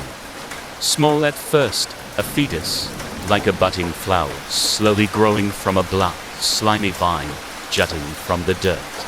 Within weeks, an adolescent horse broke free of the vine and spent the rest of his life as the family steed.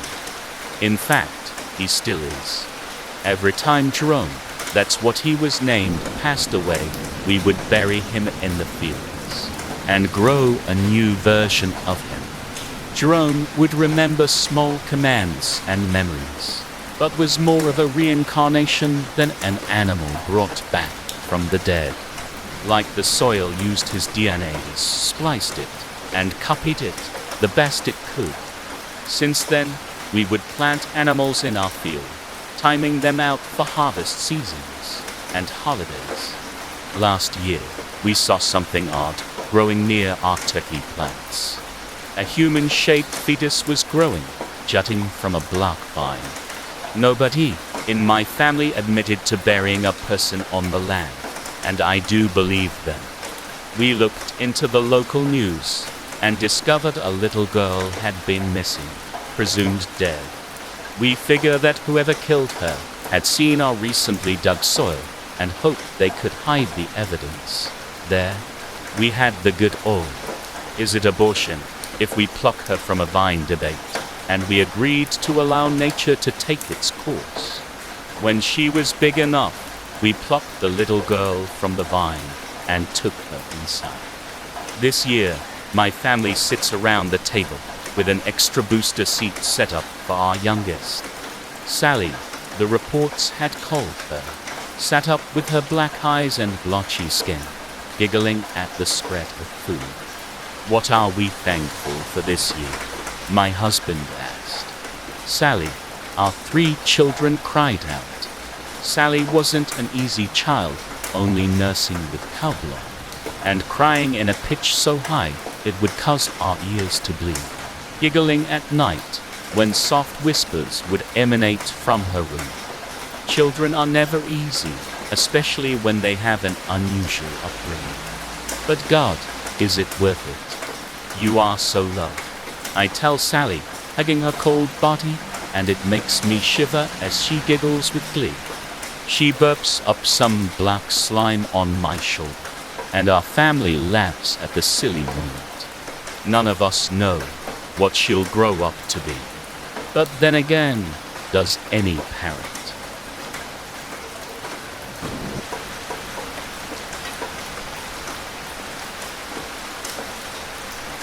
Hey, sweetie, I think I hear Ashlyn crying in her bedroom. I'll be back in a sec. I give Sarah a quick peck on the lips and extract myself from beneath our shared blanket on the couch. Don't be long, she says, with a twinkle in her eye. She's a stunner, I'm a lucky guy. As I make my way down the hall, I hear my 6-year-old baby girl sobbing, but in a tired way, like she would if she had just woken. Must have been a nightmare, I think. I push open the door, grope my way past the walk-in closet, and take a seat beside her. Shh, it's okay, Angel. Daddy's here now. She snuggles into my armpit as I run my fingers through her golden locks. Hi, Daddy. She says in a whispering voice. Did you have a bad dream, Angel? I ask while stroking her golden locks. No. Ashlyn sniffs and wipes her tears. Oh, okay. Then why are you so sad, honey? Just that I like Sarah a lot. She's really fun, like when we made cookies that one time. She says with half a smile. Aha, I agree. She thinks you're the absolute best too, you know that. But that shouldn't make you sad. Friends make us happy. She doesn't say anything for a moment, just picks at the button on my shirt. Yeah, but Mommy is gonna kill her daddy. It takes me a second. There is a moment of panic before I realize what she's saying.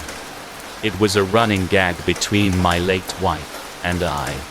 She always said she'd kill any lady who tried to move in on her turf. I guess Ashlyn must have taken that more seriously than intended. Or Angel.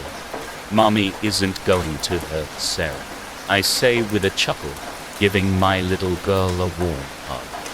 You don't have to worry about anything, for 2 reasons. First, Is it because Mommy's dead? a chill goes down my spine.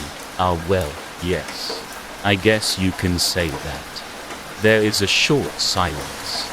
You know Mommy will always be with you, Angel, right? Just like I always say. Ashlyn sniffs and nods.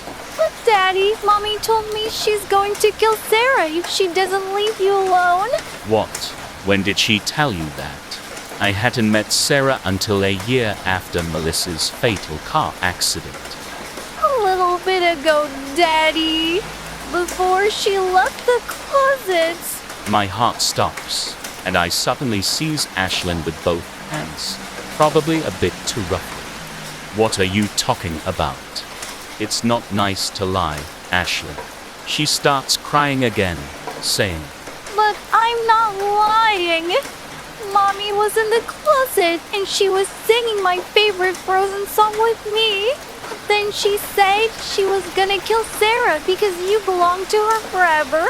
There's a loud crash in the living room, followed by a heartbreaking scream. Sarah, I yell out. See, I'm not lying, Daddy. I'm too late to save Sarah. When I reach her, she's already dead, a knife in her neck. My dead wife's wedding ring rests beside Sarah's body. Her bloody footprints lead into the kitchen.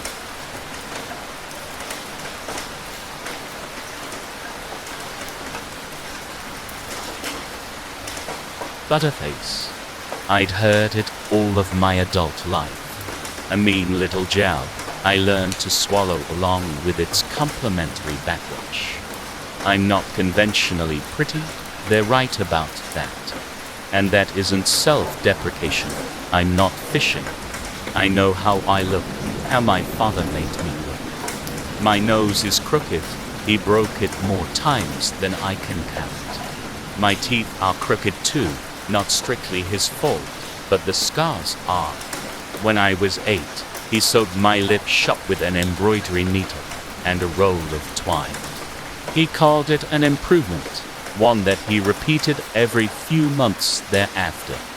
The needle left dozens of scars. His parenting left more. He called me names, denigrated me, maligned my attempts to pretty myself. But all his abuse didn't prevent my development. Boys took notice. They stared, gawked, and then they'd look up. Damn, she's hot, but her face. Butterface, they called me. My father left home when I was 17. No more abuse, but for 5 years after, I looked at that mutilated face in the mirror each morning. And then, the pandemic hit, and seemingly overnight, a woman wearing a mask in public became normal. Trendy even. Damn, she's hot, but her face. Objectifying, yes, but I call it an improvement. I had a chance to rebuild some of the confidence my father took from me. I could go out, have fun, meet people. First night out, I dance, I flirt, I take shots and quickly reconcile. I stay out until last call, and then I start to walk forward. Hey gorgeous, where are you going? Someone calls from behind me. I recognize the voice. One of the guys from the bar. I walk faster, ankles faltering atop stiletto heels. You too good for me or something? His pace quickens. The cologne is the top note in a bouquet of cigarette smoke and sweat. He's gaining, and then I feel a yank on my ponytail. An alley is close by. He pulls me into it. He pulls off my mask. His eyes widen. You? So does my grin. Hey, Dad. He broke my spirit, so I would remember he was in charge. He broke my nose, so I wouldn't forget. He sewed my mouth shut, so he wouldn't have to see the rows and rows of razor-sharp teeth every time he made me cry. But tonight, I'm feeling spirited, and it's been years since I've suffered a broken nose by his hand. He throws a punch, and he pulls back a bloody stump. You're a monster, girl. He screams, attempting to catch a gout of blood in the armpit of his shirt. I take a step toward him. I swallow the hand, and I lick the blood off my teeth. No, you are the monster.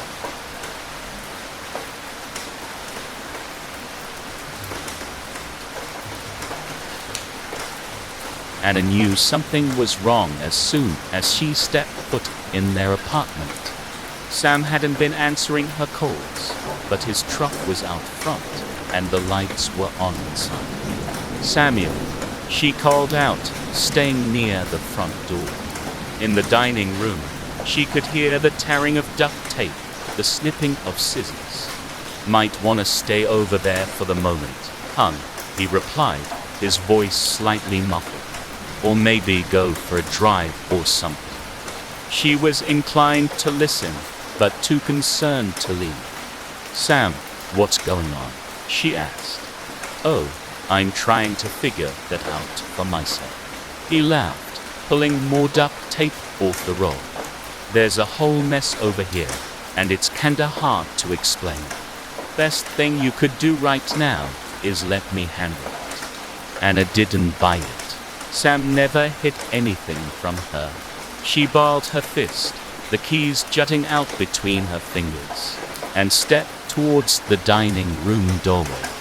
If you insist, Sam called out, clearly hearing her approach.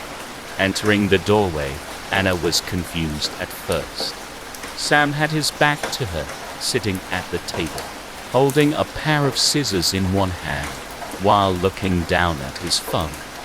Through the blood and shaking hand, Anna could see only that the camera was on the phone screen, in selfie mode. Sam had duct tape wrapped around the top of his head and near his neck, and he was laughing to himself, laughing at what he saw on the screen. Before him, on the table, was a body of a man, dressed in the same clothes that Sam was wearing, a blue and black checkered shirt and jeans, and there was a towel on his head. The towel was soaked in blood, and a red puddle had formed around the upper half of the man's body. Who is that? Anna asked, tucking her arm back in case she needed to defend herself. Sam gestured to the bloody corpse's head. That's the question I'm trying to answer, but frankly, you're distracting me. I can confirm that it's not me, though. It can't be. How? Anna asked, though she was sure she could answer that question herself. Sam turned in his chair, looking back at her, through a mask of bloodied flesh, carved from the face of the dead man before. Flaps of skin were held in place by tape, pieced together like some gruesome jigsaw puzzle. It's a facade, you see, he explained, holding a hand up to the patchwork mask. It doesn't fit.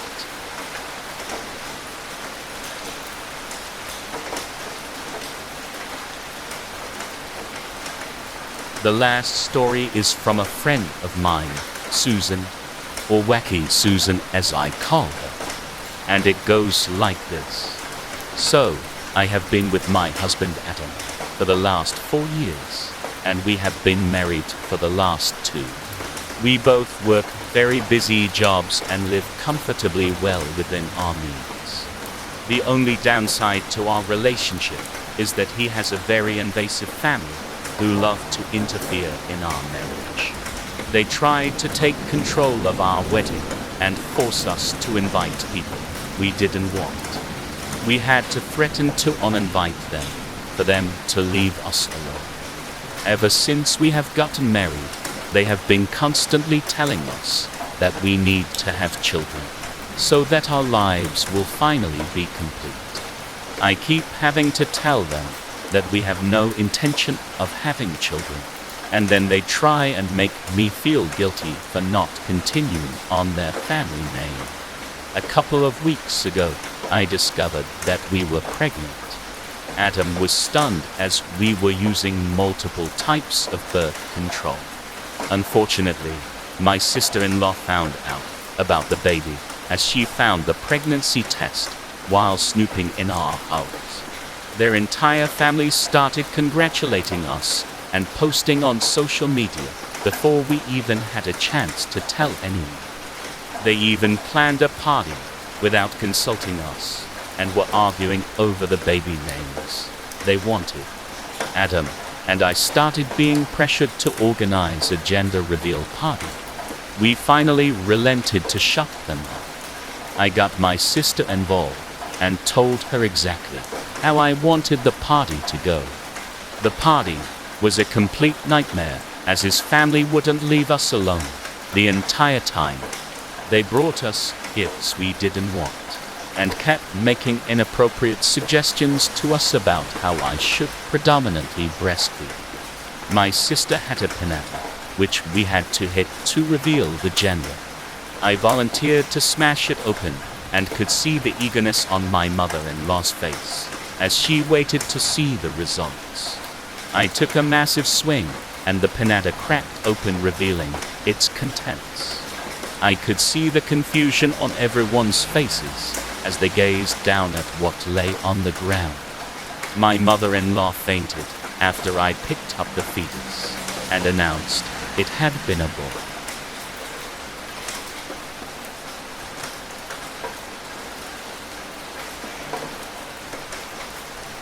When you buy designer, you're getting more than just a name.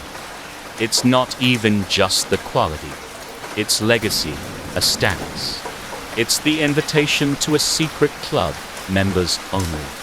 You see each other on the street, wearing Prada or Gucci or Versace, and you lock eyes, and you nod, because you both know. You're in a different class. You're a cut above the trudging masses. Of course, it's not easy to buy designer on a budget, but that's why consignment stores exist. I'm on all the online shops. You have to be, if you want to snatch up a deal. Most people have a type. For some, it's handbags. For others, it's watches. My weakness, shoes. And when I saw those red stilettos from Sandy, I had to have them. God, they were gorgeous. I practically squealed when I found the package waiting for me. Genuine sandgin heels. Can you believe it? Supposedly, they only make 100 pairs a year. And here I was, lucky enough to get my hands on one that was practically like new, and at a price that was downright sinful. If I didn't do so much research into the consignment boutiques I frequent, I'd be worried they were counterfeit. Well, they fit great. Not exactly comfortable, but what's beauty without pain? I modeled them with a few choice outfits and promised myself I'd find an excuse to wear them over the weekend. As I was slipping them from my feet, I felt a sharp prick on my finger. Oh. Carefully setting down my new favorite shoes, I took a look at my hand. My finger was bleeding quite profusely. Wincing, I rinsed it, revealing a neat, deep slice. For a moment, I stared. What could have caused it? Well, accidents happen. I dried my hand and applied a bandage, then went downstairs to eat dinner. As I munched my salad, I browsed the internet. I like to find the exact item I bought so I could see what it was worth brand new. The funny thing was, I hadn't been able to find this pair of shoes in the Sandgin catalog. In fact, it didn't look like Sandgin sold any red shoes. Maybe they were just a special edition. I dug deeper into the Google search, scrolling to find an answer. And I did. It turns out, Sandgin only ever made one pair of stilettos. They were white. I found this tidbit in an article about their owner, who'd killed herself, bleeding out in the bathroom. Suddenly, a sound drew my attention to the ceiling. A slow, deliberate tapping, like someone walking across the room above. Someone walking in thin, stiletto heels.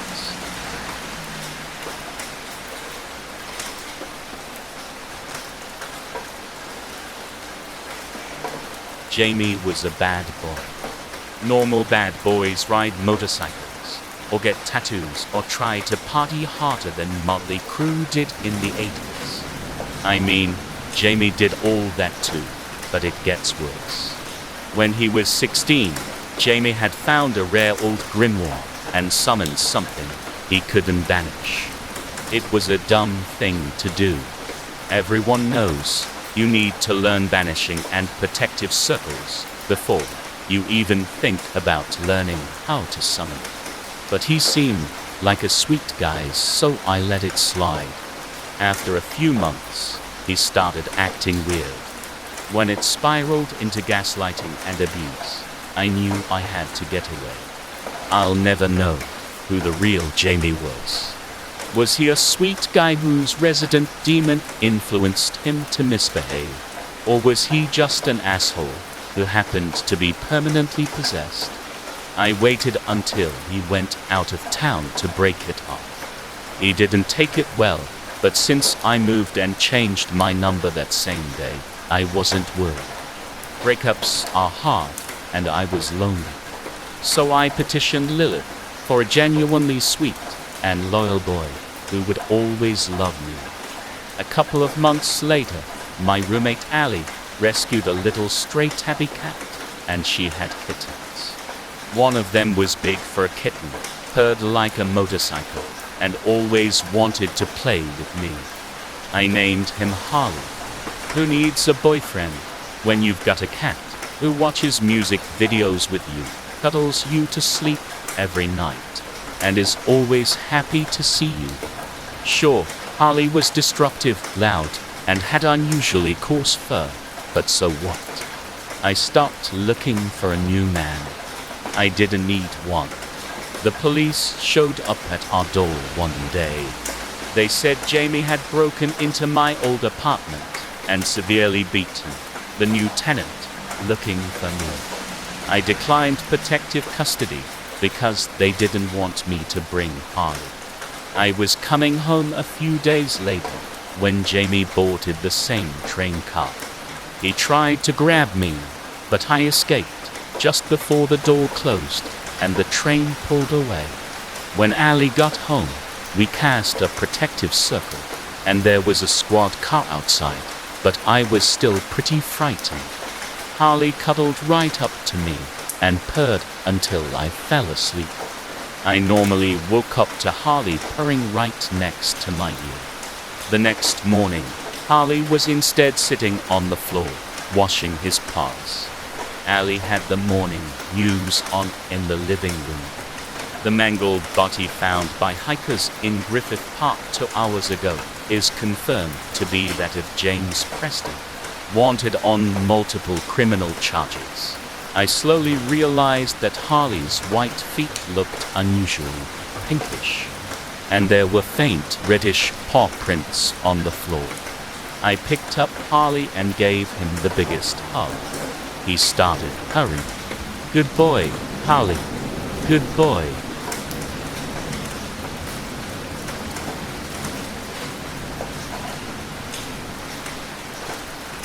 I walked my son through the park. He's much too cooped up for a 6-year-old. I figure a dose of sunlight will do him some good. He disagrees. He refuses to walk outside, so I have to drag him along. I'm not hurting him. I'd never hurt my baby boy, but people take notice. Dirty looks are thrown my way. I ignore them and take my son back home. Now he won't bathe. I have to do it for him. I have to lather his hair like he's a baby, have to scrub under his pits until they sparkle. He makes a mess in the tub, flopping this way and that, not behaving like he should. I send him to bed early with no supper. He doesn't whine, doesn't scream. He goes without protest. He's a good boy. He wasn't always like that, but that is now in the past. The next morning, I dress him for school. He's giving me the silent treatment. He won't eat breakfast. I cry, beg him to eat. A growing boy needs his nutrition. He refuses. I cry harder, sob and ask him why he doesn't love me. Why would he do this to his poor old mother?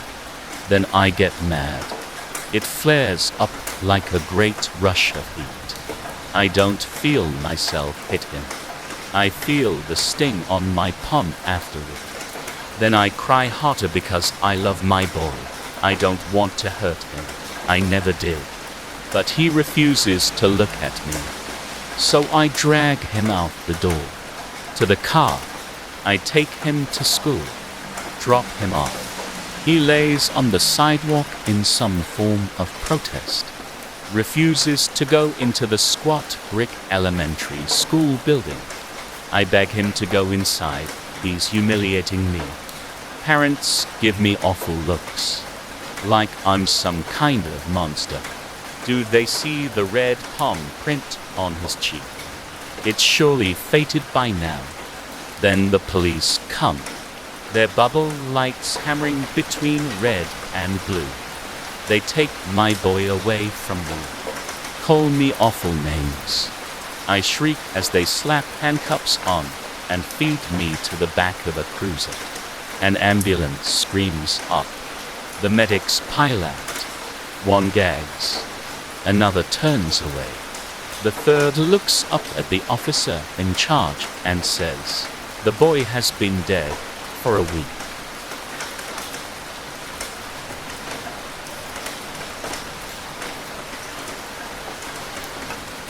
I stood in the mirror, wiping the mascara tears from my face.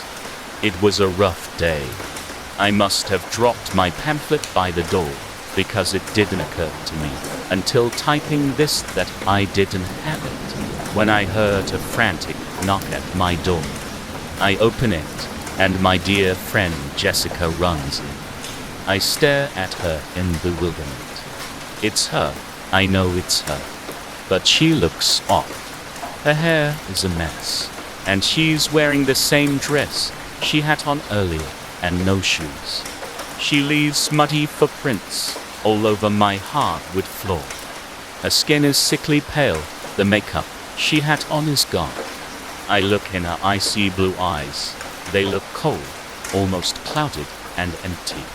Don't send me back, Laura. She begs me in a voice that nearly sounds angry. I don't want to fracking go back. It hurts so much. She says, her eyes wide open and locked on me. Jess, I don't understand. What are? I was cut off by her hand gripping my shoulder. Her skin was so cold, and she was so strong, it hurt my skin. She was holding on for dear life. I never want to go there again. It's dark. I shouldn't have left. I changed my mind, please. I'm sorry. I'll do anything. Please let me come home. They hurt me. Please. She begs me. For some reason, this is the first time I notice she hasn't blinked once. Don't send me back. She stops mid-sentence, her jaw gaping open, unnaturally wide. Those eyes frozen on me. I pry her still hand off my arm and slump back against the wall and slide to the ground silently crying. A long, quiet groan escapes her still mouth. Gala. She snaps her head from side to side. An audible crunch can be heard each time she does this. Her groan never wavering. She twists her wrists around as if she's trying to crack them, and the weak old wounds on them tear open as she does this. Black blood spills out the slits, and she walks backwards towards the door. Her movements are unnatural, like a separate force is controlling her legs. This was a half hour ago. I don't know what to do or who to tell. Who would believe me? I wouldn't even believe myself if it wasn't for the black blood drops that tainted the front page of my pamphlet. A single drop found its way on the header that said, "In loving memory of Jessica, Jamie Olsen."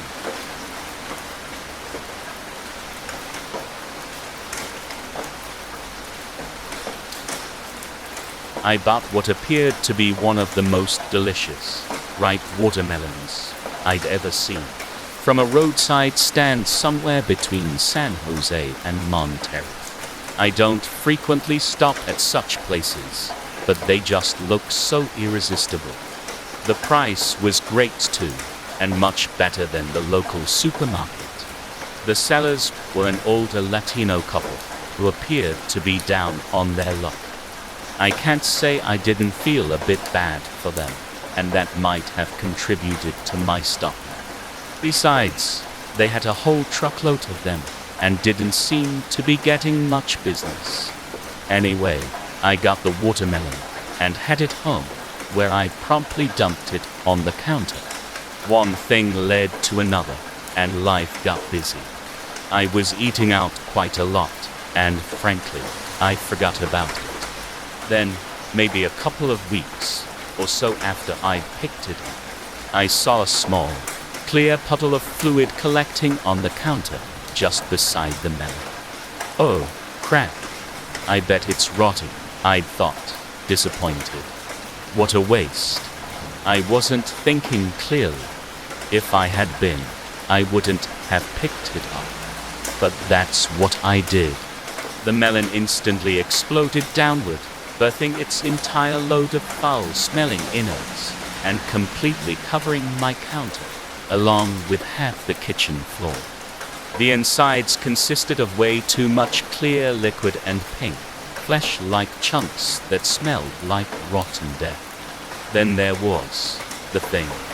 The iridescent, beetle-like body was nearly the size of a human newborn. Its face most closely resembled one, but only if said baby had been starved, beaten, stretched, twisted, and sprayed with acid. The creature lay on its armored back, making this ear-splitting mewling and sucking noise, rocking side to side, and intently watching me with two black, and lidless eyes. It had a number of barb-covered, roach-like legs that groped at the air above it, repeatedly extending and retracting. Although its existence was offensive to me, I couldn't stop staring at it, the taste of vomit fresh in my mouth. I needed to kill it. I felt this urge deep in my bones. It needed to die, or else humanity would pay the price. I removed a long, serrated knife from the knife block, watching as the thing's mandibles worked back and forth rapidly to generate that god-awful noise. But when I was just about to plunge the blade between its wriggling, clicking legs, it suddenly flipped over and I don't clearly remember what happened next. As I recall, there was a lot of running, screaming, and pain. Those prickly legs were crawling over my skin at some point, but it's honestly all a bit hazy. It's probably for the best. One thing I can't figure out. How did it get inside of me? Too late now, I guess. Nothing to do but look after my own precious little melons. I've already passed 3, but I feel like I'm going to have so many more.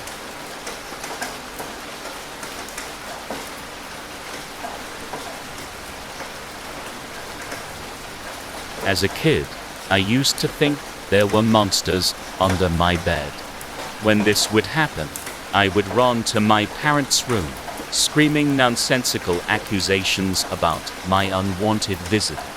My dad, patient as always, would take my hand, walk me back to my room, sit me on the bed, and he would talk. His voice alone had the ability to comfort me, to the point I would feel silly having ever felt scared. He talked about facing your fears. Today, it was monsters, but tomorrow it will be something else. I mustn't let that fear affect me. He would tuck me in tightly, ruffle my hair, and throw in an attaboy. I would doze off, basking in the glory of having conquered the monsters under my bed. He did all of this, but he never let me look under the bed. And he never looked himself. As I grew older, I came to understand the value of the lessons my dad taught me through my night panics. In reality, he was teaching me that the monsters would take various forms in the years to come. I now have my own beautiful young boy of 3 years.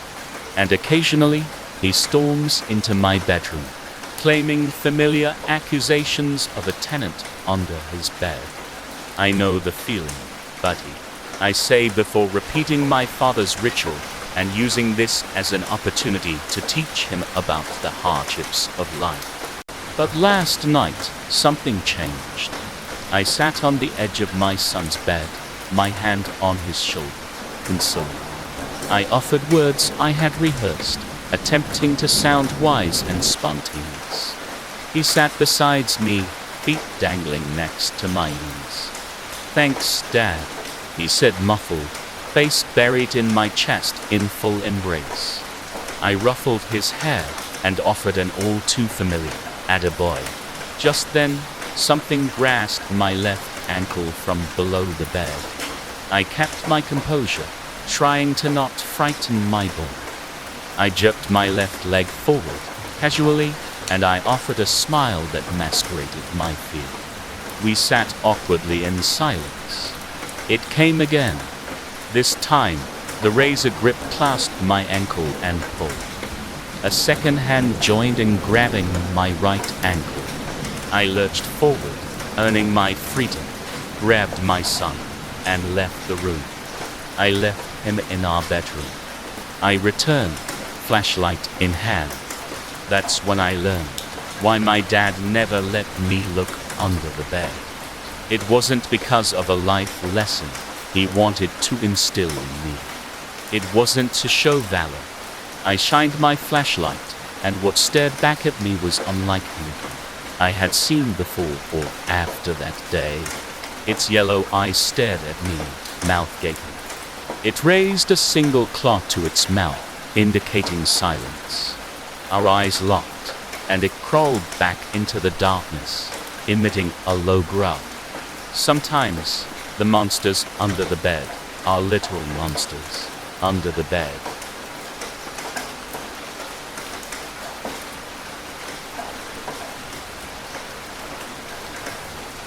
I'm not sure how to describe the phenomenon I just witnessed. My heart is pounding out of my damn chest right now, and I have no idea what to do. I just moved into this new town, and it's my first night here. Boxes are still everywhere, and basically nothing is unpacked. I managed to get the television mounted and set up with the Fire Stick just to have some entertainment. I was laying on the couch watching cartoons, and I saw some movement outside. My living room had 2 large windows on either side of the television that face the side of my yard. Beyond that is a large patch of woods. Anyway, like I was saying, I was watching television and I saw something moving around in the woods. I couldn't tell what it was at first, and the light from the television was making it hard to see through the windows. But I definitely saw something. I knew that. Worrying that there might be a coyote or something already staking out my yard, I shined the flashlight into the woods.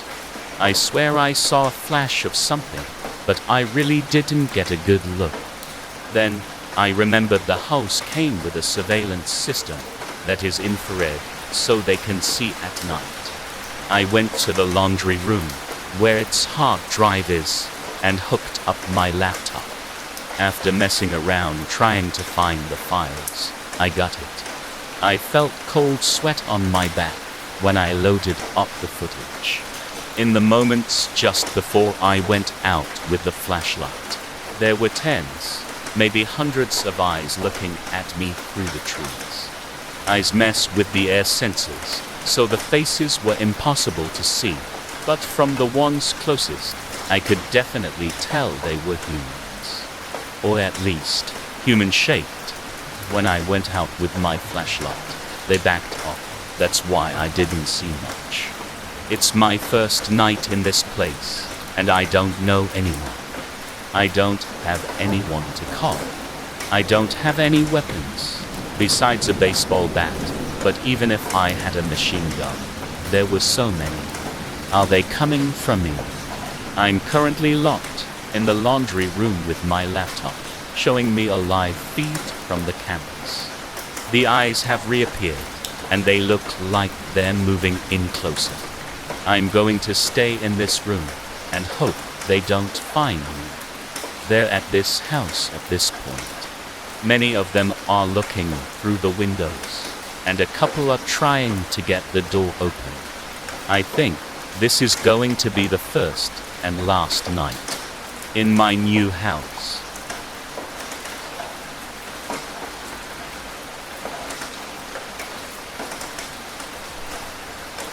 I had nearly drifted off when I finally heard the sound I'd been waiting for.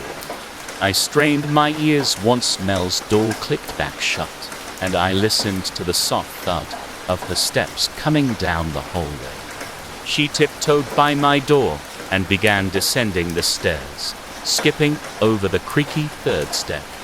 I waited until the porch door opened and closed again before I rose from the bed. The night before, I could have sworn I'd heard her returning home in the early morning hours. Now I was certain.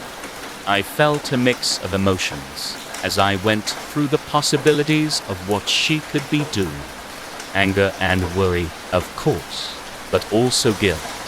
I'd been so absent lately, lost in my own head, barely going through the motions of being a father to her. Whatever Mel was up to, it was my inattentiveness that must have driven her to it. I pulled my jacket on and slipped into the chilly night air. I could just make out Mel's silhouette up the road, moving swiftly and ducking between shadows. I hurried to catch up, doing my best to avoid crunching the fallen leaves under my feet. I breathed a sigh of relief as I saw her pass right by our neighbor's house with the boy she liked from the high school, but it only made me more nervous about what she could be sneaking around for. As if hearing my thoughts, she suddenly whirled around, and for a second, I thought she had spotted me. She scanned the darkened street, turning her head from side to side. Before she turned back, I was able to see that she was clutching something tightly to her, but what it was, I couldn't tell. She journeyed on, walking further out of the neighborhood and climbing up the hill. My heart dropped as I finally realized where she was headed. I passed the rusted cemetery gates to find her perched on a stone wall, pulling her violin from its case. I stood, frozen in place, as she began to play as softly and slowly. It was eerily beautiful. I hadn't listened to her perform in a long while, and I didn't realize just how masterful she had become. As the song began to build, my breath was taken. Shadows began to take form in the twinkling starlight. All around us, the dead were rising from their graves. I stifled a scream, holding a hand over my mouth and watching as the apparitions began to sway to the music, as if entranced by it. One of the ghosts crept toward me, her arms outstretched, her hair flowing behind her as if she were underwater. Mel glanced up without a pause in her bowing, a smile crossing her face, as she saw her mother wrapped in my arms once more. She rested her head against my chest, and under the light of the moon, we danced.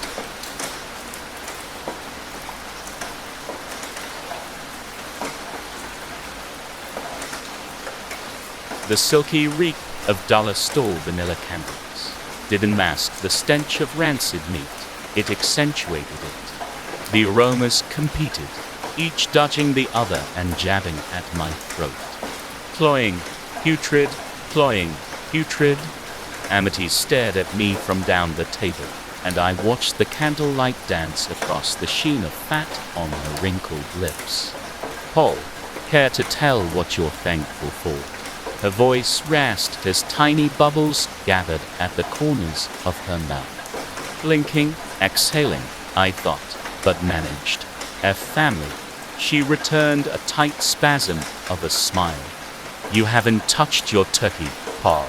Don't be rude and start eating. I looked down at my plate, suddenly keen to avoid the vibrating contempt in her small black eyes. The meat was gray, indistinct, popped by the larval cradles of the dozen flies that now buzzed around the table. It's not my dog anymore, I thought. It's just turkey. It's not my dog. Rude.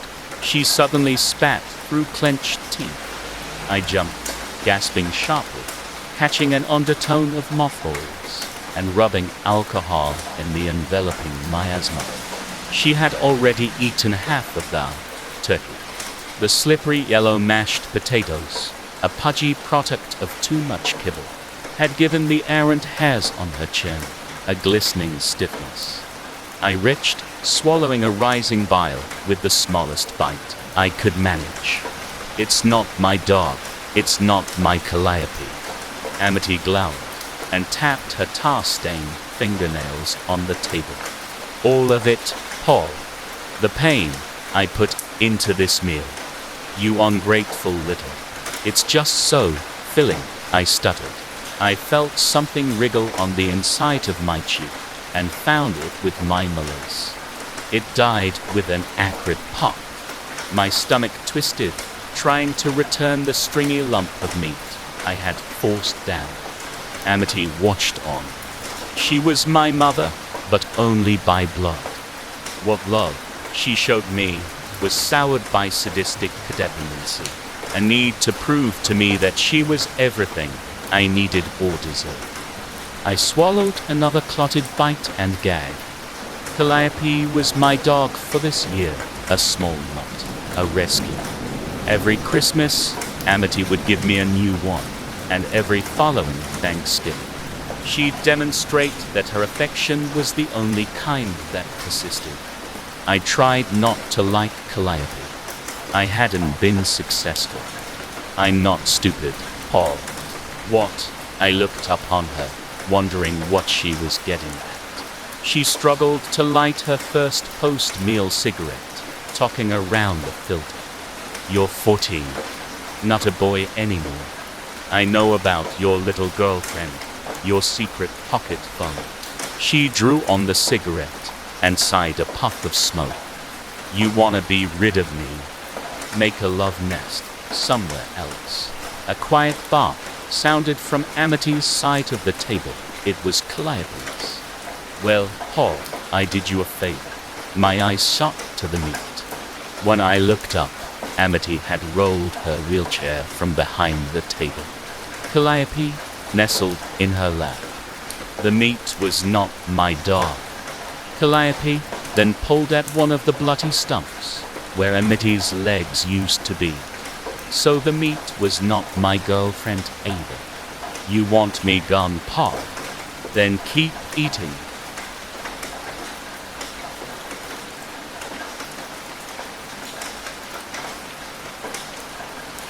The talk was nearly over, and audience members had started to exit the theater, when Kirsten's lung popped out of her chest. She didn't immediately feel the cut in the chest, but the thin trickle of blood made her left breast itch. It should have served as an early warning. I'm sorry. She stood back from the podium and doubled over in obvious pain. An audible gasp came from the audience. She was able to get out and utter the words, "It's fine," before breaking into a coughing fit, resulting in a pool of blood on the stage. The audience was up from their seats and began rushing to the front of the theater.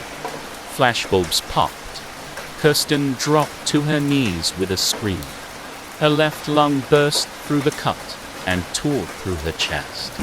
Her blouse kept the organ from flopping out onto the stage.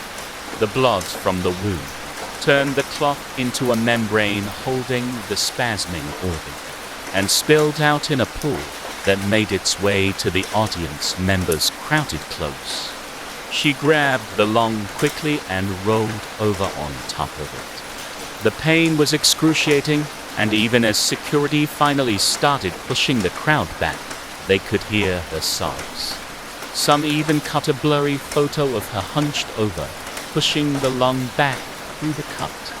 The medics hired for the event kept their distance and formed a loose semicircle around her. She struggled with the organ, but finally flipped over on her back in the pool of blood and cleared her restored lungs with a final violent cough. Her agent rushed out onto the stage and covered her with a blanket. The medics had a gurney ready for her. As they lifted her, she coughed twice, expelling the last of the blood, and then gave the audience a victorious thump in the air. The audience broke out in riotous applause. Her agent took the microphone to explain what had just happened to the unbelieving. As the medics took her away, she massaged the quickly healing cut with a painful rinse. She was a month away from her 289th birthday, and there seemed to be a good chance that she might live forever if she could just keep her organs from escaping.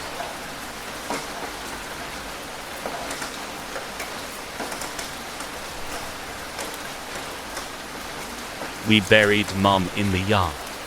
Dad skipped the ceremony, obviously, since everybody knew he was the one who murdered her. Showing his face would have just been disrespectful. My big sister Ruth took the lead instead. She gave a real heartfelt speech, one that moved everybody to tears. Not that we weren't already. And then she told me to toss a handful of acorns on Mom's body, so an oak tree would grow to mark her place. From then on, it was just the two of us. Me and my big sister Ruth. Dad never answered for his crime, even though the sheriff knew exactly what happened. I imagine he was secretly relieved to finally get some relief. I still remember hiding under the bed with Ruth night after night, her dialing 911 on the rotary phone, while I prayed for the fighting to stop, both completely terrified. Throughout the next 40 years, I occasionally heard about my father's drunken escapades out west. I should really sign up to one of those DNA sites sometime. I've probably got around 24 half-siblings out there. It was a little after Ruth's 57th birthday when she got the diagnosis. Brain cancer. The kind you don't recover from. And even then, Dad still didn't reach out. Bastard wouldn't even call the hospital. So imagine my surprise when he turned up one sunny afternoon, completely out of the blue, hat in hands. In a complete state of shock, I brought him inside and made a pot of coffee. He said he regretted his past actions, all the missed birthdays, the endless drunken roads, and not visiting Ruth during her final hours. But above all, he said he regretted what he'd done to my mother. I asked if he'd like to see the memorial I built for her. He said he'd like that a lot. I took him out into the yard.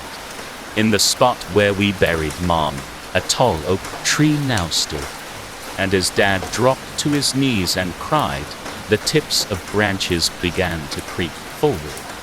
One poked his shoulder, another jabbed his neck. He whipped his head up and batted them away, wearing a puzzled expression. Roots ripped from the ground and searched for Dad's torso.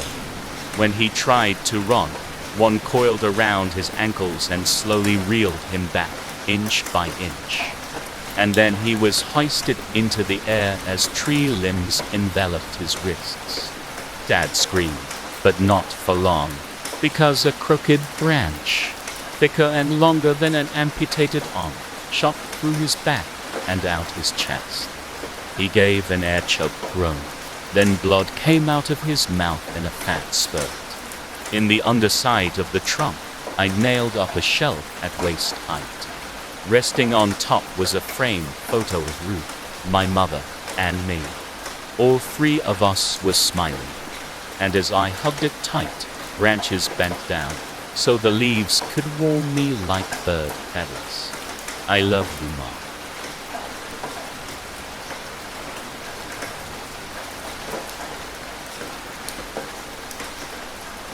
A sharp beam of light cut across the dirty room. Dirty clothes and broken bottles strewn all over the dirty, damp floor, as if they were dead bodies, souls ready to be claimed by a holy light. There, amidst all the dead and decay, lay a small boy, shivering and crying and sobbing, although he cannot remember why. All he knows is his house is haunted by a monster so vile and filthy that even uttering its name would cause any man to go fully insane. The boy couldn't grasp what the monster, if he could even call it that, wanted or what he was satisfied by. It seemed to him that the monster operated with an intelligence of its own, some kind of a cosmic beast that wanted to prey on his fear and terror. It had always been like this. The monster demanded him to be tied to a corner of an old cot when he arrived each day to feast on him. If he wasn't tied up by then.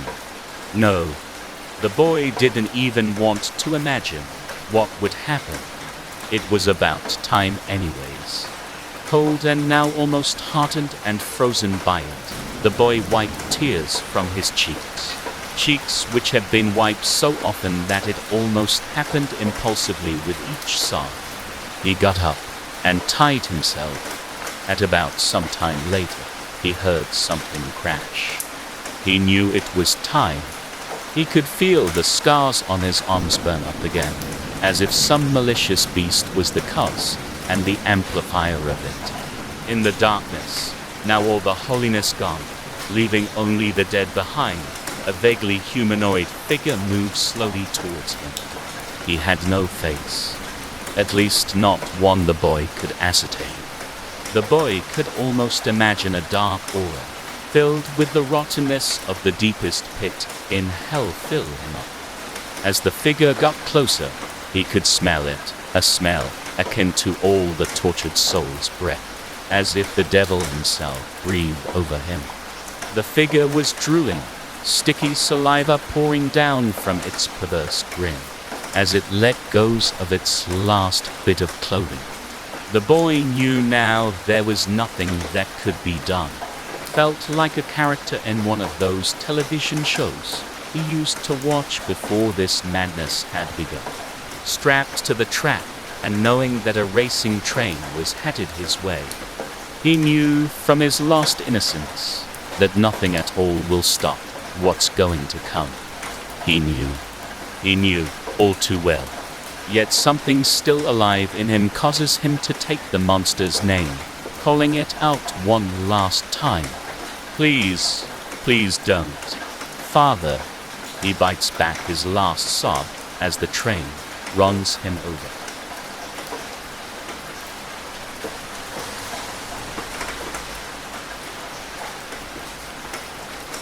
Eugene wiped his brow with a handkerchief, then glanced at his watch. It was nearing dinner time, the worst time to try selling door to door. No one liked having their meal interrupted. And yet, he had to try. 2 weeks, and he hadn't sold a single set of encyclopedias. If he didn't make a sale today, he was out of the job. Every door he knocked on was slammed in his face. His feet were sore, and his arm ached from carrying the heavy briefcase. The sun was beginning to set as he knocked on the last door. Even he could feel the fragility of his smile as a woman answered. "Hello, ma'am," he said, words so familiar he spoke without thinking. "Do you have a few moments too?" To his surprise, her expression brightened. "Oh, thank goodness. I was worried you wouldn't make it in time." "You were?" Eugene asked, as she pulled him inside. Holding him by the arm, she strode through the living room. "Of course," she said, "it's nearly dinner time, you know." Nothing made sense, but pushed to his limit, Eugene was willing to play along, if it meant making a sale. "Would you like to discuss purchasing a set over dinner, then?" The woman paused, looking surprised. Then she laughed. "I doubt you'll be doing much talking. Come on, it's this way." She led him down a set of darkened stairs, tugging him upright when he stumbled. At the bottom lay a dirt floor with a circle of candles. Within were inscribed symbols that seemed to shift in the flickering firelight. "Any minute now," she said, though he wasn't sure if she was speaking to him. A chill settled in the room, raising the hair along the back of his neck. The candles dimmed, then suddenly erupted into towering flames, their light red, their heat stifling. The symbols began to glow until Eugene was forced to close his eyes. When he opened them, blinking away after images, there stood an enormous being, its horns nearly scraping the ceiling, its hooved legs covered in coarse hair. Blazing eyes turned to him as the creature opened its mouth. Is this your offering, mortal? "Sure is." The woman shoved Eugene, sending him sprawling into the circle. Trembling, Eugene looked up to find the creature bending over him. The fanged grin, stretching impossibly wide. Behind him, the stairs creaked, and he heard the woman say, "Try not to leave any leftovers this time. They're a pain to clean up."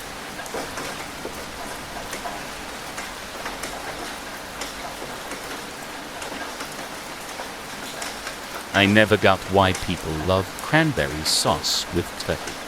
We spend Thanksgiving with Grandma, who lives on a bad side of town. It's one of those neighborhoods we're not allowed to stop in for any reason until we arrive.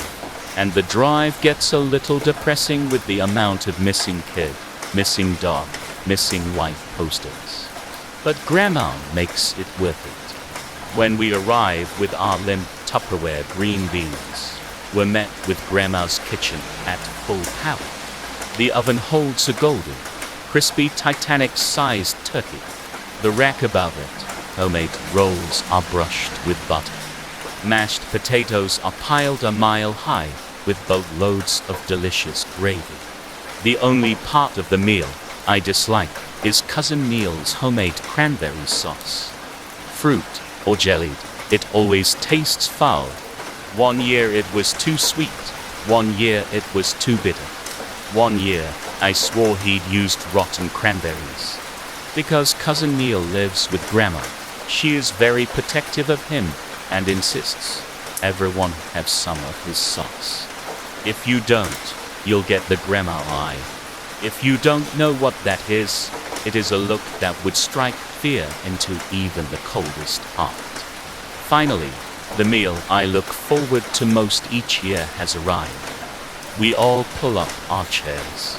Grandma insists on serving me an ungodly amount of food, which looks absolutely salivating until a great big slather of cranberry sauce is thrown on top. Cousin Neil comes in back out from the shed outside. His apron is stained with cranberries. He piles himself an enormous plate, then shrugs into his chair. He digs into the mashed potato and cranberry to take a mouthful. Neil, dear, Grandma reminds him gently. It is Thanksgiving. Neil puts down his fork with an annoyed growl. That's always how Neil is.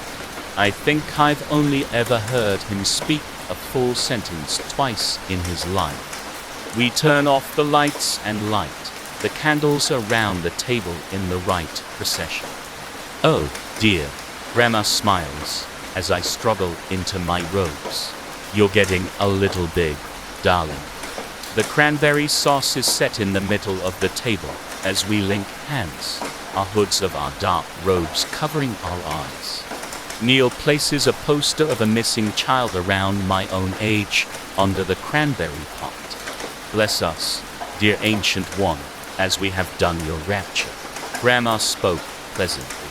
May you look down on the work we have done and smile upon this good deed. May we continue to purge this earth of all we deem unworthy. Leave us be, leave us be, we all repeat. As I'm eating, I wince through most of the cranberry sauce as it squishes and squashes inside my mouth. I still don't understand why my family are so ravenous for it, especially when Uncle Tom picked out a shard of bone between his teeth with a laugh. But Grandma says I'll grow into liking it. All the family do.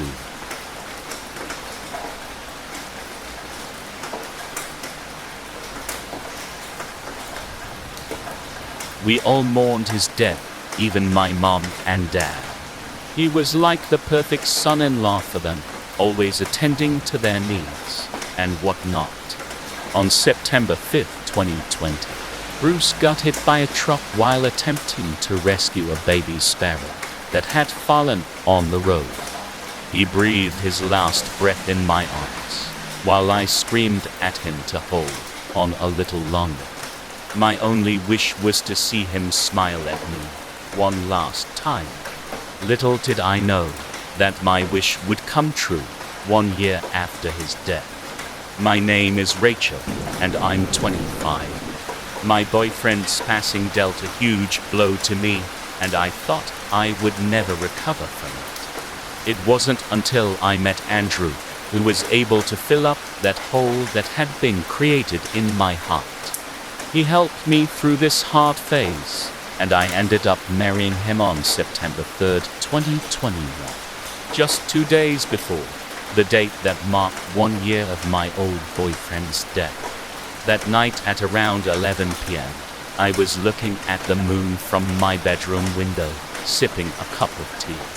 I was thinking how Andrew had changed my life for the better, and the thought brought a smile on my face.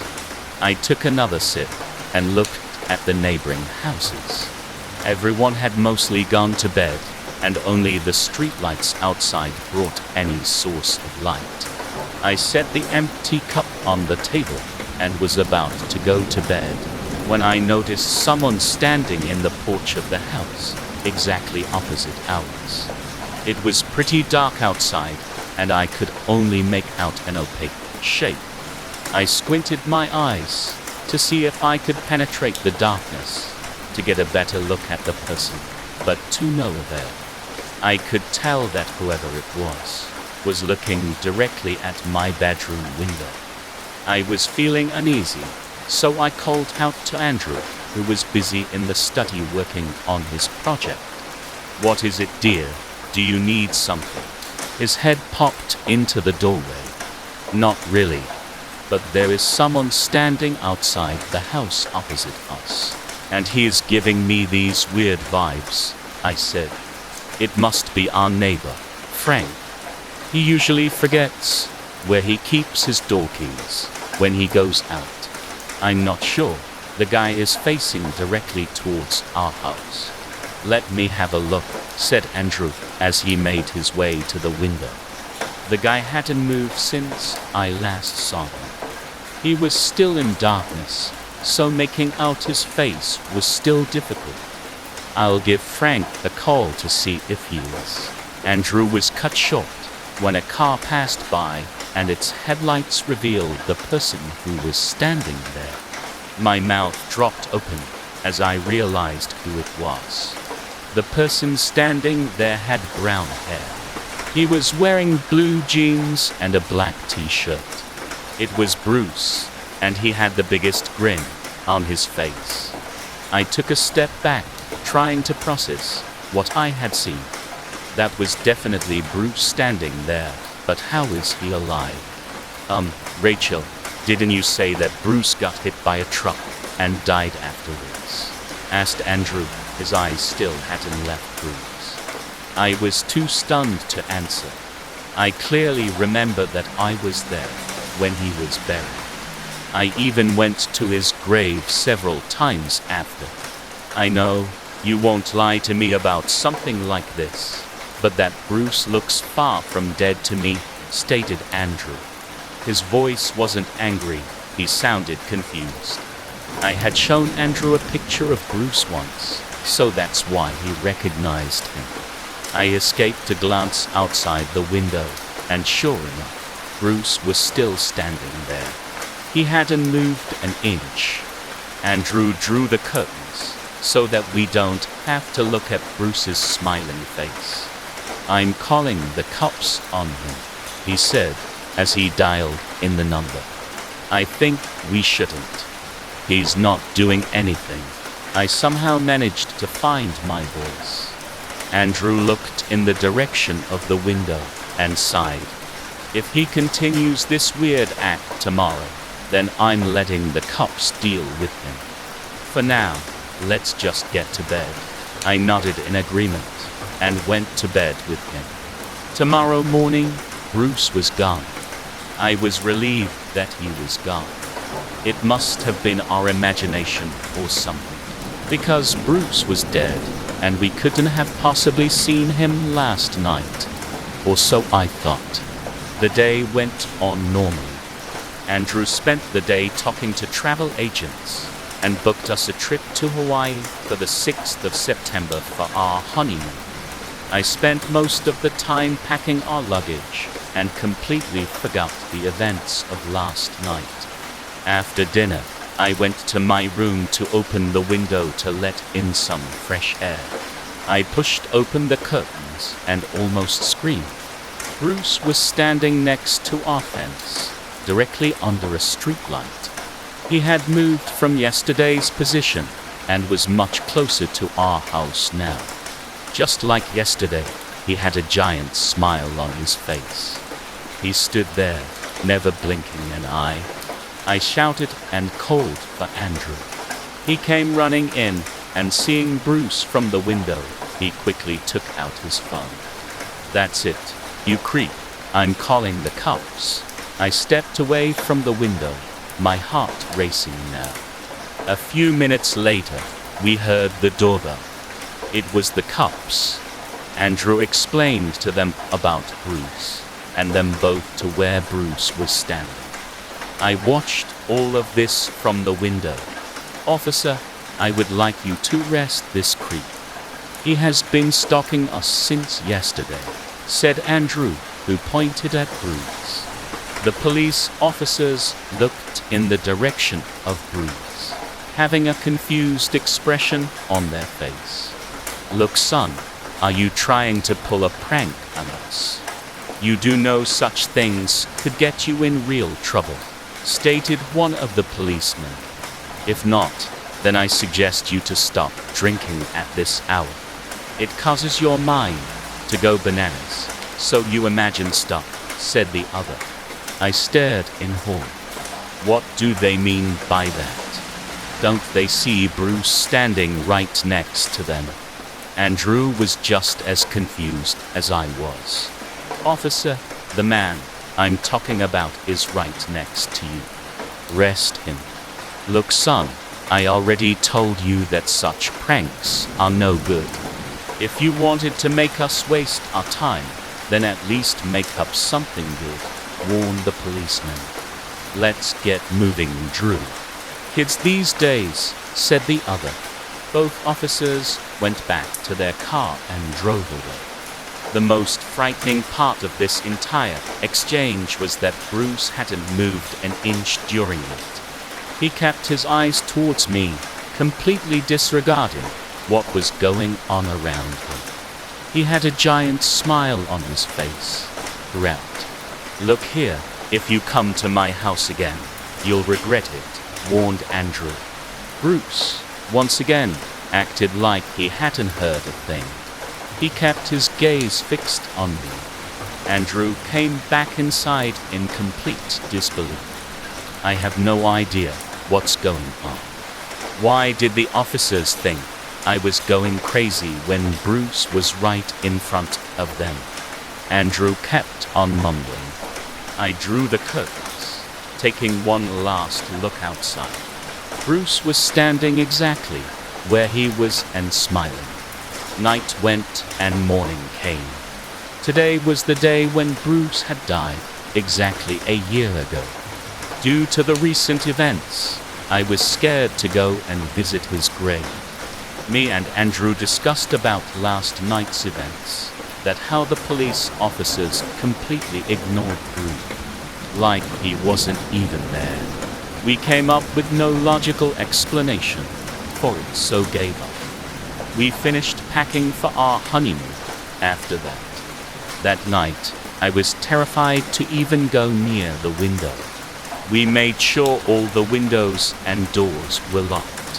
Andrew went outside the room to recheck the door locks. I was a bit curious, so I went to the window to get a peek outside. I lifted the curtain and screamed. Bruce was standing directly outside the window, smiling. Andrew came running in and pulled me away from the window. I was shaking terribly at this point. My scream must have been really loud, because a few neighbors came over to check on things. We told them about Bruce and his weird smiling. They went to check that area, and to our utter shock, they too completely ignored Bruce, who was standing in plain sight. It seemed like only me and Andrew were able to see.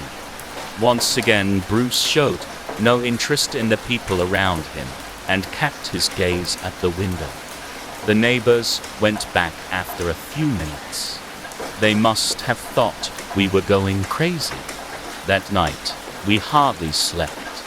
We had no idea if Bruce would try anything since he was directly outside our house. Both of us kept watch. Morning came by slowly.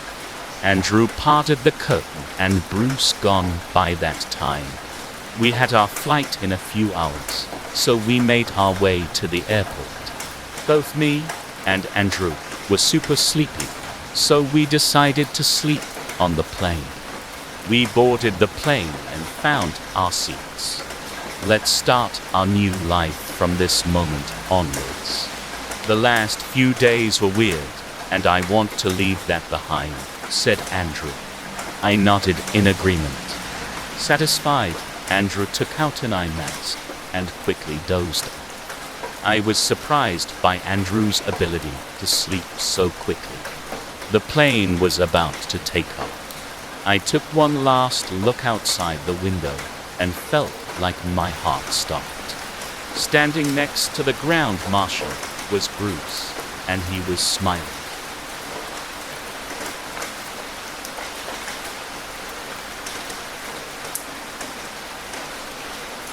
Fred entered the music shop. The bell tinkled, and the door swung shut quietly behind him.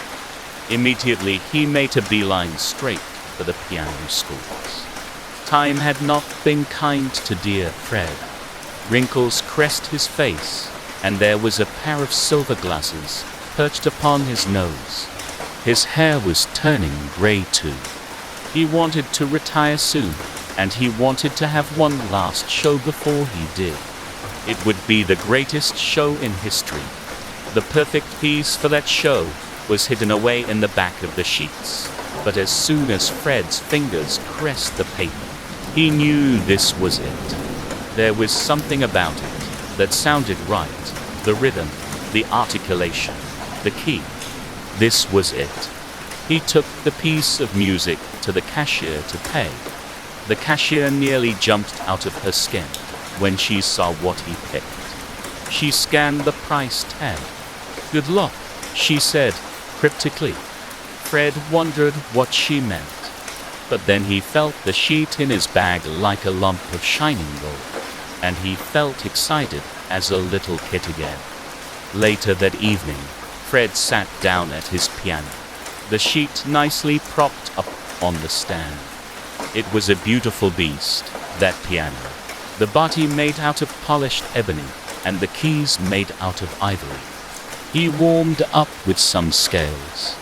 Then Fred looked lovingly at the piece of music he just bought. A sorrowful sonata, just made for him and his piano. "All right, my girl," he smiled to himself.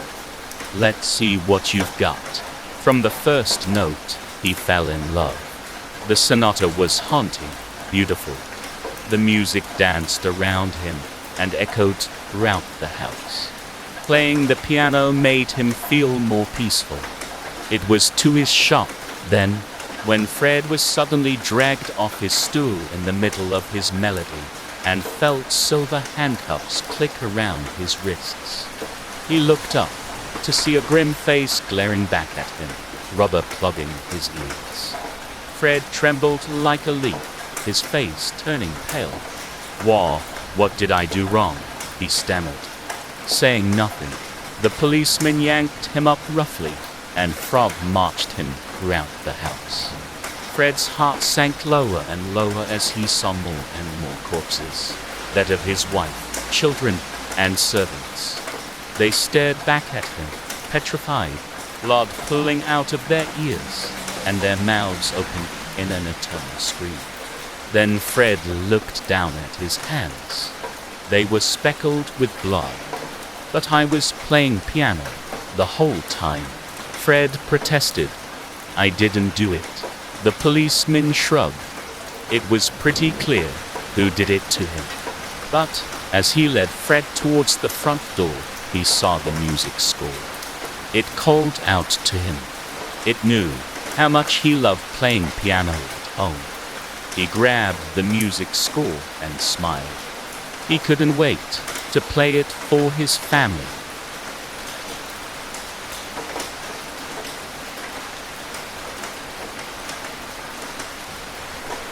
"I am a monster. I have killed my mother, father, and sister. I don't even remember doing it. I had taken sleeping pills that night, and when I woke up, they were dead. My clothes and hands were covered in blood. The court had ruled me mentally unstable, so now I will remain in a private institution. It's a fancy word for a prison with other mentally unstable criminals. Whether it's for our own safety against sane criminals or for theirs, I don't know. I suppose it doesn't matter as well. It's strange though. I can't remember ever having suddenly snapped into a different state of mind. In group therapy here, I sometimes hear people say they had signs beforehand, but I can't remember experiencing that. Or is that specifically caused by my mentally unstableness? I don't know anymore. Speaking of therapy, I'll be led to personal therapy any moment now. My therapist is an ex-girlfriend of mine. Can you believe it? Back when I had broken up with her, she had been very manipulative. At least, she's doing good now. She had tried contacting me very often. I always refused. A guard led me to the room. They had strict orders not to talk to any of the patients. As usual, I greeted him politely. He never spoke, but he seemed more relaxed near me than with other patients. I guess most people here aren't as polite or calm, or they were too drugged and on the verge of collapsing any moment. When she saw me, she smiled. She seemed to enjoy my presence. After exchanging pleasantries, she asked me a familiar question. Do you remember anything new? As a matter of fact, I did. In the morning, something not on my mind. The medication made it hard to think too much. She was tapping her foot against the table, making me glance at it subconsciously. Those shoes, that's it. I remember when I gulped. When I found the bodies. I ran up to them, but my prints weren't the only ones. What do you mean? Evidence suggested they didn't die immediately. Were the prints maybe their own? She asked with a wonder. No, they weren't wearing shoes. Neither was I. It looked like sneaker prints, like yours. She narrowed her eyes. That confused me, as she usually just nodded, almost smugly. She finished writing something down and looked up. I think the stressful environment is impacting your mind. To calm your mind, I'm prescribing you more medicine. This is not negotiable. A little while later, a nurse came in. The dosage of pills was double the normal amount. The nurse smiled at me sympathetically. After I ingested the medicine, she left. My therapist cleared her throat. Now, repeat after me and remember it. I am a monster. I killed my mother, father, and sister. And keep repeating it forever, she demanded. So, I did.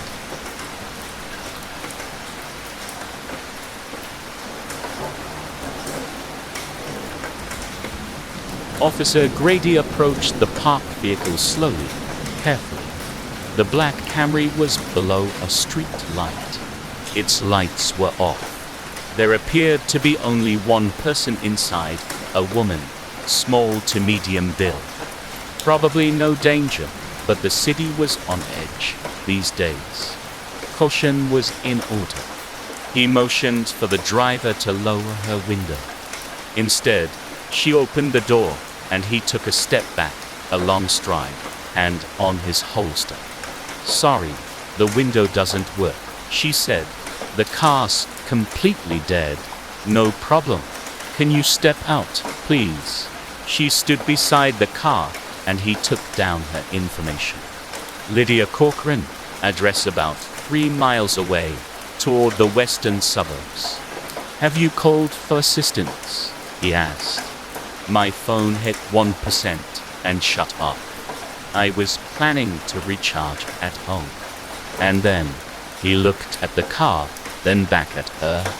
to things going wrong at once always made him look more closely at the situation. But she seemed like she was not a threat. Her posture seemed more nervous than aggressive. "What I can do, Mom, is take you to Franconi's towing, about a mile from here. You can arrange to get the car to where you need it. Then, since you live close by, I'll drop you off at your home. Make sure you get inside safely. If all goes well, by tomorrow, you'll be back on the road. Would you like that?" She noticeably relaxed. Arms, shoulders, expression. "Yes, thank you so much. I didn't know what to do. Are you able to lock your car?" "I think so, with the key." She tried that, jiggled the handle, and it worked. He opened the back door of the cruiser. "I can't ride in front?" she asked. "You seem like a nice lady, but not everyone is. For fairness and safety, we have to treat everyone the same way. If you're not cuffed, you're not under arrest, and always free to go." "Okay." She stepped inside, and he closed the door for her. He got in front and pulled away from the curb. "You did the right thing back there," he said. "Stay in your vehicle and wait for a police officer. The city's not that safe these days." "I know, it seems like every night there's another murder," she said. "Yes, almost," he replied. 83 this year so far, more than twice last year. What many people don't know is that 55 of them are from the same suspect. "What, a serial killer?" she asked, surprised. "Yeah, and we would all sleep safer if he was behind bars. But some of the people he works with are covering up for him, really hindering the investigation." Dumbfounded, she asks, "What kind of company would help a killer? Where does he work?" He chuckled. "Why, he's a cop, of course." His eyes were on the road, but he could hear Lydia fumbling, yanking, and finally slamming the door handle, trying in vain to get out. "By the way, those unlock only from the outside."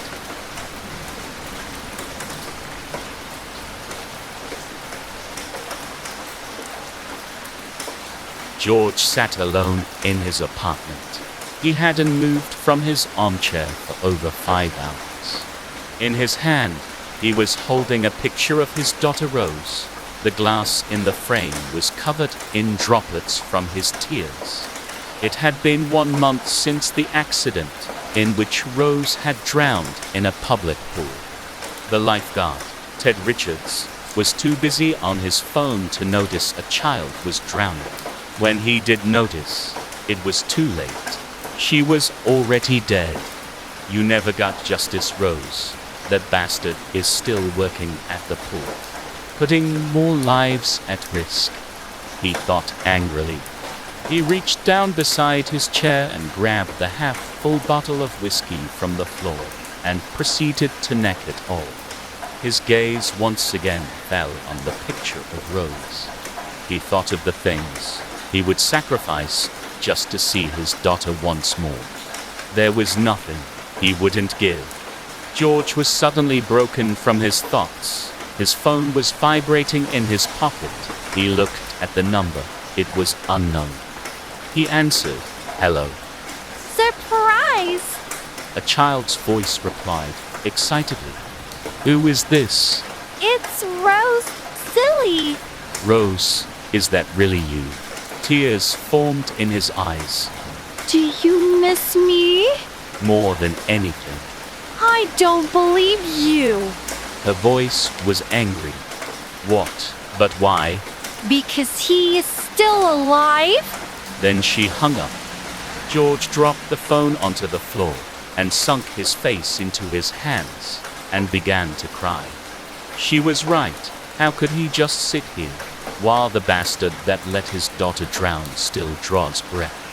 He got up from his chair, grabbed his hunting knife, and picked the phone up from the floor, placing it into his pocket. He got into his car and drove off. He parked his car down the road from Ted Richards' house. George approached the window and held his face to the glass. The man who let his daughter drown was sitting watching television. George approached the front door and knocked. As soon as Ted opened the door, George stuck the hunting knife straight into his eye. He felt the eyeball pop as his knife penetrated into Ted's skull. That's for Rose. George fled the scene and drove home. He sat himself down onto his armchair. He felt no remorse for his actions. His daughter deserved justice. Bits of brain matter still clung to the edge of the hunting knife as he cleaned it. The phone vibrated in his pocket. Thank you, Daddy! Rose's voice was full of cheer. I will be with you soon, my angel, George said. Tears fell down his face. Really? Yeah. The phone cut out and turned to a sound of static. George hung himself that night, his face locked in a smile as he drew his last breath. He and Rose were reunited at last.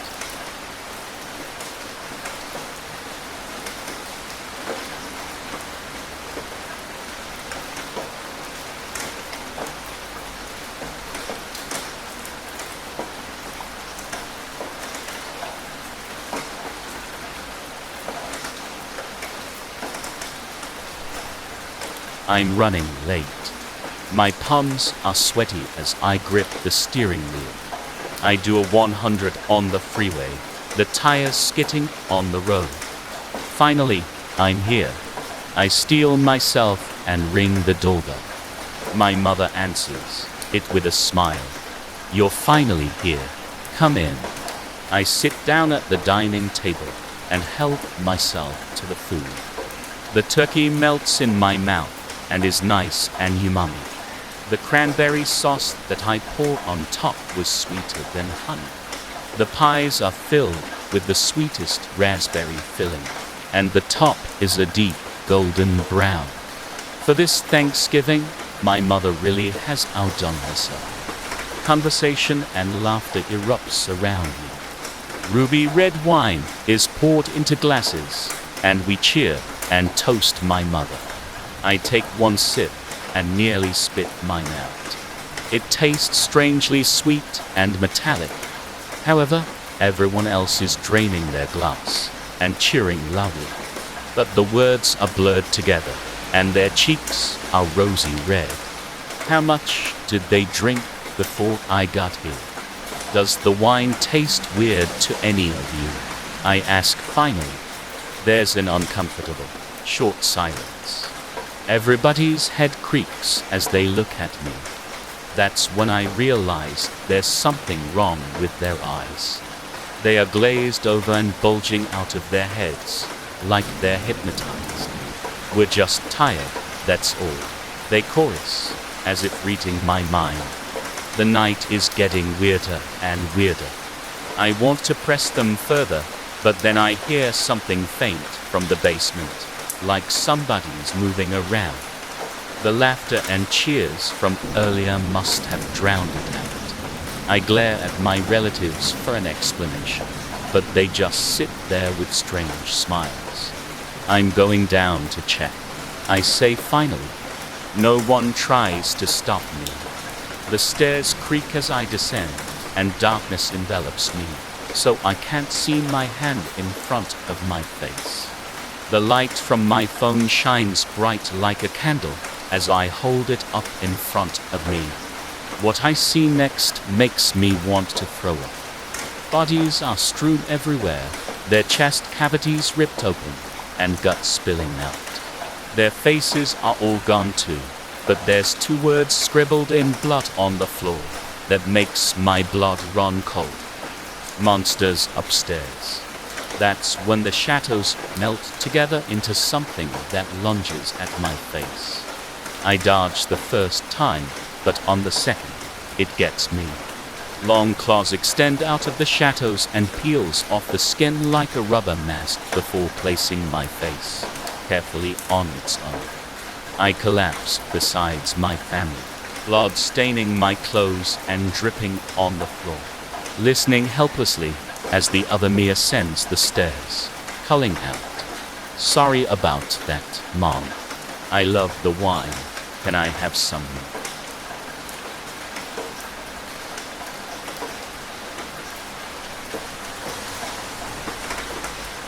I have a demon under my bed. Now, I know what you are thinking. I am a 24-year-old man, way too old for monster under the bed phobias. But I am telling the truth. I lie awake at night, hearing it whisper about my greatest fears, and how I have no control over them. I feel its cold, vice-like fingers creep up from under the bed, trying to get a grip on my soul. I sleep with my hands perpetually clasped, praying for it to leave me alone.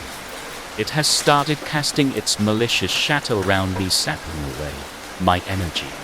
I find myself snapping at minor irritations, getting agitated easily. I know my family walks on eggshells around me. When I try to open up to my family about it, they look sympathetic, but I can see they don't understand it. They can't. They even seem a little scared for my mental health. I don't blame them. Who would believe me? A few years ago, I wouldn't have believed myself. They are right to be scared. The last time it possessed me, it made me choke my girlfriend, till only the white of her eyes could be seen, as her eyes rolled back into her skull. I regained control in the nick of time to save her life, but our relationship could not be resuscitated. However, it did give me the impetus to break free, at least for a while. But its hold on me is growing stronger again. I see it in random reflections. I would wash my face and look up to see its eyes staring back at me from the mirror. I would pass a shop and see it beckoning from the shop window. The voice under the bed calls out to me even in the day now. I recognize that voice. It's mine. It whispers to me how I have felt out of control all my life, except when it takes control of me. The euphoria it makes me feel, the kind I have never felt before or since. Guiltily, I revel in the memory, even as a part of me struggles against it. It fills me with dread that I may be losing the battle. I know if I don't find the strength soon and throw that bottle of whiskey from under my bed, there may be no coming back from the beast that I have become.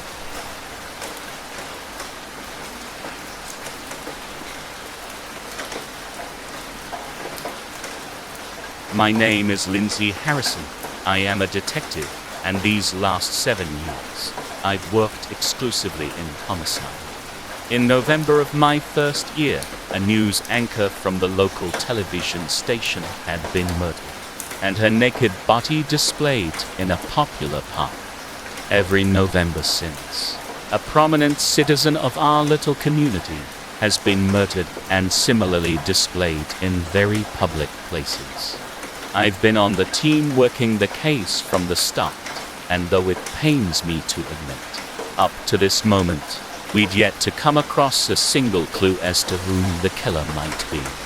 After the 2nd November, the local paper dubbed the murder the November celebrity killer, and then set about disparaging me and my colleagues over our inability to solve the case. Each successive year, the criticisms have grown stronger and lasted longer, and each successive year, my colleagues and I have grown more frustrated and bewildered over the fact that we have yet to uncover a single shred of evidence related to any of the killings until today. I just found the following letter addressed to our police station. To whomever it may concern. Not being one to bury the lead, I am the November celebrity killer. As proof, use the enclosed key to unlock safety deposit box 1616 at First National, where you will find a piece of personal property belonging to each of the 6 victims. I have no explanation for having done what I've done, but the burden I feel from having taken these lives has increased to the point that I can no longer sustain. You will find my 7th and 8th victims at the return address on this letter's envelope.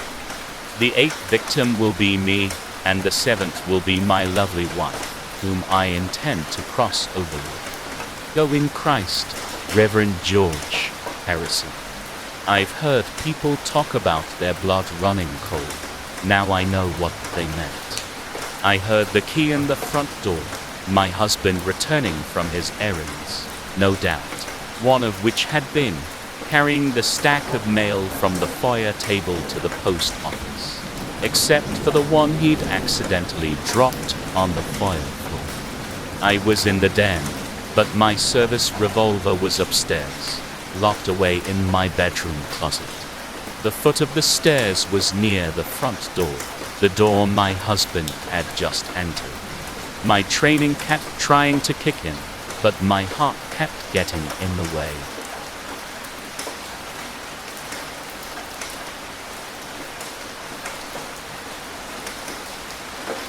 Paul and Mary's daughter, Sierra, had been missing for 37 days. So you can imagine the media frenzy that ensued when she strolled up the driveway, casual as can be, on a blustery February morning. Her story had gone viral. A sweet, 8-year-old girl with severe developmental difficulties, no less vanishing into thin air. It captured the heart of the town. 400 people joined the search party, and almost triple that amount attended her candlelight vigil. And then, just as the story started losing steam, Sierra wandered past 13 reporters, 2 police officers, and countless photographers. The timing was almost too perfect. Paul was on the front porch, garbage bag in hand, when he heard the gasps and spun around. The bag fell to the ground, spilling rotten apple cores and leftover chicken across the lawn. The symphony of flashing lights and camera shutters snapped him back to his senses. He scooped Sierra up, carried her inside, and pressed his back against the door. Still half asleep, Mary made her way down the stairs. What's with all? She saw Sierra scream, then raced back up the steps and locked herself in the back. Paul took a moment to collect himself. First things first, they would have to play the part and take Sierra to a hospital. They could worry about what happened later. He couldn't coax Mary out of hiding, so he drove Sierra to the hospital alone.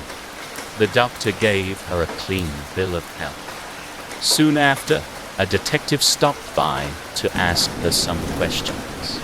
What happened to you? Sierra just shrugs. Were you with someone? The detective continues. Sierra nods.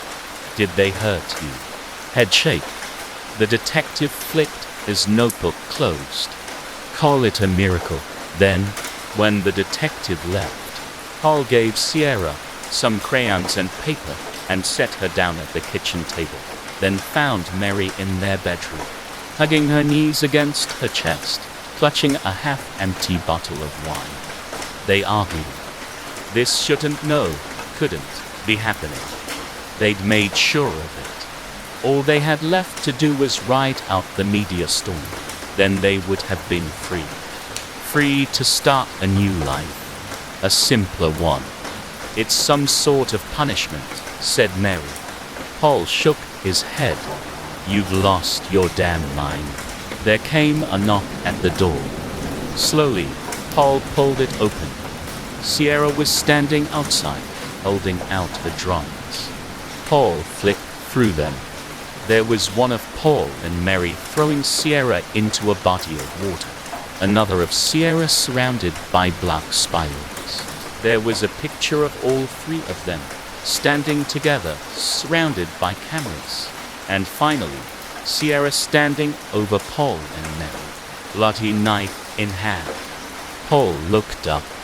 In the dark of the hall, Sierra's eyes glowed white. She tilted her head downward, grinned, then disappeared into her room. Mary pressed the wine bottle against her lips, while Paul locked the door and gulped.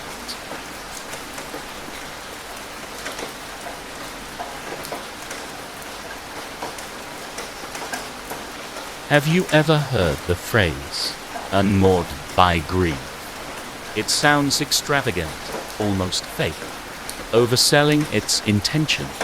Even as a teen, I didn't think it was possible for anybody to feel anything so intensely. One afternoon, my brother's son just never woke up. He was only 6 months old. My grandmother talked about how God took his purest angels directly to join him at his throne. They wouldn't have to audition on earth for his favor like the rest of us. My sister-in-law, who found him, blamed the cat. She calmly picked up their 8-year-old Tom, who'd known and trusted her his entire life, and drowned him in the bath. That's what my brother came home to. She was committed to a psychiatric hospital for 28 months. My brother admirably stood by her. When I proposed, he confided in me. I told her that I'd loved her all my life, but just hadn't met her yet, the real her. It was like magic, an absolute certainty, like something I'd never known. He scoffed at himself, staring to the distance. It's corny, I know, but it's true. He was a shattered husk, so I wasn't going to argue about how he sounded. I loved him, so I supported him. But I didn't think I'd ever understand that depth of feeling. I had Melissa 4 years ago. My sister-in-law blocked me on social media when I announced the news, and smashed the window of my car in the hospital parking lot. I declined to press charges because I wanted to get my baby home. And I knew what everyone else in the family did. She never recovered. I love my daughter, but not like my sister-in-law loved her son. Being a single mom is demanding enough. I didn't have the energy for her negativity. I was financially secure enough, finally, to give Melissa the birthday party she deserved when she was 4. Balloons, bouncy castle, clown, big cake, the works.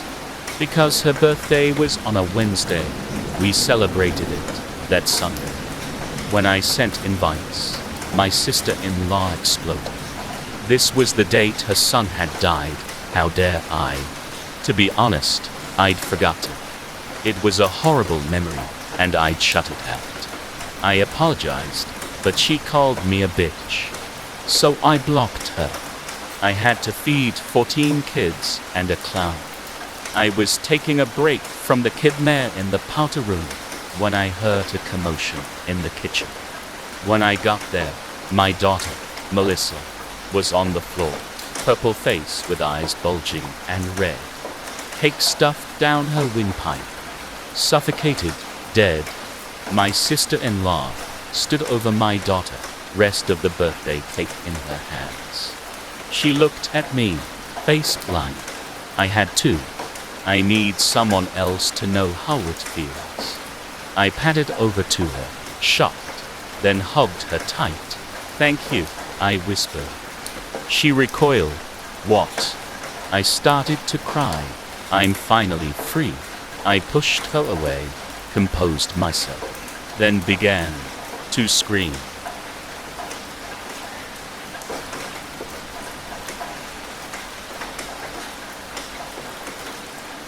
I sit in darkness, on the floor just off the entryway. The grandfather clock says it's 11:09. It'll happen soon, just like last year, like every year. Thunder rumbles. Through the unshuttered windows, the sky is clear. A full moon shines like a spotlight into the spacious fire. 11:10. I look to the door on the opposite side of the hall. Anxiety swells in my chest. The door opens of its own accord. The sound of footsteps and scraping echo against the vaulted ceiling. I can't see anything, but I don't need to. I know who's there. I know what she's doing. I stand up. Mom, I yell. What are you doing? It's 11 at night. That can wait until tomorrow. A voice mumbles, but it's not directed at me. I know the litany well. No one does anything around here. I'm the only one who cares. This place would go to pieces without me. Mom, it isn't safe. The scraping stops, and now I can see the shape of the rickety ladder. After 20 years, it's rotted in some places, shuddering on its uneven feet. Mom, please. Tears stream down my face. I said I'd help you in the morning. Please, just wait. Why won't you wait? The ladder rocks as an invisible force begins to climb. The sound of rain against glass swells as a silhouette reaches the top. Mom, I scream. I'm tempted to run into the foyer, an audience member invading the stage. But I know better. I've tried it before.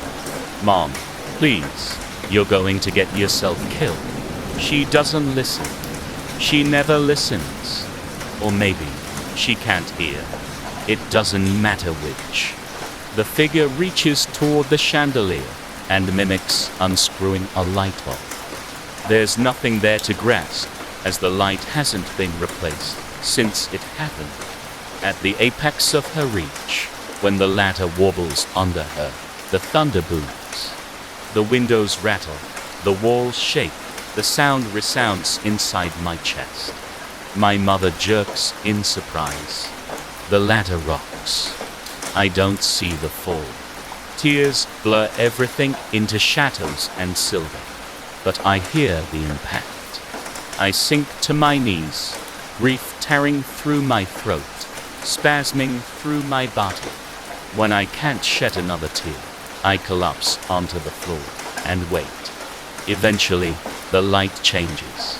Gold diffuses the silver. Outside, birds trill. Still exhausted, I rise. I wish I could sleep, but I can't. I haven't for a long time. Instead, I walk. Dust lays thick on the carpet, but I leave no footprints. I know every inch of this place. Every goddamn inch. I want to leave. I don't enjoy this pantomime. The guilt tethers me here, cursed to relive my greatest regret over and over. Trapped in a parallel purgatory. If I just let go of the guilt, I'll be free. Or maybe things will be different next year.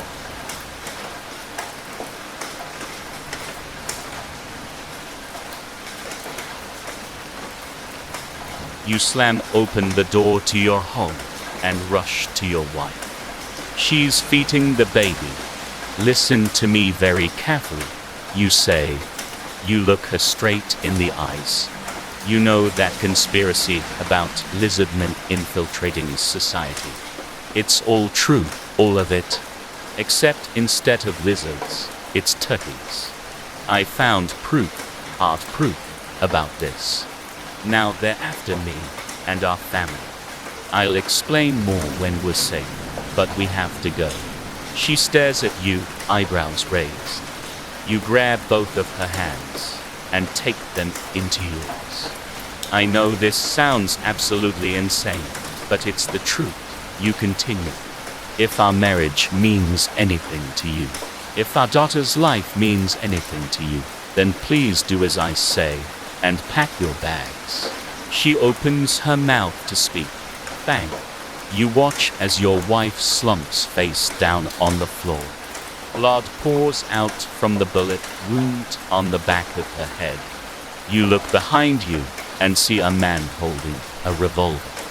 His eyes are fixated on your wife's lifeless body. You have betrayed us, he says. His eyes turn to you. He steps closer. He's one of them. You tackle him to the ground. With great difficulty, you wrestle the weapon out from his grasp. You stand up and shoot him in the chest until the gun clicks empty. You catch your breath, looking around your home and at the bodies lying on the floor. Amid your baby's cries, you begin to weep. 6 months have passed, and now you're in a motel.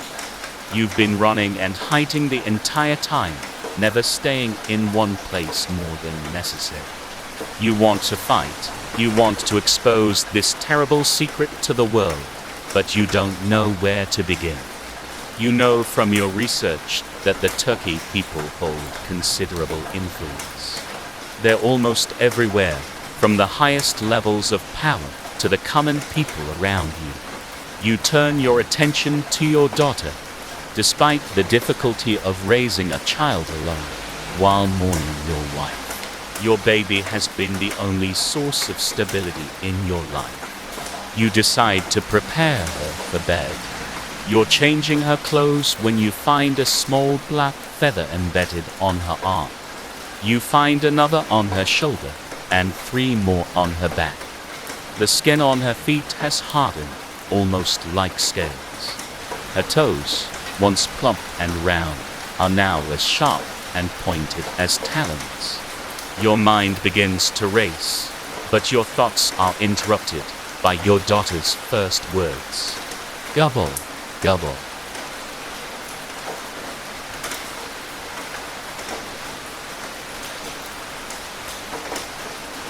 Descending down the staircase should be the goal of every scientist, philosopher, or dreamer across the globe. But its existence is kept secret. The first reason for that is that as each step tells whoever takes it a deep and fundamental truth about the universe. The governments who are aware of the staircase want to make sure they control anyone who successfully descends. The other reason is that nobody has successfully made it down more than 5 steps without dropping dead. I had hoped to be the exception, as had every scientist who had landed this assignment before I did. I had spent years proving myself worthy and loyal. Years filled with excessive overtime, more than a little flirting, and almost more moral compromise than I could stand, finally paid off. 5 days ago, I was offered the assignment. There is a ladder that you need to climb down to even reach the highest step of the staircase. By the time my feet were off the lowest rung, I couldn't hear or see my colleagues outside anymore. Nobody who has gone down has said anything audible, but electrical signals can make it out. Heart monitors gave us a very good guess as to which step they killed overall. I can't tell you what I learned when I gathered my courage and took the first step, but I can at least tell you how it felt. Intoxicating and excruciating all at once. My skin felt like it no longer belonged, and my mind fizzed in pleasure and panic. But I survived. Step 2 was similar, but more intense. Step 3 made my nail bed softly bleed.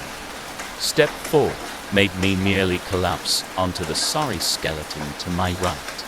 Step 5 took my sense of sight away entirely, and then returned it with an explosion of light and color. At step 6, my heart stopped for 15 seconds before returning in double time. I waited for it to approach a normal speed, and then continued. The knowledge of which I cannot speak made me elated, and the pain, whilst nearly unbearable, seemed a fair price to pay. The last 10 steps I've taken, I haven't even had energy to use my legs. I slide down, no longer afraid of falling, no longer afraid of anything, really. I don't know why I could descend further than my colleagues. I do know others got further than our organization in ancient times, as crumbling skulls marking step 32 and step 40. With every step I take, I learned something beautiful or broken about the universe. And even though it burns my senses and my mind, who wouldn't want to know one more truth? I can't leave. I have to continue until it kills me. I must know everything. Though I suppose really the only question I should be asking myself, the only question any of us should ever have asked, was who built the staircase in the first place? Who built it, and why?